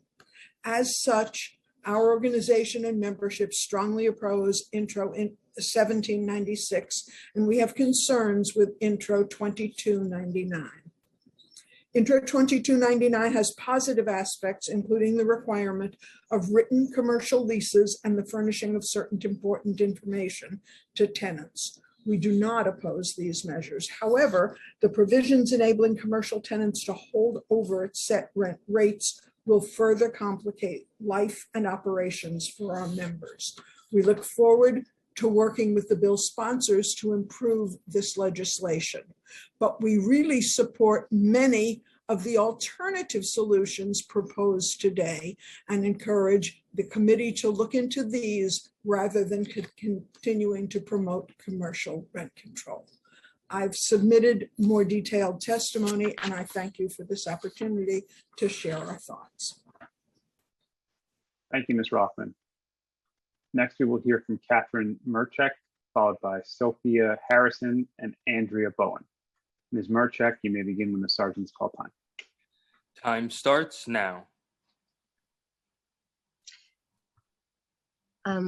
Good morning, and thank you very much for changing this hearing to a virtual one.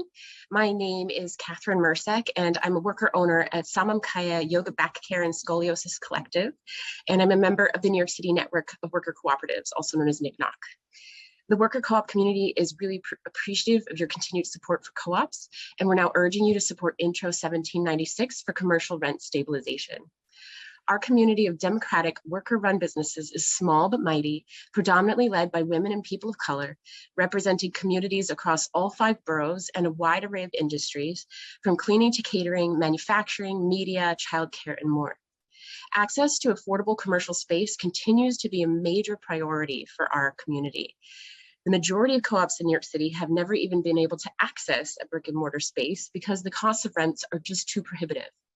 A fair and just system of commercial rent stabilization would help to level the playing field, making much needed spaces more attainable for a more diverse array of small businesses. My co-op, Summon Kaya, is a beautiful little highly specialized studio based in Chelsea, focusing on the therapeutic applications of yoga and with the mission of making yoga accessible to all bodies. My 18 other worker owners and I have been democratically running a studio together in the same space for the last 6 years, which we spent tens of thousands of dollars building out to our very specific needs with yoga rope walls and every kind of prop you can imagine. The new lease we just negotiated fortunately starts at a reduced rate, but gradually increases to market rate over the course of the next 10 years. Unfortunately, that still makes our future uncertain because our business has limited options for growing attendance because our space is so small. Intro 1796 would really help us out by limiting the amount that our rent can go up to ensure we can stay in our very unique space long term. Another well-loved yoga studio that I used to teach at in Flatiron called Yoga Union closed mid-pandemic after a decade of operation because they already knew that at the end of their lease, the landlord planned to double their rent, which was already around $14,000 a month. These are the types of situations that Intro 1796 will help prevent. Anyone who says that regulating commercial rents is bad for the economy, I have to ask, is it good for the economy to close or displace long-standing, well-loved, profitable businesses, causing workers to lose their jobs, adding to the blight of vacant storefronts, and making it harder for communities to build their own wealth, all in the name of maximizing profits for a few? Does it make sense that businesses are being forced to close while vacant spaces are being hoarded across the city, waiting for the highest bidder? This is what destroys neighborhood character, culture, and vitality. The pandemic is not over. Unregulated rent increases are by far the greatest obstacle our small business community faces. Commercial tenants should not be expected to bear a burden greater than their landlords. Please pass Intro 1796 for commercial rent stabilization for a just recovery that will help our city thrive long into the future. Thank you. Thank you, Ms. Marchek. I see Councilmember Levin's hand is raised, so we'll turn to Councilmember Levin for questions. Catherine, I just wanted to thank you very much. You've been an integral part of the advocates and advisors and helping to advance this legislation. I just want to acknowledge that on the record and thank you. Thank you so much. It's been an honor. Thank you, Councilmember. Next, we will hear from Sophia Harrison, followed by Jesse G. Galvez, and then Guy Yadwab. Ms. Harrison, you may begin when the sergeant's call time. Time starts now. Sophia Harrison. Good afternoon. I am Sophia Harrison, the Executive Director and founder of Arts House Schools of Music, Dance, and Fine Arts, a non-for-profit organization, the only year-round cultural institution for children aged 3 to 17 in a neighborhood of 50,000 people. I am also the founder and president of Arts House, Inc. Both companies are located in Coney Island, Brooklyn, one of the lowest economic communities in the city. I have been a tenant in my location since 2009 with a total square footage of 1,100. In 2009, the rent was $2,527 per square foot. My lease stated a 5% increase for 7 years and a 10% increase for the following 5, increasing to $62 per square foot.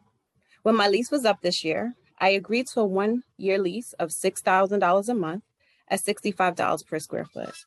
I had to accept this agreement as I could not agree to the new lease terms that my landlord was offering, while I was requesting a 2% increase yearly. As a non-for-profit organization, our mission is to provide culture and the humanities for the children of the Coney Island community while providing them with the opportunity to build self-esteem and self-confidence. Unlike the large businesses and franchises that have come and left our low-income community because there is a lack of profit, small businesses and not-for-profits stay to create a better quality of life for these residents. However, it is getting expensive, and we cannot continue to financially and emotionally suffer as we serve our communities. On another note, I would like to purchase an owner-occupied building for my organization to be able to secure the future of not only my organization, but the community. Unfortunately, I cannot get funding from a financial institution because every year my revenue goes up, so does my rent. I'm not sure that this bill is an end-all, be-all, or a perfect solution for landlords and tenants. However, I do believe that is a step in the right direction to keep our communities served by the people that know and care for them. Also, I hear a lot of people talking about COVID. Most of our issues existed as tenants long before COVID, and they're not a result of it. Thank you. Sophia, are you a non-for-profit? Yes, I am. Are you looking, have you sought grants from your council? Oh, we get grants, and if we didn't get grants, we wouldn't be able to serve our community. And the only reason why I'm able to extend my lease this year is because of the SBA grant that through the federal government. Otherwise, I wouldn't be able to stay. I wouldn't be able to serve. So the funding that I get from the city pays my rent. And so that's just kind of how it goes. But yes, we get funding from DCA and DYCD. Thank you. Thank you for the work that you're doing, Sophia. It goes a long way, and I encourage you to stay in touch with your local council member and delegation to be more helpful to you. Yeah, thank you. Thank you, Ms. Harrison. Next, we will hear from Jesse G. Galvez, followed by Guy Yedwab, and then Guy Bremen. Jesse G. Galvez, you may begin when the sergeant's call time. Time starts now. Hi, I hope everybody can hear me. I'm Jesse G. Galvez. I'm the owner of Galleria J. Antonio on the Lower East Side, 10009. The Galleria concept started at 816 Madison Avenue at 68th Street in 1975. It was a hit for about 5 years, and then I was forced to move down to 39 Christopher Street in 1980, where my designs and the work I did was yet another hit, and it was great. In 1989, I got hit with a 75% rent increase. Between the AIDS epidemic down there and the high rent increase, I was disgusted and moved to Seattle, Washington.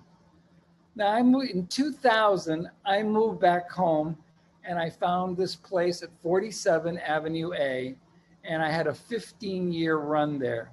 And now rent increases and other operating expenses like insurance that people aren't talking about, it's very expensive, forced me to downsize to this new spot, which is, you're looking at 43 Avenue A. That's 4 leases, 4 moves, 46 years of retail, and a partridge in a pear tree. By the way, 1796 is my date of birth. So I love this legislation. Rent hikes, chain store displacements, not so friendly leases. It's made me move. Not my business plan, not my talents to design, not my retail strategies, my rent. And I've been on this call since 10 o'clock this morning, and I hear thousands of retailers all saying the same thing. And the disconnect between city government and the real life. It is the rent. It's the basis of our operating costs. When the lease is good, then we're going to stay here. It's very simple. I mean, I was delighted to find out that Intros 1796 was going to have a rent guideline board, because that means that landlords, small businesses, financial consultants, and the government, wait a minute, those are all the players. They're going to be able to sit down, and for the first time in my lifetime, we'll be able to come to the table on an even ground and say, hey, okay, I can't afford this, or maybe they'll figure something out, and there'd be some checks, because right now, it's a great way to rebuild New York, and we have a chance to do it. The current formula only gives small mom and pops 3 options: pay, move, or close your store. Those are the 3 options. The evidence of that truth is the epidemic of empty, overpriced, overvalued storefronts throughout all the boroughs. We're talking Bronx, Brooklyn, Staten. I was in Staten Island. I couldn't believe it. There are empty stores everywhere. Jesse, can you please wrap it up? Is that okay? Jesse, can you please wrap it up? Vote for this bill, please. I just want to say for the record, you look great for your age. Thank you. My social security number is 003. Thank you. Thank you, Jesse. Thank you, Mr. Galvez. Next, we will hear from Guy Yedwab, followed by Guy Bremen, and then Jenny Dubnow. Mr. Yedwab, you may begin when the sergeant's call time. Time starts now. Thank you. The League of Independent Theater is a member of United for Small Business New York City, and our members, small business theaters across all 5 boroughs, implore you to pass Intro 1796 today. To respond to a comment from the chair several hours ago, not all commercial tenants are for profit. Our city's storefront churches, food pantries, and cultural spaces are just as burdened by commercial rents as our beloved bodegas and restaurants. By setting a maximum on how much can be charged increase in rent, this bill does not pick winners and losers. It creates a level playing field. Now, a food pantry knows its lease won't be pulled out from under it for a bank branch willing to pay double. They can plan for the future knowing that the most they'll have to pay and know that they won't be ambushed by property taxes or other pass-alongs. That's why this legislation only works if it covers every commercial tenant. If it doesn't, landlords wouldn't rent to small businesses. They'd rent to someone who's allowed to pay them double or triple. One example, the Metro Theater opened in 1933 and closed due to rents in 2006. It's still vacant today, despite multiple attempts to turn it into a cultural venue. According to Council Member Mark Levine, the owner is holding out for a tenant who will pay $1 million per year in rent. New York City Planning's vacancy study in 2019 found the same. Small businesses can't find places to rent because they're competing with ghosts.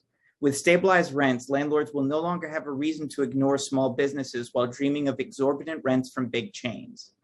The impact on the cultural community is deep. The Mayor's Office of Media and Entertainment found that small theaters generate $1.3 billion in economic output for the city, but over 100 theater organizations have closed since 2011 due to rising operation costs, including the cost of space. Since COVID, a staggering 49% of cultural businesses lost their space. In low-income communities, 25% of cultural institutions lost their only space, 75% of which were led by people of color. As always, the burden falls hardest on poor communities of color. I also want to honor the people you won't hear from today. I spoke with a lot of theater owners who are afraid to speak on the record. Without the protections of Intro 1796, the only thing that's standing between them and ruinous rent increases is the good graces of their landlords. We've heard from some good landlords today, but there are also landlords who are happy to double or triple the rent and haven't been very flexible with their tenants. For them, for our cultural community, and for all the small businesses of New York, we ask you to pass Intro 1796 today. Thank you. Thank you, Mr. Yedwab. I see that Councilmember Levin has his hand raised, so we will turn to him for questions. Guy, I just want to thank you very much. You've been a stalwart in working on this legislation. I just want to acknowledge that for the record. Thank you. And we thank you for your support and your leadership. Thank you both. We will now move to Guy Bremen, followed by Jenny Dubnow, and then Joseph Condon. Mr. Bremen, you may begin when the sergeant's call time. Time starts now.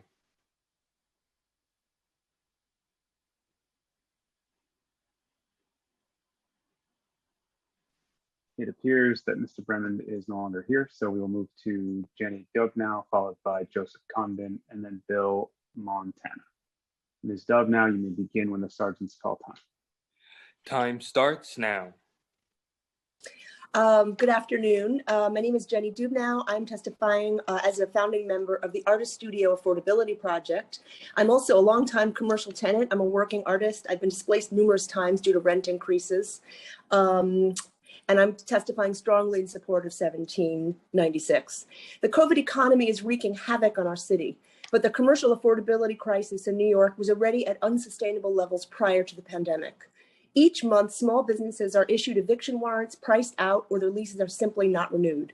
Commercial leases are completely unregulated, and rezonings with their unaffordable luxury towers are decimating communities by causing upward pressure on commercial and residential rents.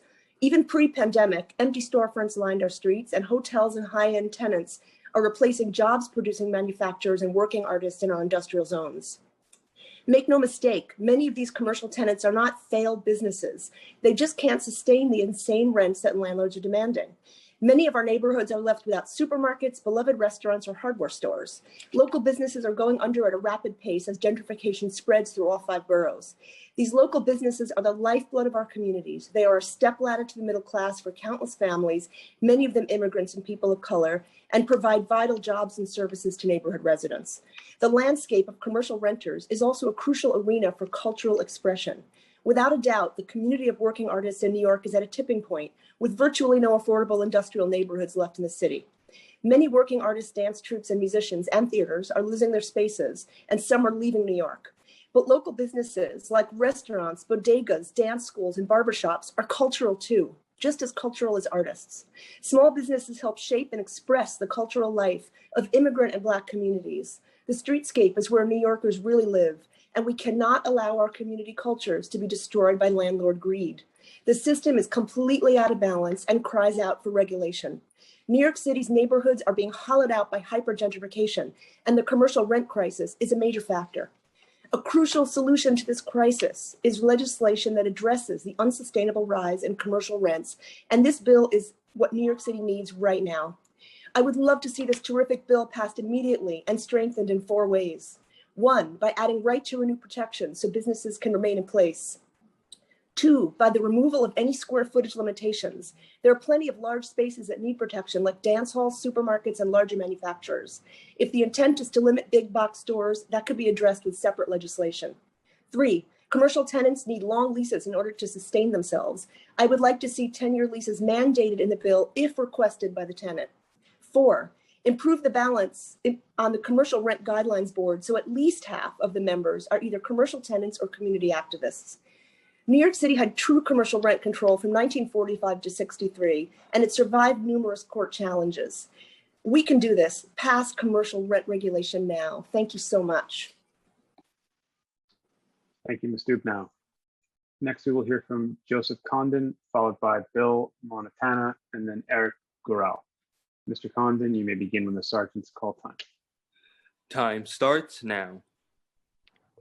Thank you to the committee and to Chair Jonai and to the other council members who are here. I appreciate the opportunity to provide testimony. My name is Joseph Condon. I'm providing the testimony on behalf of the Community Housing Improvement Program, also known as CHIP.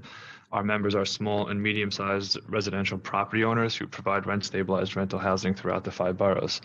And although they are residential, about 1/3 of our members have ground floor commercial space. And so they rely on those rents to help offset some of the below market rents of the residential tenants in their buildings. We are providing this testimony in opposition to Intro 1796 and Intro 2299. Again, as I mentioned, our members have ground floor commercial space, and they need that revenue to help offset some of the below market rates of residential rents. They have no incentive to keep these spaces empty. Nevertheless, they are struggling to find tenants for these commercial spaces. Nearly 50% of our members have had vacancies throughout the pandemic and have received no commercial rent from their storefronts. As the pandemic lets up and they start to re-rent these commercial spaces, or perhaps have commercial tenants return, if commercial rent control is implemented, it would hamper their ability to do so. Rent control is typically used in times of a supply shortage in order to prevent speculation and profiteering from high demand for a limited product.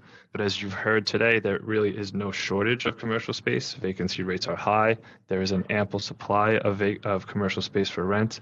The problem is currently there doesn't appear to be very much demand, probably because of the current economy, and it would seem that the use of rent control in the current economic climate would really be a misplaced policy from a policy perspective. As we've heard, this is a renter's market right now, and the imposition of rent control would probably change that. Again, although the council looks to address the high vacancy rate with rent control and avoid property owners from waiting for the highest bidder, that is really exactly what a rent control system would encourage. The initial rent is based on, the initial rent is what all future increases would be based on, and therefore owners would be incentivized to wait for the highest bidder in order to set the initial rent. The program would actually disincentivize renting to a newly starting small business because it removes the flexibility of being able to give a lower rent to a startup and then raising it to somewhere close to reasonable market rates somewhere down the line. While the council looks to statistics from a pre-pandemic market, it really is noteworthy to realize that the world has changed since then.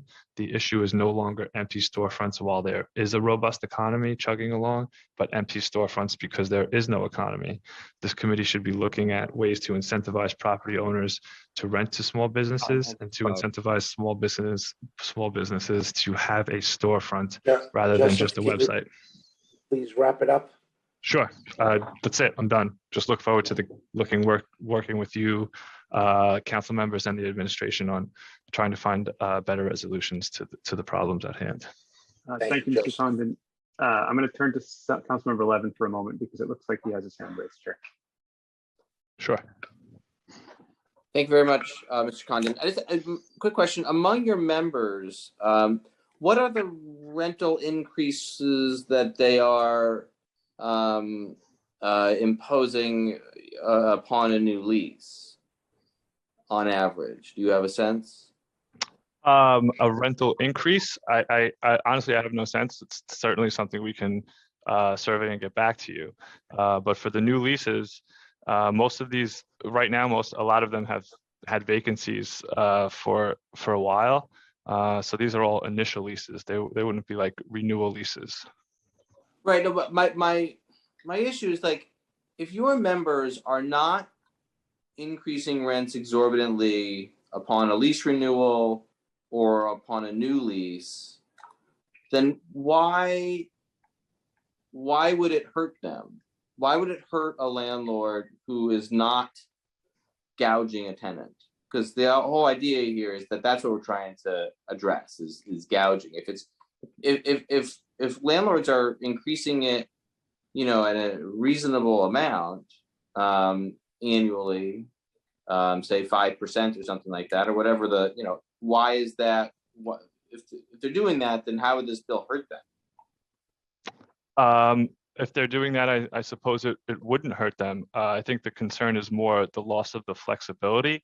You have a situation where new tenants are coming in an uncertain economic climate, and if they're looking to negotiate because of that uncertain economic climate, and the owner would be willing to work with them,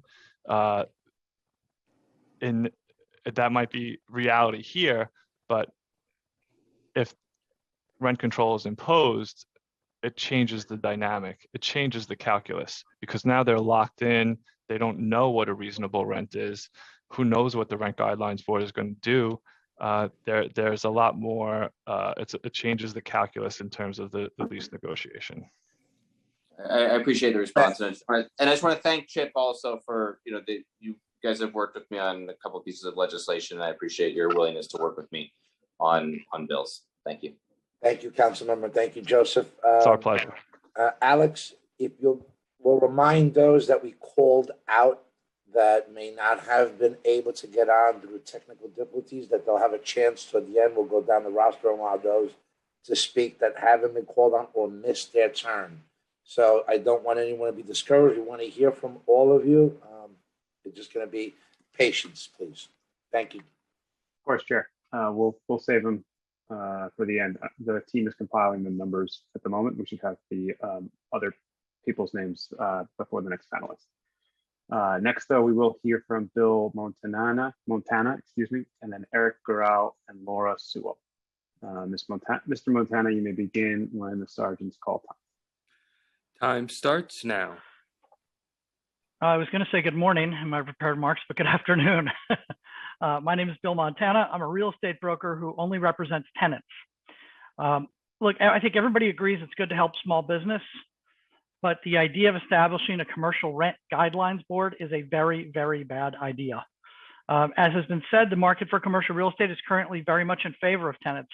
Rents have dropped significantly and tenants are benefiting greatly. Tenants do not want a panel of so-called experts to establish rent. That makes zero sense, okay? You're gonna have people who don't do this all day, every day. You're gonna have political appointees. It'll be politicized, and as someone said earlier, they'll make decisions politically. The free market should work. That's what tenants want. They want the benefits of an open market. They want and they need the guidance of real estate professionals to allow them to make well-informed decisions and allow their brokers to leverage the market on their behalf in their favor. This bill would hurt tenants, not help them, because it would push landlords to avoid leasing space to small mom and pop businesses and instead go with the certainty and strength of national chains. Nobody wants that. That's the opposite of what we want. Startup businesses wouldn't even be considered. It would squash mom and pops. Businesses don't want government intervention, especially office tenants. Every time one of these commercial rent bills comes up, they include office tenants. Stop doing it. It makes no sense. The law firms and hedge funds and banks don't need your help and they don't want your help. So the next time you come up with one of these, don't put the office tenants as part of it. This is an answer to a question that no one has asked. It's a bad idea. This is bad policy and it should be dropped. As a lot of people have said today, if you want to help out small businesses, drop the commercial rent tax, drop the crushing amount of burdensome regulations and red tape. I think earlier someone was saying that they wanted to add more, reporting accountability to landlords to have to report on stuff to tenants. The landlords are already crushed. Okay, I'm a tenant guy. Okay, I negotiate against the landlords for a living. That's what I do. But there's a lot of good landlords out there, including the big fat cat ones that are so hated by a lot of folks. If the majority of landlords are really good people, they're very charitable, they're very involved in their communities. I can tell you this from a lifetime of dealing with them. If you want to support small stores, retailers, establish an abatement program to help landlords to give preference to mom and pop businesses. The real estate industry, and I would love to work with you guys to do something like that that made sense. But if this legislation were enacted, it would force landlords to gravitate towards national chains. Nobody wants commercial rent control in any form. The idea of a rent guidelines board is not a good idea. I know it's well-intentioned, but it's just not a good idea. And I'll just say one thing for the landlords. The landlords, invest their capital. They take big risks with their money, and then they get killed by rules that cost them lots of money. And then how are they going to recoup it? If this happens, you're going to see the building stock turn to what the New York City owned housing stock is like, unmaintained and terrible. Don't do this. Thank you. I see Councilmember Levin's hand is raised, so we'll turn to him. Councilmember. Sure. Councilmember, I appreciate you, but we've still got a slew of others that want to testify that have been Just want to make one quick rejoinder, Chair, which is that Mr. Montana said that nobody wants this, and obviously, we've heard from dozens, and we'll okay. I mean, look, you're squash. Anytime anyone says something different from you, you squash it. You take the opportunity to use your position to squash people. It's not fair. Sir, no, sir, that's every not time, true. every single time. Okay. I'm just saying you said nobody wants this, and I'm just saying obviously that's not true because your some position people is want clear, it. but you're just taking up all the air in the room like you've been doing the whole afternoon. Stop. Let other people speak, please. I know that this is passionate and emotional, and I'm going to ask that everyone be as respectful. Thank you very much. I appreciate being invited today, and I look forward to being part of the solution. If you want to work with the real estate industry, we want to work with you. Okay, we do. We are well-intentioned, good people who want to work to help the little guys, the artists, and all the other people. Bill, thank you, Bill. Thank you so much. Alex? Thank you, Mr. Montana, and thank you, Chair. We're going to move to the next panelist. Next up is Eric Doral, followed by Laura Sewell, and then James Watt. Mr. Doral, you may begin when the sergeant's call time. Time starts now. Hi, I'm Eric Doral. I'm the co-CEO of GFP Real Estate. We're the 7th largest commercial landowner in New York City. We have about 12 million square feet of space. We have about a little over 2,800 tenants. So we have a ton of small tenants. That's part of our model. We like small tenants. We've had a renewal rate on leases over 90% for the last 30 years. So this is possible to do that without regulation. One thing I want to point out, there was a comment made by Councilman Levin about taxes that it seemed like he was saying that the full amount of real estate taxes is passed on through to the tenants. That's not how things are done in Manhattan for the most part. So just curious if maybe we could talk about that a little bit, maybe offline and figure that one out. And then I want to talk about the idea behind all these people with vacant spaces, that it's really a good thing. It's not. They're bleeding and they're just lying about it. Trust me. All that stuff hurts, and over time, all that stuff will get corrected, hopefully. Something about people like us. We have over 3 million feet of nonprofits. We're the largest nonprofit landlord in New York City. And the way I can do that is because I don't have regulation like this. Because I can charge the people who can pay what they should pay. And then I can go and give people who need a break. And it's really helpful that we don't have those things. I'm pretty sure the people who get a break like getting a break. Another thing about the size, a 10,000 foot retail tenant in Soho is not a small business. That's almost every retail tenant in Soho. And if you walk down Broadway, I don't see a lot of small businesses there. I think that part of it is really doesn't make any sense. Also about the size, a 10,000 foot office tenant in the most expensive building is not the same as a 10,000 foot office building in a smaller B building. Why are they being treated the same? That makes no sense. There should be some combination of the amount of rent that they pay plus the amount of revenue that they have if they're going to be protected. With COVID, you have people working from home. You can see some big companies now have let people work from home and take smaller footprints. If they all shrink to be below 10,000 feet, they're going to be protected also, and it doesn't make any sense. And then on the other bill, I think the other bill has some good ideas. One thing that should happen, though, if a tenant is in the option period after the lease is expired, they shouldn't be protected by an eviction moratorium like we have today. And then the other thing is there's the wrong sort of incentive at the end. At the end, you're basically incentivizing the current occupant of a store to make it look less desirable to the new tenant, and because that'll allow them to extend their lease for a year as opposed to 3 months. I think you got to get your heads around that and think about that one a little bit. Otherwise, I want to thank the committee and thank everyone who's working on this. Everyone have a nice weekend. Thanks. Eric, thank you for your testimony. You sound like, besides being one of the largest property owners in New York City on commercial space, you sound fair and reasonable. And I'm just putting it out there. Thanks. What type of scenario do you think we can also help these small businesses that find themselves in gentrifying neighborhoods? What other considerations can government play besides putting a cap on landlords to help incentivize you to continue to negotiate fair lease increases? And if it's too long to explain, please submit it in writing.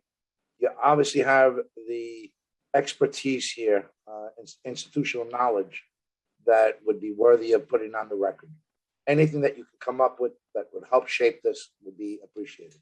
I think one thing on the retail versus office is that the landlords build out the office space for the tenants, but not on the retail side. So the struggles we hear about access to capital on the retail side is because the retailer has to put all of their own money in. And the reason they do that is because those businesses are a little more risky. If there was an incentive somehow on the landlord to put the money into the retailers, then the retailer's access to capital problem sort of goes away. So I think there's something there, right? Because that's the problem they have for those small people, right? Is they have to put too much money. And then, by the way, then if they get cost overruns, it costs a little more or whatever it is, right? That just totally comes out of their pocket. If there was a better way to do it, that you could sort of marry the office model into the retail model and some benefit along those lines, I think we'd make some hay in terms of the vacant retail spaces. Thank you, Eric. Anything else that you have, please submit in writing. It would be quite useful. Sure. Thanks for your help. Thank you for your testimony, Eric. I'll be resuming as committee counsel for the duration of the hearing. Next, we'd like to call Laura Sewell to testify, followed by Lionel Guy Bremond, and then James Watt. Laura? Time starts now. Hi, good afternoon. I'm Laura Sewell, the director of the East Village Community Coalition and a longtime East Village resident. EVCC has long worked to support local independent businesses, an effort we redoubled throughout the COVID-19 crisis, as have many in this room. Small business advocacy is incredibly labor-intensive work, not to be underestimated. I also served on the Manhattan Borough President's Retail Task Force. The panel met regularly for a year and a half, experts from all walks of life sharing their takes on the retail crisis. Any solutions brought to the group were examined from every angle. Commercial tenants shoulder the burdens of ownership with none of the payoff. They repair the sidewalk, license the awning, pay pass-along costs and shovel the snow, but they have shockingly few rights. Long-standing businesses can be simply evicted by speculators with no connection or commitment to the neighborhoods where they hold property, unlike some of the landlords we've heard from today. I'll share the example of Clayworks Pottery, a shop which was a bright yellow presence on East 9th Street for 44 years. When the building changed hands a few years ago, the new landlord refused to communicate with the shop owner, Helene. He was intent on emptying the building and evicted her business after a long fight. A couple of years later, the bank repossessed the property and it sat vacant. Helene lost her livelihood, her equipment, her purpose for nothing. This story is exceptional, but it is not unusual. Most people are surprised when they learn that anyone would do business without a lease or be unable to reach their landlords to discuss the future of their business relationship.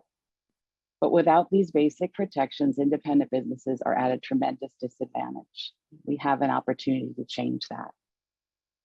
Reasonable commercial lease policies are immediately necessary, but are not all we need to give micro businesses a fair chance.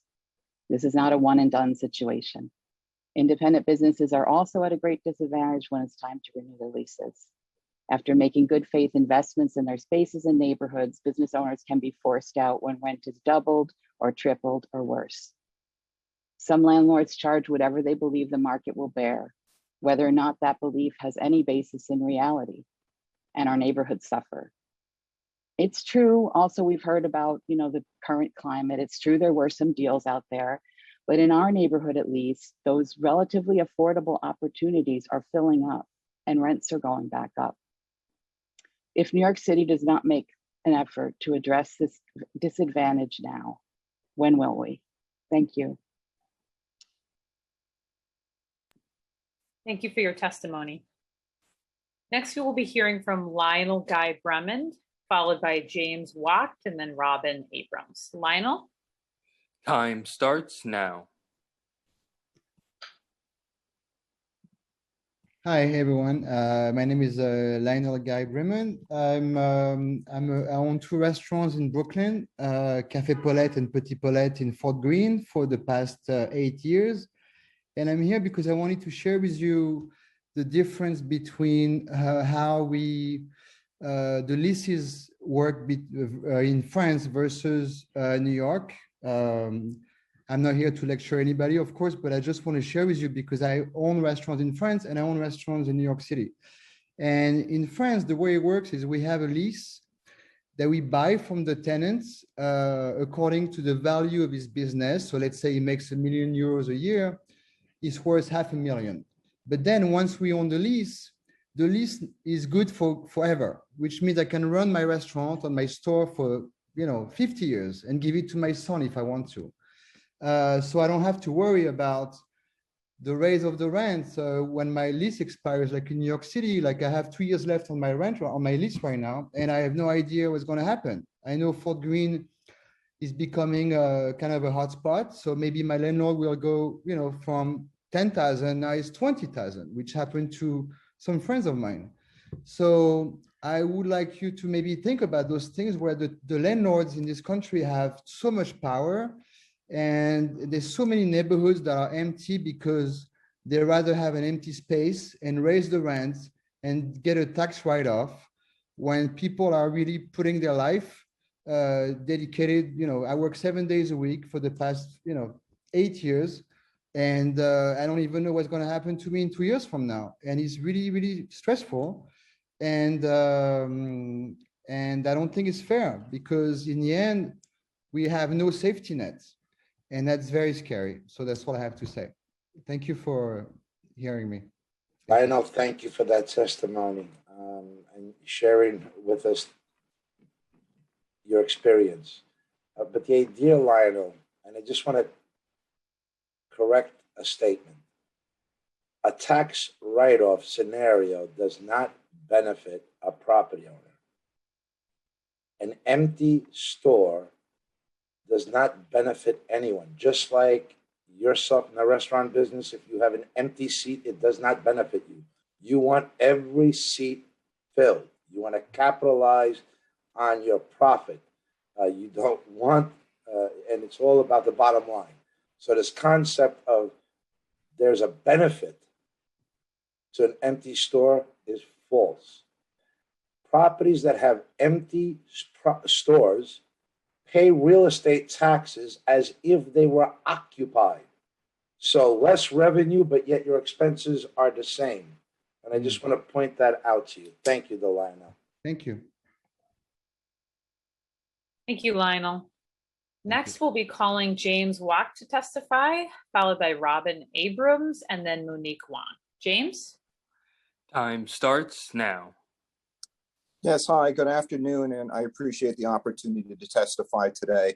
I will be testifying in opposition to the two proposed bills. I appeared today wearing several hats, figuratively. I am a retailer. I own 2 stores in Park Slope, Brooklyn, and in Cobble Hill, operating a kids' gymnasium. I also am a part owner of a barbershop in Soho, and I was previously the owner of 5 bagel stores in New York. So I have a significant amount of retail experience as a small business person. I'm also the owner of a company, Lee & Associates, which is a commercial brokerage and property management company in New York, where we represent both landlords, property owners, and tenants, and where we manage over 250 properties, many of which are small properties. I've been doing this now for over 35 years. I've seen the good times, I've seen the bad times, I've seen the tough times, and I've seen the wonderful times. And I have a lot of experience dealing with retailers and being a retailer. One thing I do want to point out is there are many stories that we can talk about with landlords who've not been particularly sympathetic or empathetic to their tenants. I've experienced that, but for the most part, having represented many landlords and having managed many buildings and dealing with many small tenants, I can say almost unequivocally that most landlords appreciate their tenants and try to work with their tenants when they're going through tough times, particularly during the pandemic and downturns in the economy, to keep their tenants in business. The last year and a half, we have probably renegotiated over 40 leases with our commercial tenants that tried to keep them in business and survive the pandemic. And our landlords did that at great cost to themselves. I do have 2 major objections to the bill that I want to talk about, in addition to what some of my other colleagues have talked about. The first thing is, and this is sort of ironic, that most of the small businesses that we are talking to today at some point took over space that had been occupied by a previous small business. And what we see in New York is this constant evolution of space where new tenants come in and take over space that had been occupied by a prior tenant. They upgrade the space. They change the nature of the retail depending upon what's happening in that neighborhood. The law as it's proposed today would actually disrupt that natural course of events, that many tenants would wind up staying in their space, notwithstanding the fact that maybe it's not the appropriate use for that space given what's happened in the market, and there'd be a lot less turnover. I am now actively looking for space to grow my retail businesses, and quite frankly, it hasn't been that easy, notwithstanding the number of vacancies we see. A number of the tenants that we represent looking for space have the same issue. We rely on the natural turnover of space in the market in order to bring in new businesses to New York that are going to invest money, invest capital, and improve. Time has expired. The other point I want to make, I'll make it real quick, is nobody is. Can you please wrap it up, James? Our tax base. Say that again, please, James. I didn't hear it. That last part. Artificially limiting the amount of rent that can be charged will have a significant impact on the amount of real estate taxes you will be collecting from your properties. There has to be an evaluation of the fiscal impact that this law would have on the city. Thank you, James. Thank you. Next, we will invite Robin Abrams to testify, followed by Monique Wong and then Yara Flynn. Robin? Time starts Hi. now. Hi, my name is Robin Abrams. I'm Vice Chairman of Compass, where I do commercial leasing, and I do a fair amount of consulting on fair market value arbitrations, litigations, and many lease amendments, particularly during the pandemic. I represent, as many of the other brokers have mentioned, tenants and landlords, and I feel strongly that any commercial rent control will not be productive or incentivize tenants to rent space. In fact, it will create obstacles that will have the opposite effect. I am a firm believer, after doing this for 4 decades, that real estate is cyclical and naturally self-corrects, and we've seen it time and again. Deals are now being made all over the city, and many landlords are proactively being creative and flexible to get deals that are smart and accommodate tenants and themselves done. Positive recent changes occurring naturally to accommodate current market conditions include landlords are accommodating a broader range of uses, grocer, food uses, wellness, medical tenants, home furnishings, retailers, galleries, and other tenants whose businesses have thrived during the pandemic. Landlords are doing short-term deals, allowing tenants to test the market at lower rents. Many tenants are doing 6 or 12-month license agreements or 1 to 3 year deals if they do not want to do a 5 or a 10 or a 15-year term. Landlords are starting leases at lower rents with step-ups or bump-ups over a period of years. This increases the rent at a slower pace and lets landlords build their businesses. Tenants often vacate because regardless of rent, they cannot afford to pay costs to operate a business and support a staff, and we've heard that today. It is not all about the rent. The council members and the commissioners have confirmed that today as well. Regarding the proposed requirements to extend a tenant, they're not realistic. They'll lead to more vacancies. Landlords will not be able to find a tenant if other tenants looking for new space believe at the last minute they may not be able to secure a particular space. We have decreasing rents because rents self-regulate. The market speaks based on what tenants will pay and what landlords will accept. Landlords are embracing short-term deals, lower rents, creative deal terms, and we see new shops opening. I read last night that there were 20 new restaurants on the Upper East Side. I have leases out with a cleaner, a dance studio, an antique store, a gallery, an urgent care tenant, a supermarket, fitness, and other uses. We see expanding uses. Unsophisticated small business owners themselves will be unable to provide info as requested in Intro 2299. It is not realistic. It puts a burden on them. Perhaps instead of policing and having these policies with the burden on landlords, many small business owners or co-ops, there should be a group put together that is a panel that helps advise tenants. Thank you, Robin. That offers these things, helps them look up the C of O, understand code issues, deal with landmarks, deal with scaffolding that, by the way, creates a huge obstacle. There Robin, thank you, Robin. Please submit your testimony in writing. Thank you. Thank you for your testimony, Robin. I see that Councilmember Yeager has his hand raised. Councilmember Yeager? Thank you very much. I'll just be really brief with respect to the last witness. I just want to respond to that. As a rule, the city of New York does not help small businesses, does not help landlords. It says it does, but it doesn't. And we've seen that in this council for the last 4 years that I've been here. There's a theory that if we do these things, it'll help everybody, but it's really not true. And so that's the answer to the last point you were trying to make. Thank you, Mr. Chairman. Thank you, Councilmember. Next, we'd like to invite Monique Wong to testify, followed by Yara Flynn and then Trey McManus. Monique? Yes. Time starts now.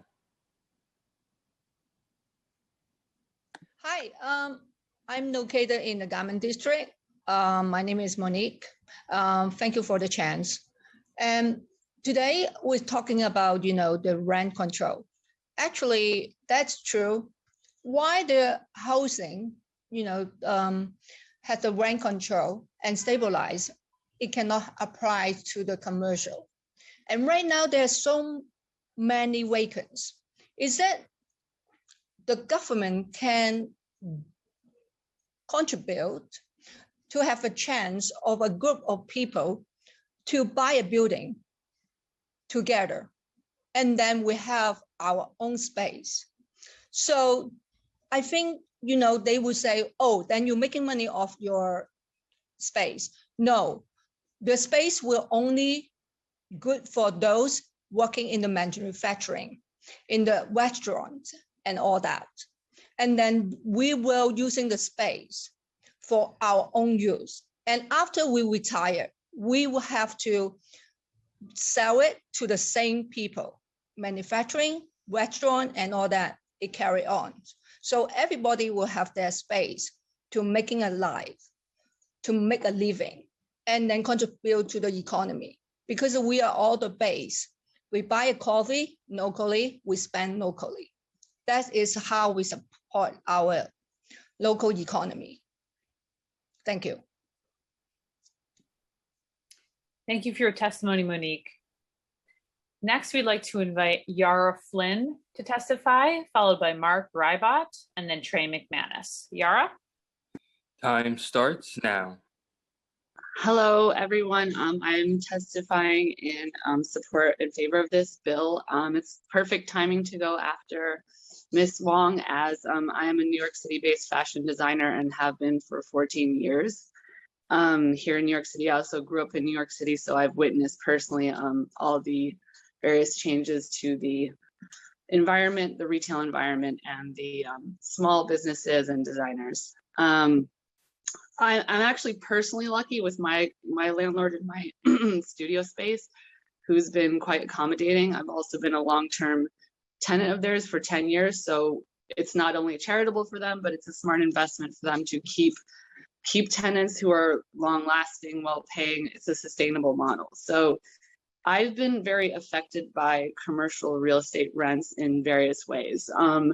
As Monique Wong, probably, I'm not sure if she's based in the garment district for manufacturing, but the factories I work with in New York City have undergone huge rental increases as a result of the rezoning from the manufacturing to office. I think it's called B-level office space.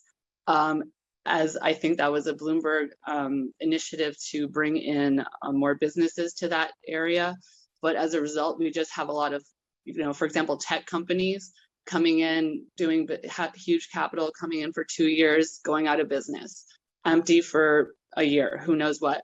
Meanwhile, the actual backbone of the garment industry is forced to raise their prices. In turn, I have to raise my prices, which neither of us can do, obviously, at this time. So we're shouldering the burden of that margin, which is decreasing so much that designers like myself have to, unfortunately, look overseas to produce. So the implications are not only about like me as a designer, but how are we talking about New York City manufacturing and the vibrant garment district, which used to have designers like Donna Karan, Ralph Lauren producing inside New York City and spending huge amounts there, to now only developing overseas.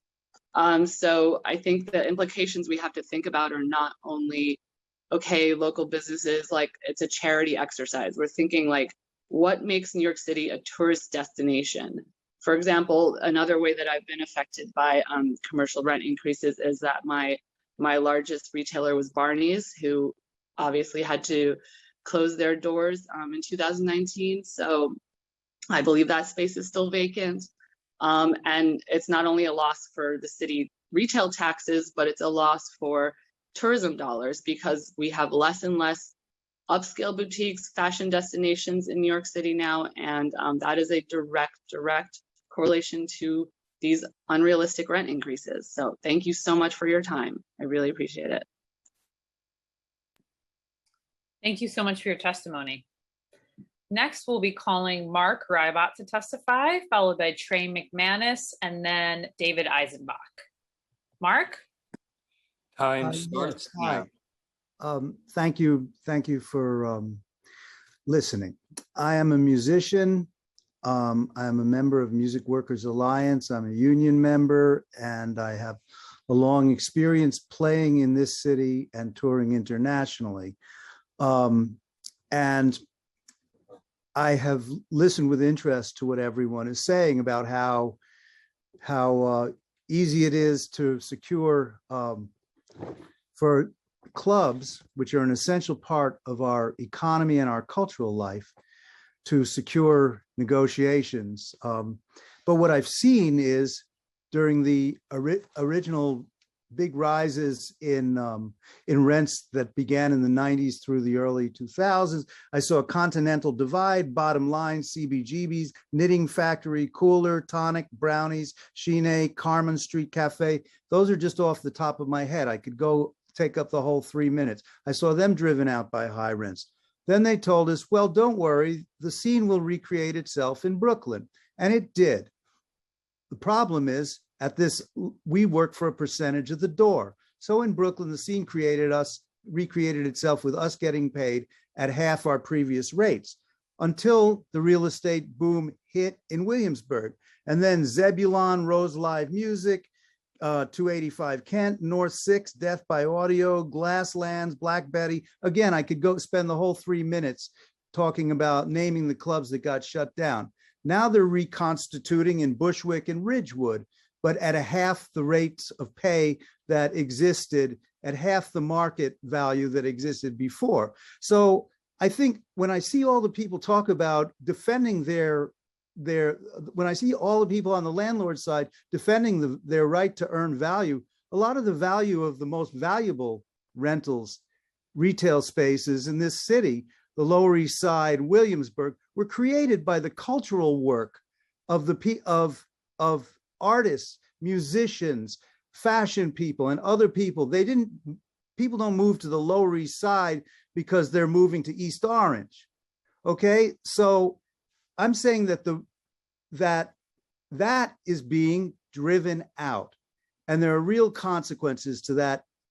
I could make the economic arguments and have elsewhere about the damage to the loss of value of the city, but what I'm not going to make the economic argument today. I'm going to ask you a simple question, everyone here. If I said, how about an all expense paid week in Paris? Everybody here would smile. Well, what I'm saying to the city council people here today is, don't go to Paris. Build Paris here. Build Paris right in our own city. Build a city that values its culture, that values something other than the market. Thank you, Mark. Thank you for your testimony. Next, we'd like to invite Trey McManus to testify, followed by David Eisenbach, and then Gregory Udan. Trey? Time starts now. Hi, everybody. Trey. Glad I got to follow up another entertainer. I'm also an entertainer. I'm a circus artist.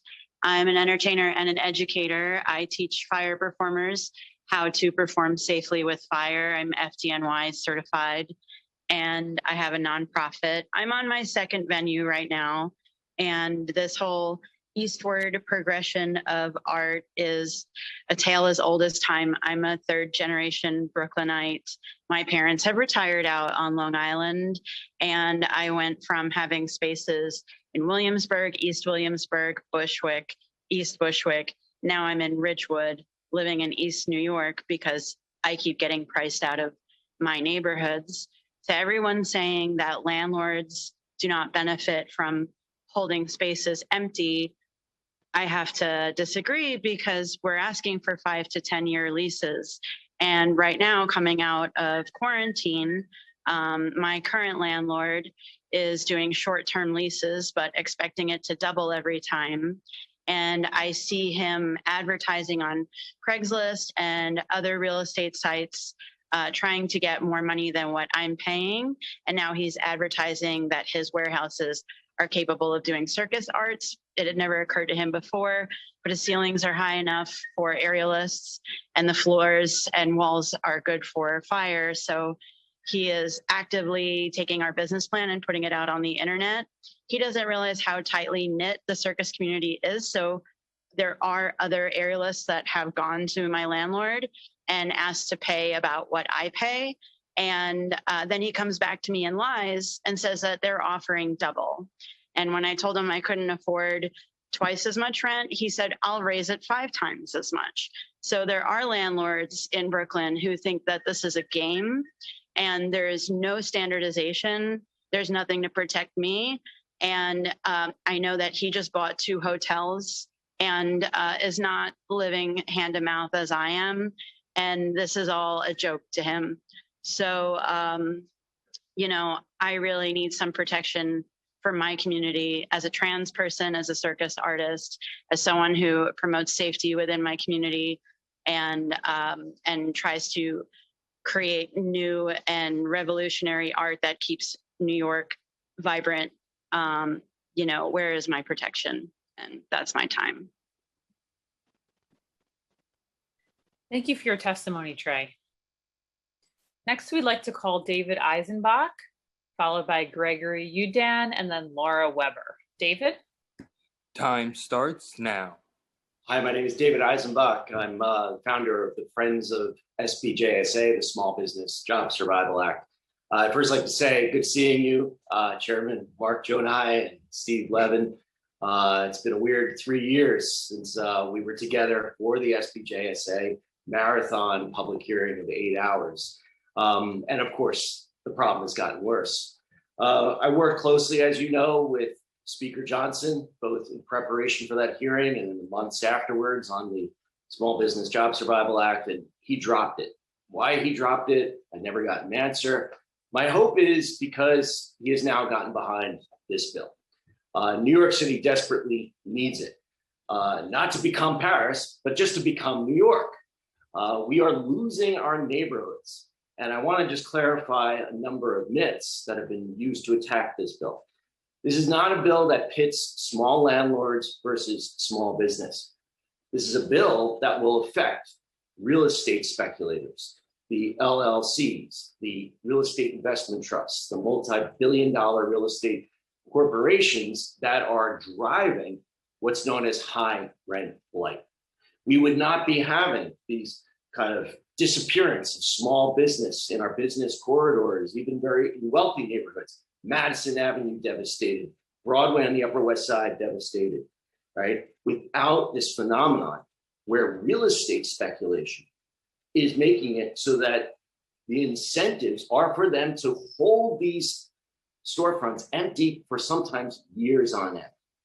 That has got to end if we are going to rescue the American dream that has provided the avenue for immigrants, from people from all over the world to make their way in New York City. Secondly, this question of home rule, right? And why, and that this bill is somehow illegal. Well, this was repeatedly reassured to me by Speaker Johnson that we have the power to pass this bill. And I'll remind you, throughout history, every time there's been an opposition to a piece of legislation, there's been outcry that it's illegal. Only a judge is going to decide. And yes, the real estate board in New York is going to sue. It's going to be challenged in the courts. That is for certain. But I'm confident, the Speaker is confident, many lawyers are confident that this bill is entirely legal. And lastly, this is a battle between big real estate and small business and neighborhoods. The choice of the city council is which side are you on? Are you going to line up behind the New York, the American dream, our immigrant communities, the very thing that has attracted us and kept us here as New Yorkers? Or are you going to side with big real estate? We know which side Bill de Blasio is on, that's clear, right? Are we going to side with him in big real estate, or are we going to side with New York? Thank you, David. I've enjoyed working with you over the years on a wide variety of issues that impact the small businesses. But David, can you please help me understand what a large landlord is compared to a small landlord? A large landlord versus a small versus a small landlord. Here's the key distinction, Mark. The landlords who are really in it for the rent, who are in it so that they are. No, I know, but we often hear big LLC landlords. I'm sorry, they're the ones that are not going to be affected by this bill. The rent is still going to go up. They're still going to get their rent. It's the ones who intentionally keep spaces off the market, who have artificially declared what rent they're going to ask in order to appease a bank so that they can get mega loans, so that they can get themselves into these leveraged deals so that they're stuck, so that even if they wanted to lower the rent, they can't because the loan would be called back. That is how real estate speculation results in this bizarre situation where certain landlords can make more money not renting the space than renting it. That's what this bill is going to attack. It's not the small landlords that you care about, that I care about, that help build this city along with the small businesses. This will not affect them. That's what I wanted to clarify. That there's a distinction, and I don't know what that line is between a large landlord and a small landlord. It's more like a good landlord versus one that is purely interested in real estate speculation. The good landlords are going to be protected by this bill. The real estate speculators, the ones who are based in Abu Dhabi, right? They're the ones that are going to take the hit. And the real estate board in New York, right? They're on the wrong side here. David, thank you for all of the hard work. And by the way, thank you, Mark, because when COVID hit in 2019, you were the first one I called and you picked up right away. So you are a champion for small business, even if we disagree on this bill. Thank you, David. Next, we'd like to call Jared Cooperman to testify, and then we'll be calling Gregory Udan and then Laura Weber. Jared? Time starts now. Hi, Chairman Jonai and members of the committee. Thank you for having this important hearing today on Intro 2299 and Intro 1796. I want to thank Councilman Yeager for his opposition to these bills. My name is Jared Koopman, and I will be giving testimony on behalf of Edward Klein, who was unable to attend today due to a funeral in the family. This is his testimony. My name is Edward Klein. I'm a real estate owner, managing member of a law firm, and promoter of higher education in my employ for several hundred adult members of the Jewish faith. I have close to 100 people in my employ in my various endeavors. Suffice it to say that if these storefront Bill of Rights and commercial rent control bills are passed, New York City will no longer be a place to conduct a real estate business. When the official legislative arm of the great city of New York abrogates contracts entered into consensually between members of the business world, the time has come to pull out of New York. The council's wholesale reformation of tens of thousands of contracts in the form of leases amounts to a massive rewriting of most of the commercial real estate relationships in this city. It is simply wrong. Its implications are socialist at best. Property owners have financial obligations to maintain their buildings for the tenants' benefit and to comply with various federal, state, and local laws. Landlords have to pay insurance and real estate taxes. The city council is interfering with constitutionally protected contract rights by forcing landlords to keep a commercial tenant at what amounts to a fixed permanent rent as determined by some political appointee. These rewritten leases will negatively impact many landlords' ability to pay their own expenses for their properties. The council members need to know that your consistent pummeling of the real estate industry through various new statutes, the guarantee law, and mandates is causing the following developments to occur. Much of the real estate industry is fleeing New York City. In the multifamily sector, you have already seen sales activity, leasing activity, and other types of real estate activity decline in 2020 versus 2019 due to the city council and New York State legislature's extraordinary actions taken during 2019. This proposed bill is the city council's attempt to continue to strip all real estate owners of their rights and a portion of their income stream and to convey those rights to the tenants that we serve. It is a grossly unfair attempt at rewriting the relationships between landlord and commercial tenants that have evolved over the last 100 or more years. Ladies and gentlemen of the council, it is time to wake up and smell the roses. Your statutes such as the Storefront Bill of Rights and commercial rent control bills will do extraordinary damage to the entire fabric of business in this great city of ours. Please reject these proposals. Thank you for listening and thank you for your understanding. Thank you for your testimony. I see that Councilmember Levin would like to ask a question. Sure. Sure. I just want to, Mr. Krugman, I want to thank you for your testimony. I just want to just point out that the 1796, I can't speak to the other bill, but 1796 does not abrogate existing contracts. It does not nullify any existing contracts or leases in any way, shape, or form. It does not speak to existing contracts. It does not it does not in any way touch any existing contracts. Just want to make sure we put that clarity on the record. Thank you. Oh, okay. Thank you so much, Councilman. Thank you for your testimony. Next, we will be calling Gregory Udan, followed by Laura Weber, and then Kari White. Gregory? Time starts now. Hello, my name is Gregory Udan. I'm the Research and Advocacy Coordinator for Dance NYC. Dance NYC is a service organization that serves over 5,000 individual dance artists, 12,000 dance-making entities, and over 500 nonprofit dance companies and the many for-profit businesses in the sector. Dance NYC is in support of the commercial rent stabilization. Since the start of the pandemic, we've been conducting our own research, and we've become aware of at least 24 organizations that have closed, but this has been happening before the pandemic due to the affordability crisis and the high commercial rent and the lack of regulation that remains a force behind cultural displacement of many small businesses and many arts businesses that are really essential to hyperlocal tourism that can help to drive the city's economy. And these businesses have been in staples in these neighborhoods, many for over 20 years. As well as that, that commercial tenants are not afforded the same protections that residential tenants are afforded right now, and that we really believe that this would create a large impact on the community and help us to combat some of the oppressive systems, to give more equitable access to small business owners, especially coming from Black, Indigenous, people of color, and immigrant owners, so that implementing commercial rent relief and stabilization would directly support the financial viability and longevity of these tenant organizations that would otherwise lose their risk and cause cultural displacement, and as well as regulating the administrative and economic power that landlords that lease to small businesses and arts organizations can take.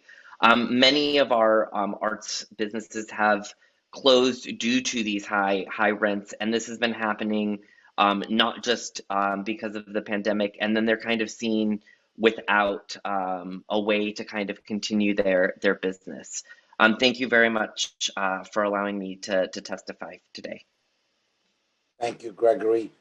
Stephanie, if I may, for all those that were called on that may have missed their turn at the very end, we're going to be calling on all those that are waiting as we near down closing our list. Is that correct? Well, we have two more on our list. We have Laura Weber and Kari White. If there's anyone else other than those two individuals who has not been called yet, you can start raising your hand on Zoom now, and we'll get to you in the order your hand is raised. Laura Weber, please proceed with your testimony. Time starts now. Thank you for this opportunity to speak. I want to thank Councilman Levin, Tessa, Catherine, and Paula for all their hard work and dedication. My name is Laura Weber. My company is LW Pearl. I'm the owner of a garment manufacturing facility in the Garment Center. I provide a service of product development and production to designers from couture to ready-to-wear. I would like to give you a small insight into my experience. My business is located in the Garment Center on 38th Street off 8th Avenue. I've had quite the experience while trying to find somewhere to operate my business and find a forever home. As a manufacturer, my business is not the most attractive business model to landlords. This is my third space in 18 months. If anyone knows what moving is like in New York, you know that it is an extremely stressful process. Navigating the renting as an immigrant, I'm already at a disadvantage because I lack credit history. This month, September 2021, I received a duplicated invoice from my landlord. After questioning this, I found out that this is an additional cost for real estate taxes and operating expenses, which I had not taken into account. The jump in variation in costs for space from a 1,200 square foot space to an 8,000 square foot space is exorbitant in Midtown. In turn, it inhibits me from growing. This is as much as a disparity as I am literally turning away work. Manufacturing locally is already a fragile industry. Regulating spaces will level the playing field between small businesses like mine and larger chains that are coming into our neighborhood. It will also reduce vacancies. If landlords cannot raise rents because a franchise wants to move in, they will not have an incentive to hold out for that chain store tenant. Passing commercial rent regulation now is urgent. The fashion manufacturing industry is its own supply chain. An industry advocate compared our industry to the Great Barrier Reef. We cannot operate without one another. In just one garment, it can go through 12 factories.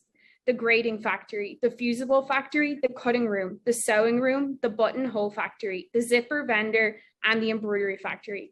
We need to stay together and we need each other within this community. We need to stabilize our neighborhood businesses. Please pass Intro 1796 now. Thank you, Laura. I see we have a question from Councilmember Yeager. Councilmember? Thank you very much. Just real brief. As you described them, Ms. Weber, what I'm hearing is that your rent is increased not because of anything necessarily that the landlord did, but something that the city of New York did. They raised his taxes, and he's passing it along to I you. have not questioned that, but within trying to find a forever home, I've had to move 3 times. No, So- I'm hearing your story, and I'm not disagreeing that this has been incredibly difficult on you trying to build a business in New York. And what I've been talking about, and I think what some members of this council have been talking about, though certainly not all, is that in our desire to help businesses build in this city, this council has ignored the hardest restriction on businesses building in the city, which is the real property tax. And what you're describing is, as you try to search for a home for your business so that you can contribute to the economy in the city and to support yourself and your family, the city of New York has imposed upon your landlord, notwithstanding the pandemic of the last year and a half, notwithstanding the fact that real property values have not necessarily increased in the year and a half, the city of New York has imposed a cost on your landlord, and your landlord has turned around and passed it along. I've had 3 landlords, so I'm sure that maybe one of them has experienced that, but I can't. Ma'am, I'm repeating what you. I'm not arguing with you. I'm repeating what you said. Yeah. I'm repeating. You said this at the beginning of your testimony that your landlord gave you a bill listing new charges based on new taxes that he has now received, which makes sense based on the timing. It's now September. It's 3 months after the first bill of this new fiscal year that the landlords received, because the city council raised his taxes, even though the city council lies to New Yorkers and says we don't raise taxes. So I just want to frame it in the right way, which is that you're suffering not because your landlord did something to you, but because the city of New York did something to him. And with that, Mr. Chairman, thank you very much. I'll turn it back to you. Thank you, Councilmember. Next, we'll be calling Kari White, followed by Laura Wolf Powers, and then Eric Dillenberger. Kari? Time starts now.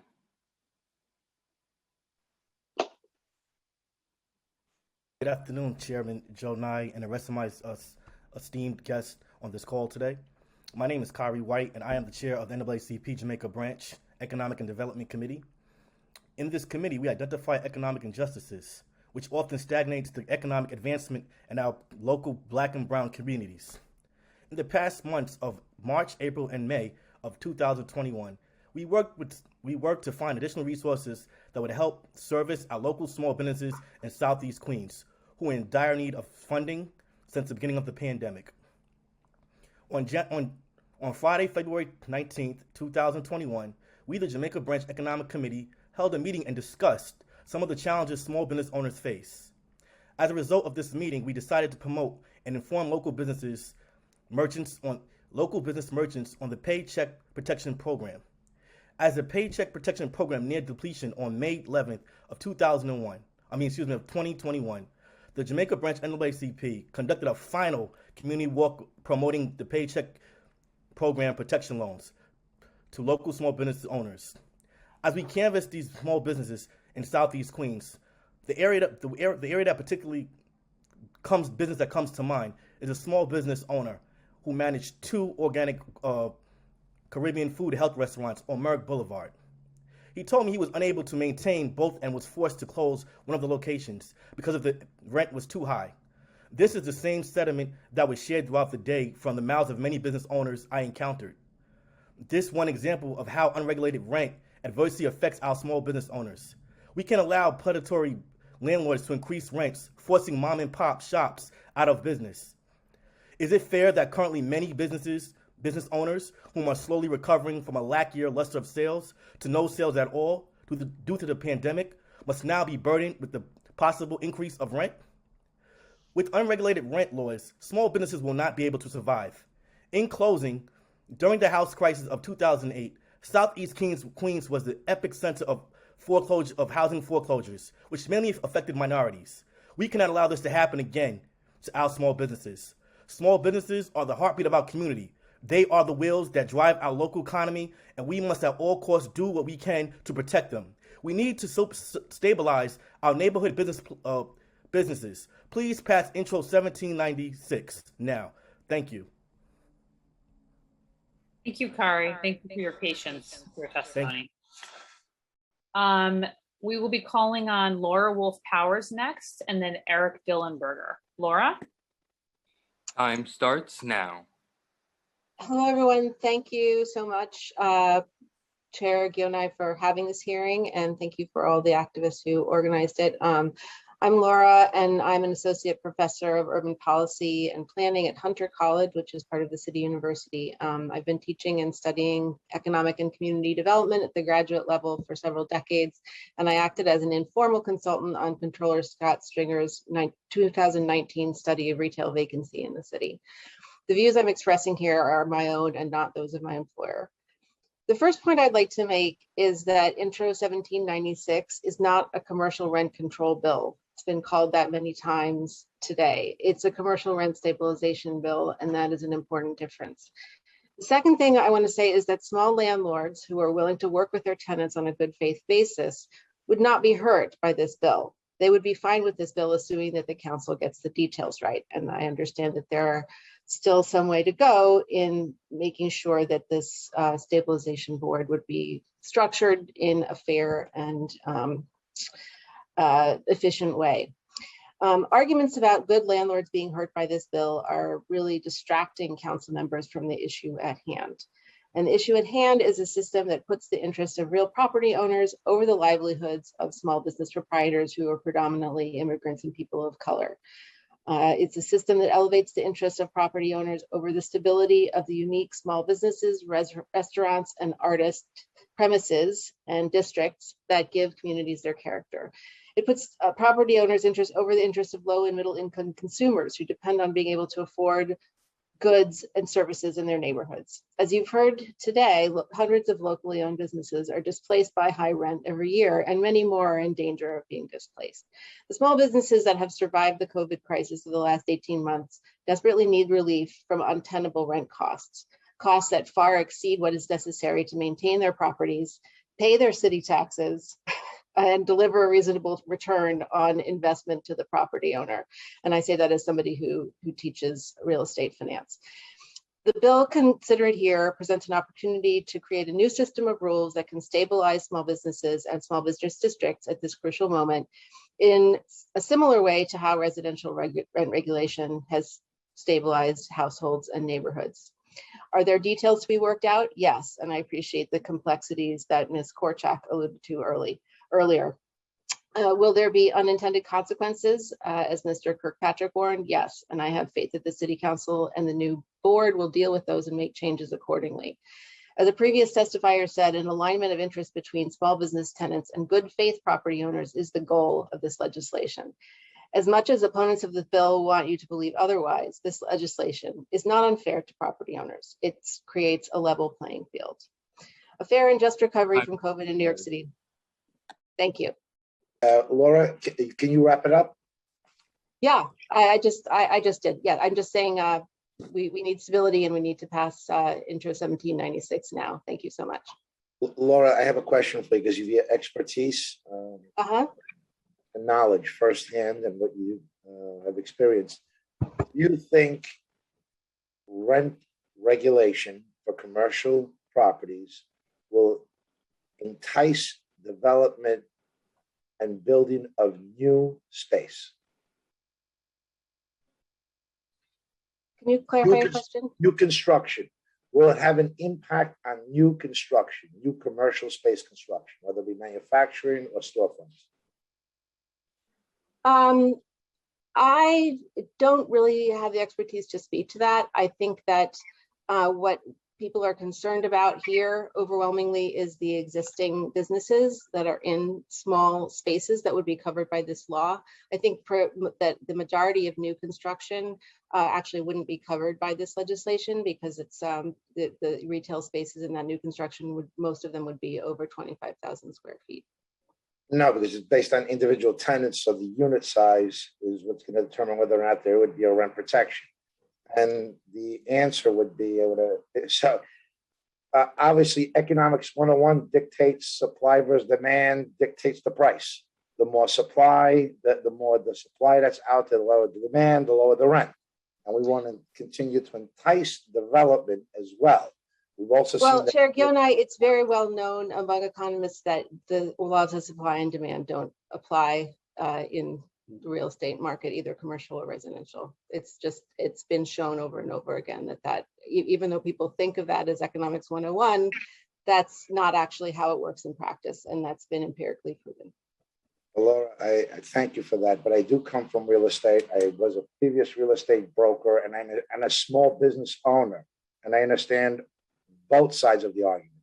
I was a tenant and a property owner and manager, and I can tell you that supply dictates price across the spectrum. Housing in New York City, where we don't have enough supply, is the problem that we have, and also the rent protections are a lottery system. So new developments don't fall under the rent protections. And therefore, if you were one of the fortunate tenants to have a rent stabilized or rent control apartment, you don't give it up. And it's not determined on your family status or income. It's your potluck. You hit lotto. You have a rent protected apartment. Doesn't make a difference if someone else out there needs it more than you do. You're the fortunate one. We need to create an incentive here to continue developing more commercial space that would be suitable to making New York City the great city it is and making it even better for small businesses. So, can I respond to that? Sure. And if you're gonna respond, they'll stick on the supply, because the same small businesses that sell products are subjected to that economic definition of supply versus demand. Competition will obviously put and more supply of services will put a downward pressure on pricing. So please do. I recognize that that's how the economic models say that it works. I think in real estate, a major factor is actually that's not taken into account by those diagrams and models is the influence of finance. And somebody else mentioned earlier in their testimony how many properties are owned by LLCs. They're owned by companies that are not based in New York, and their incentive is they're very highly leveraged. They've borrowed a lot of money, and their incentive is to extract the highest amount of rent possible. And so there is not a clear relationship between the supply and the price. I mean, there's a literature in real estate finance that is exploring this topic more and more, and I'd be happy to talk with you further about it online. I would love to, Laura, but also remember, a vacant store doesn't help the finance problem. If there's a loss of revenue, they can't recoup. This is not wine. It doesn't get better with time. A vacant store is revenue that you could typically never recapture. So I was hoping that we continue this dialogue, but we'll do it off record and continue. Sounds great. I'd love to get together sometime. Thanks. Thank you, Laura. Let's see. Last we have Eric Dillenberger, followed by Andrea Bowen. If there's anyone else who has not yet testified, please raise your hand and we will get to you. Eric, please proceed. Time starts now. Hi, my name is Eric Dillenberger. I'm a small property owner in New York. And this law is a solution in search of a problem, which creates new unintended consequences. New York loves an underdog, and it's fashionable to bash on the property owner. In this quest to protect the little guy, who is a little guy, and what the heck is fair rent? In August 2019, a Department of City Planning study found that there were many reasons why commercial businesses fail and spaces are vacant, and rent was not the primary reason. The Chinatown bid did a similar survey and found the number one reason was street traffic. The proposed law affects commercial and occupational spaces under 10,000 square feet and manufacturing spaces under 25,000 square feet. Putting aside this odd and arbitrary criterion, what is the square footage of a McDonald's, a Starbucks, or an NYU MRI facility? Between 600 and 5,000 square feet. These tenant corporations have revenues of hundreds of billions of dollars. Do they need protecting from the big bad landlord or vice versa? The law alludes to a potential distinction between these multi-billion-dollar tenants and a corner diner, but never enumerates an exception. It's not easy, clear-cut, or legal to prescribe exceptions. 2 examples. My client built a beautiful salon in Soho and negotiated such a low favorable rent that 10 years later, they were able to sell their business to a national chain based upon the appreciation of their lease for many hundreds of thousands of dollars. In 2010, I rented space to a small electronics company, very nice folks. Within 3 years, they were bought out for $600 million. So who needs protecting in these circumstances? And ask yourself, who replaces the small owners who are also small businesses after the lien sales? Our void is going to be filled by venture capital funds, publicly traded owners, or nonprofits who are funded by our own tax dollars. Think of the plight of the small farmer. They have largely been absorbed by Monsanto, ADM, and Cargill, who do as they please. Small property owners are no different than small farmers. Do you want Blackstone and Kushner, or do you want us? And be careful when you invite in a monster, because he leaves on his own terms. And when you decide to arbitrarily pass out benefits without an equal standard, you will find yourself in the Supreme Court dealing with pesky amendments like the equal protections and taking clauses. And I've heard the sentiment expressed in this meeting that nobody cares if there's a legal authority for this. They just want a solution. But I have to say, law underpins all of society, and you should care. Thank you. Thank you, Eric. I see that Councilmember Levin has his hand raised. Councilmember? Councilmember, if you don't mind, we only got one more person. At the very end, I'll let you close it off, but please, because we can't continue to do this. Go ahead. All right, Councilmember.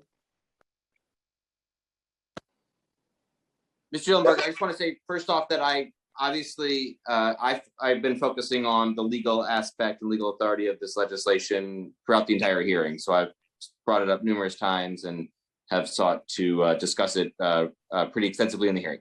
Number 2, just want to ask you what rent increases do you provide on a rent renewal for your tenants?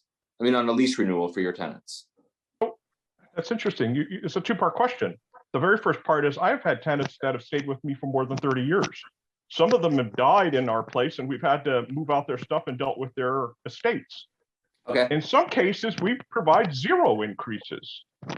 And just like previous real estate person who spoke, sometimes the little guy is subsidized by the bigger guy. It's what allows the playing field to be a little evened out. Now, you talked a little bit about the law and your research on it, and obviously the law is a very flexible thing. And the Supreme Court's makeup is been realigned, for lack of a better word.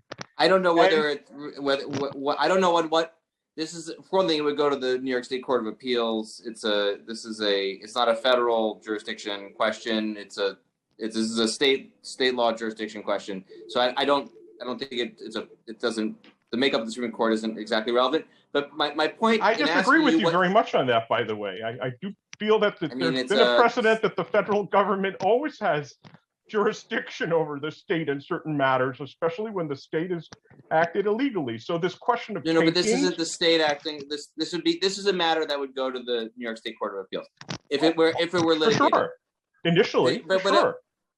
But what I wanted to ask you about your rent increases is that in the instances where you said that there's instances where it's been 0. In those cases, obviously, this bill does not impact.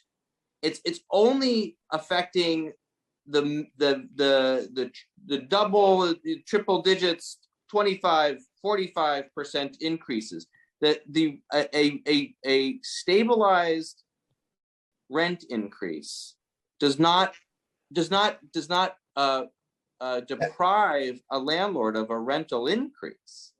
It just provides a prescribed rental increase. That's all. Hold on. Eric, before you answer that question, council member, with all due respect, Yes. please take this offline. And I think Yes. you have Yes, to Chair. understand the complications in negotiating. Some tenants need the landlord to build out the location, which plays a major role in the rent. Some tenants work out lower rents in the interim, and then on the back end, negotiate higher rent increases. And it's not something we can figure out on this Zoom conference in this hearing. Yes, sir. But I appreciate that. Thank you, Chair. Eric, I hope you submitted your testimony in writing. I'll be happy to. Thank you, sir. Thank you, sir. Thank you. Thank you, Eric. And finally, we have Andrea Bowen. Andrea, thank you for your patience, and please proceed with your testimony. Time starts now. Thank you. Good afternoon, Chair Janai, council members Levin and Yeager, and other council members and staff assembled. I'm Andrea Bowen, and I'm testifying as government affairs consultant with the New York City Network of Worker Cooperatives, or NCNOC. NCNOC is a trade association for worker cooperative businesses in the NYC metropolitan region, and I'm here to testify in favor of Intro 1796. Several cooperatives have already testified today as to the importance of commercial rent regulation, speaking from their personal experience and hardships.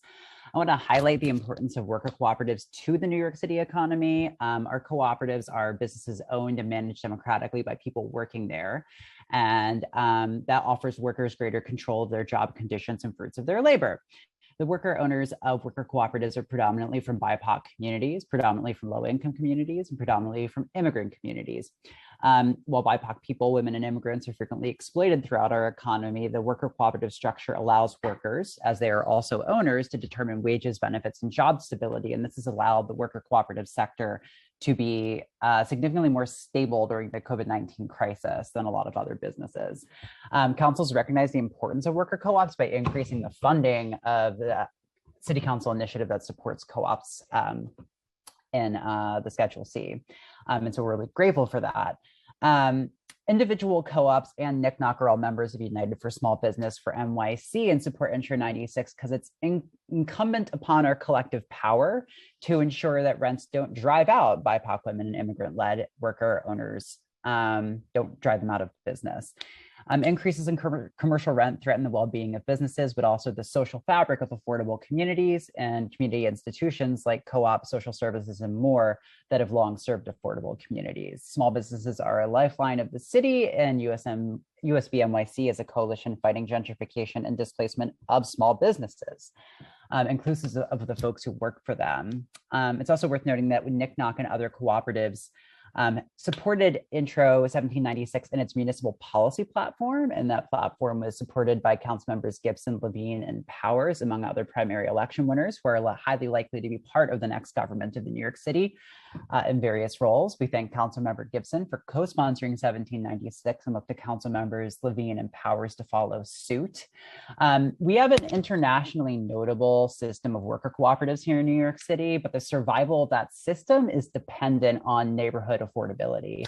And neighborhood affordability is strongly determined by commercial rents. So please keep our worker co-ops and small businesses thriving. The market has always required taming and should not be prioritized over the thriving of worker co-ops among the many institutions that determine our community fabrics. And finally, I'm a transgender and queer person. I love to work with co-ops because they provide a means for community members who are frequently denied access to economic means to start and run their own businesses. And I was speaking with Sarah Schulman, who's one of the city's most storied LGBTQ activists of all time, about neighborhood affordability. And she was talking about how commercial rent regulation is necessary to maintain the affordability of our storied queer enclaves. And as go queer enclaves, so go other communities that rely on neighborhood affordability. So thank you for your time, and I appreciate your work today. Thank you, Andrea. That concludes our public testimony. If we have inadvertently missed anyone who is registered to testify today and has yet to be called, please use the Zoom raise hand function and you will be called on in the order that your hand was raised. In the meantime, I see Councilmember Levin has his hand raised. Yeah, we're going to let council member close it out. Let's see if there's anyone else that wants to testify that was not heard from.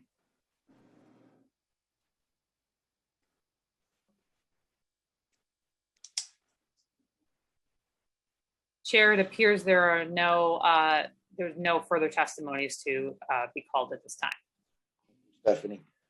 Councilmember Levine? Chair, I just want to thank you. I want to thank all of the everybody that has waited so patiently to testify throughout this close to 7-hour hearing. So we're not quite an 8-hour hearing, but we're closing on an hour 7. But I want to thank everybody for your heartfelt and thorough and illuminating testimony on this very complicated issue. I thought that this was actually a very substantive discussion, and that is a testament to the chairmanship of Chair Jonai and to his committee councils who have so effectively administered this hearing. And so, Chair, I want to thank you. I want to thank Councilmember Yeager for staying the entire time. But again, just very much appreciate your attentiveness to this issue. Thank you.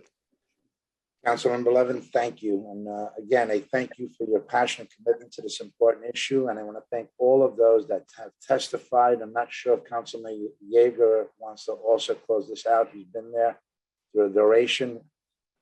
These hearings are important because we get to hear from all stakeholders. And the more we hear and learn, the better the solution toward problems. So I'm grateful to all of you who waited up to 7 hours to be heard. I'm grateful to those of you who are still on and listening to learn as well as some of the issues, and the expertise that was on here was incredible. So to each and every one of you, thank you. And to the committee council who so patiently has been working behind the scenes and during this hearing, I am grateful to you for the hard work. And that's Noah and Stephanie and my own staff. So with that, this will close out our public hearing. Thank you so much for being a part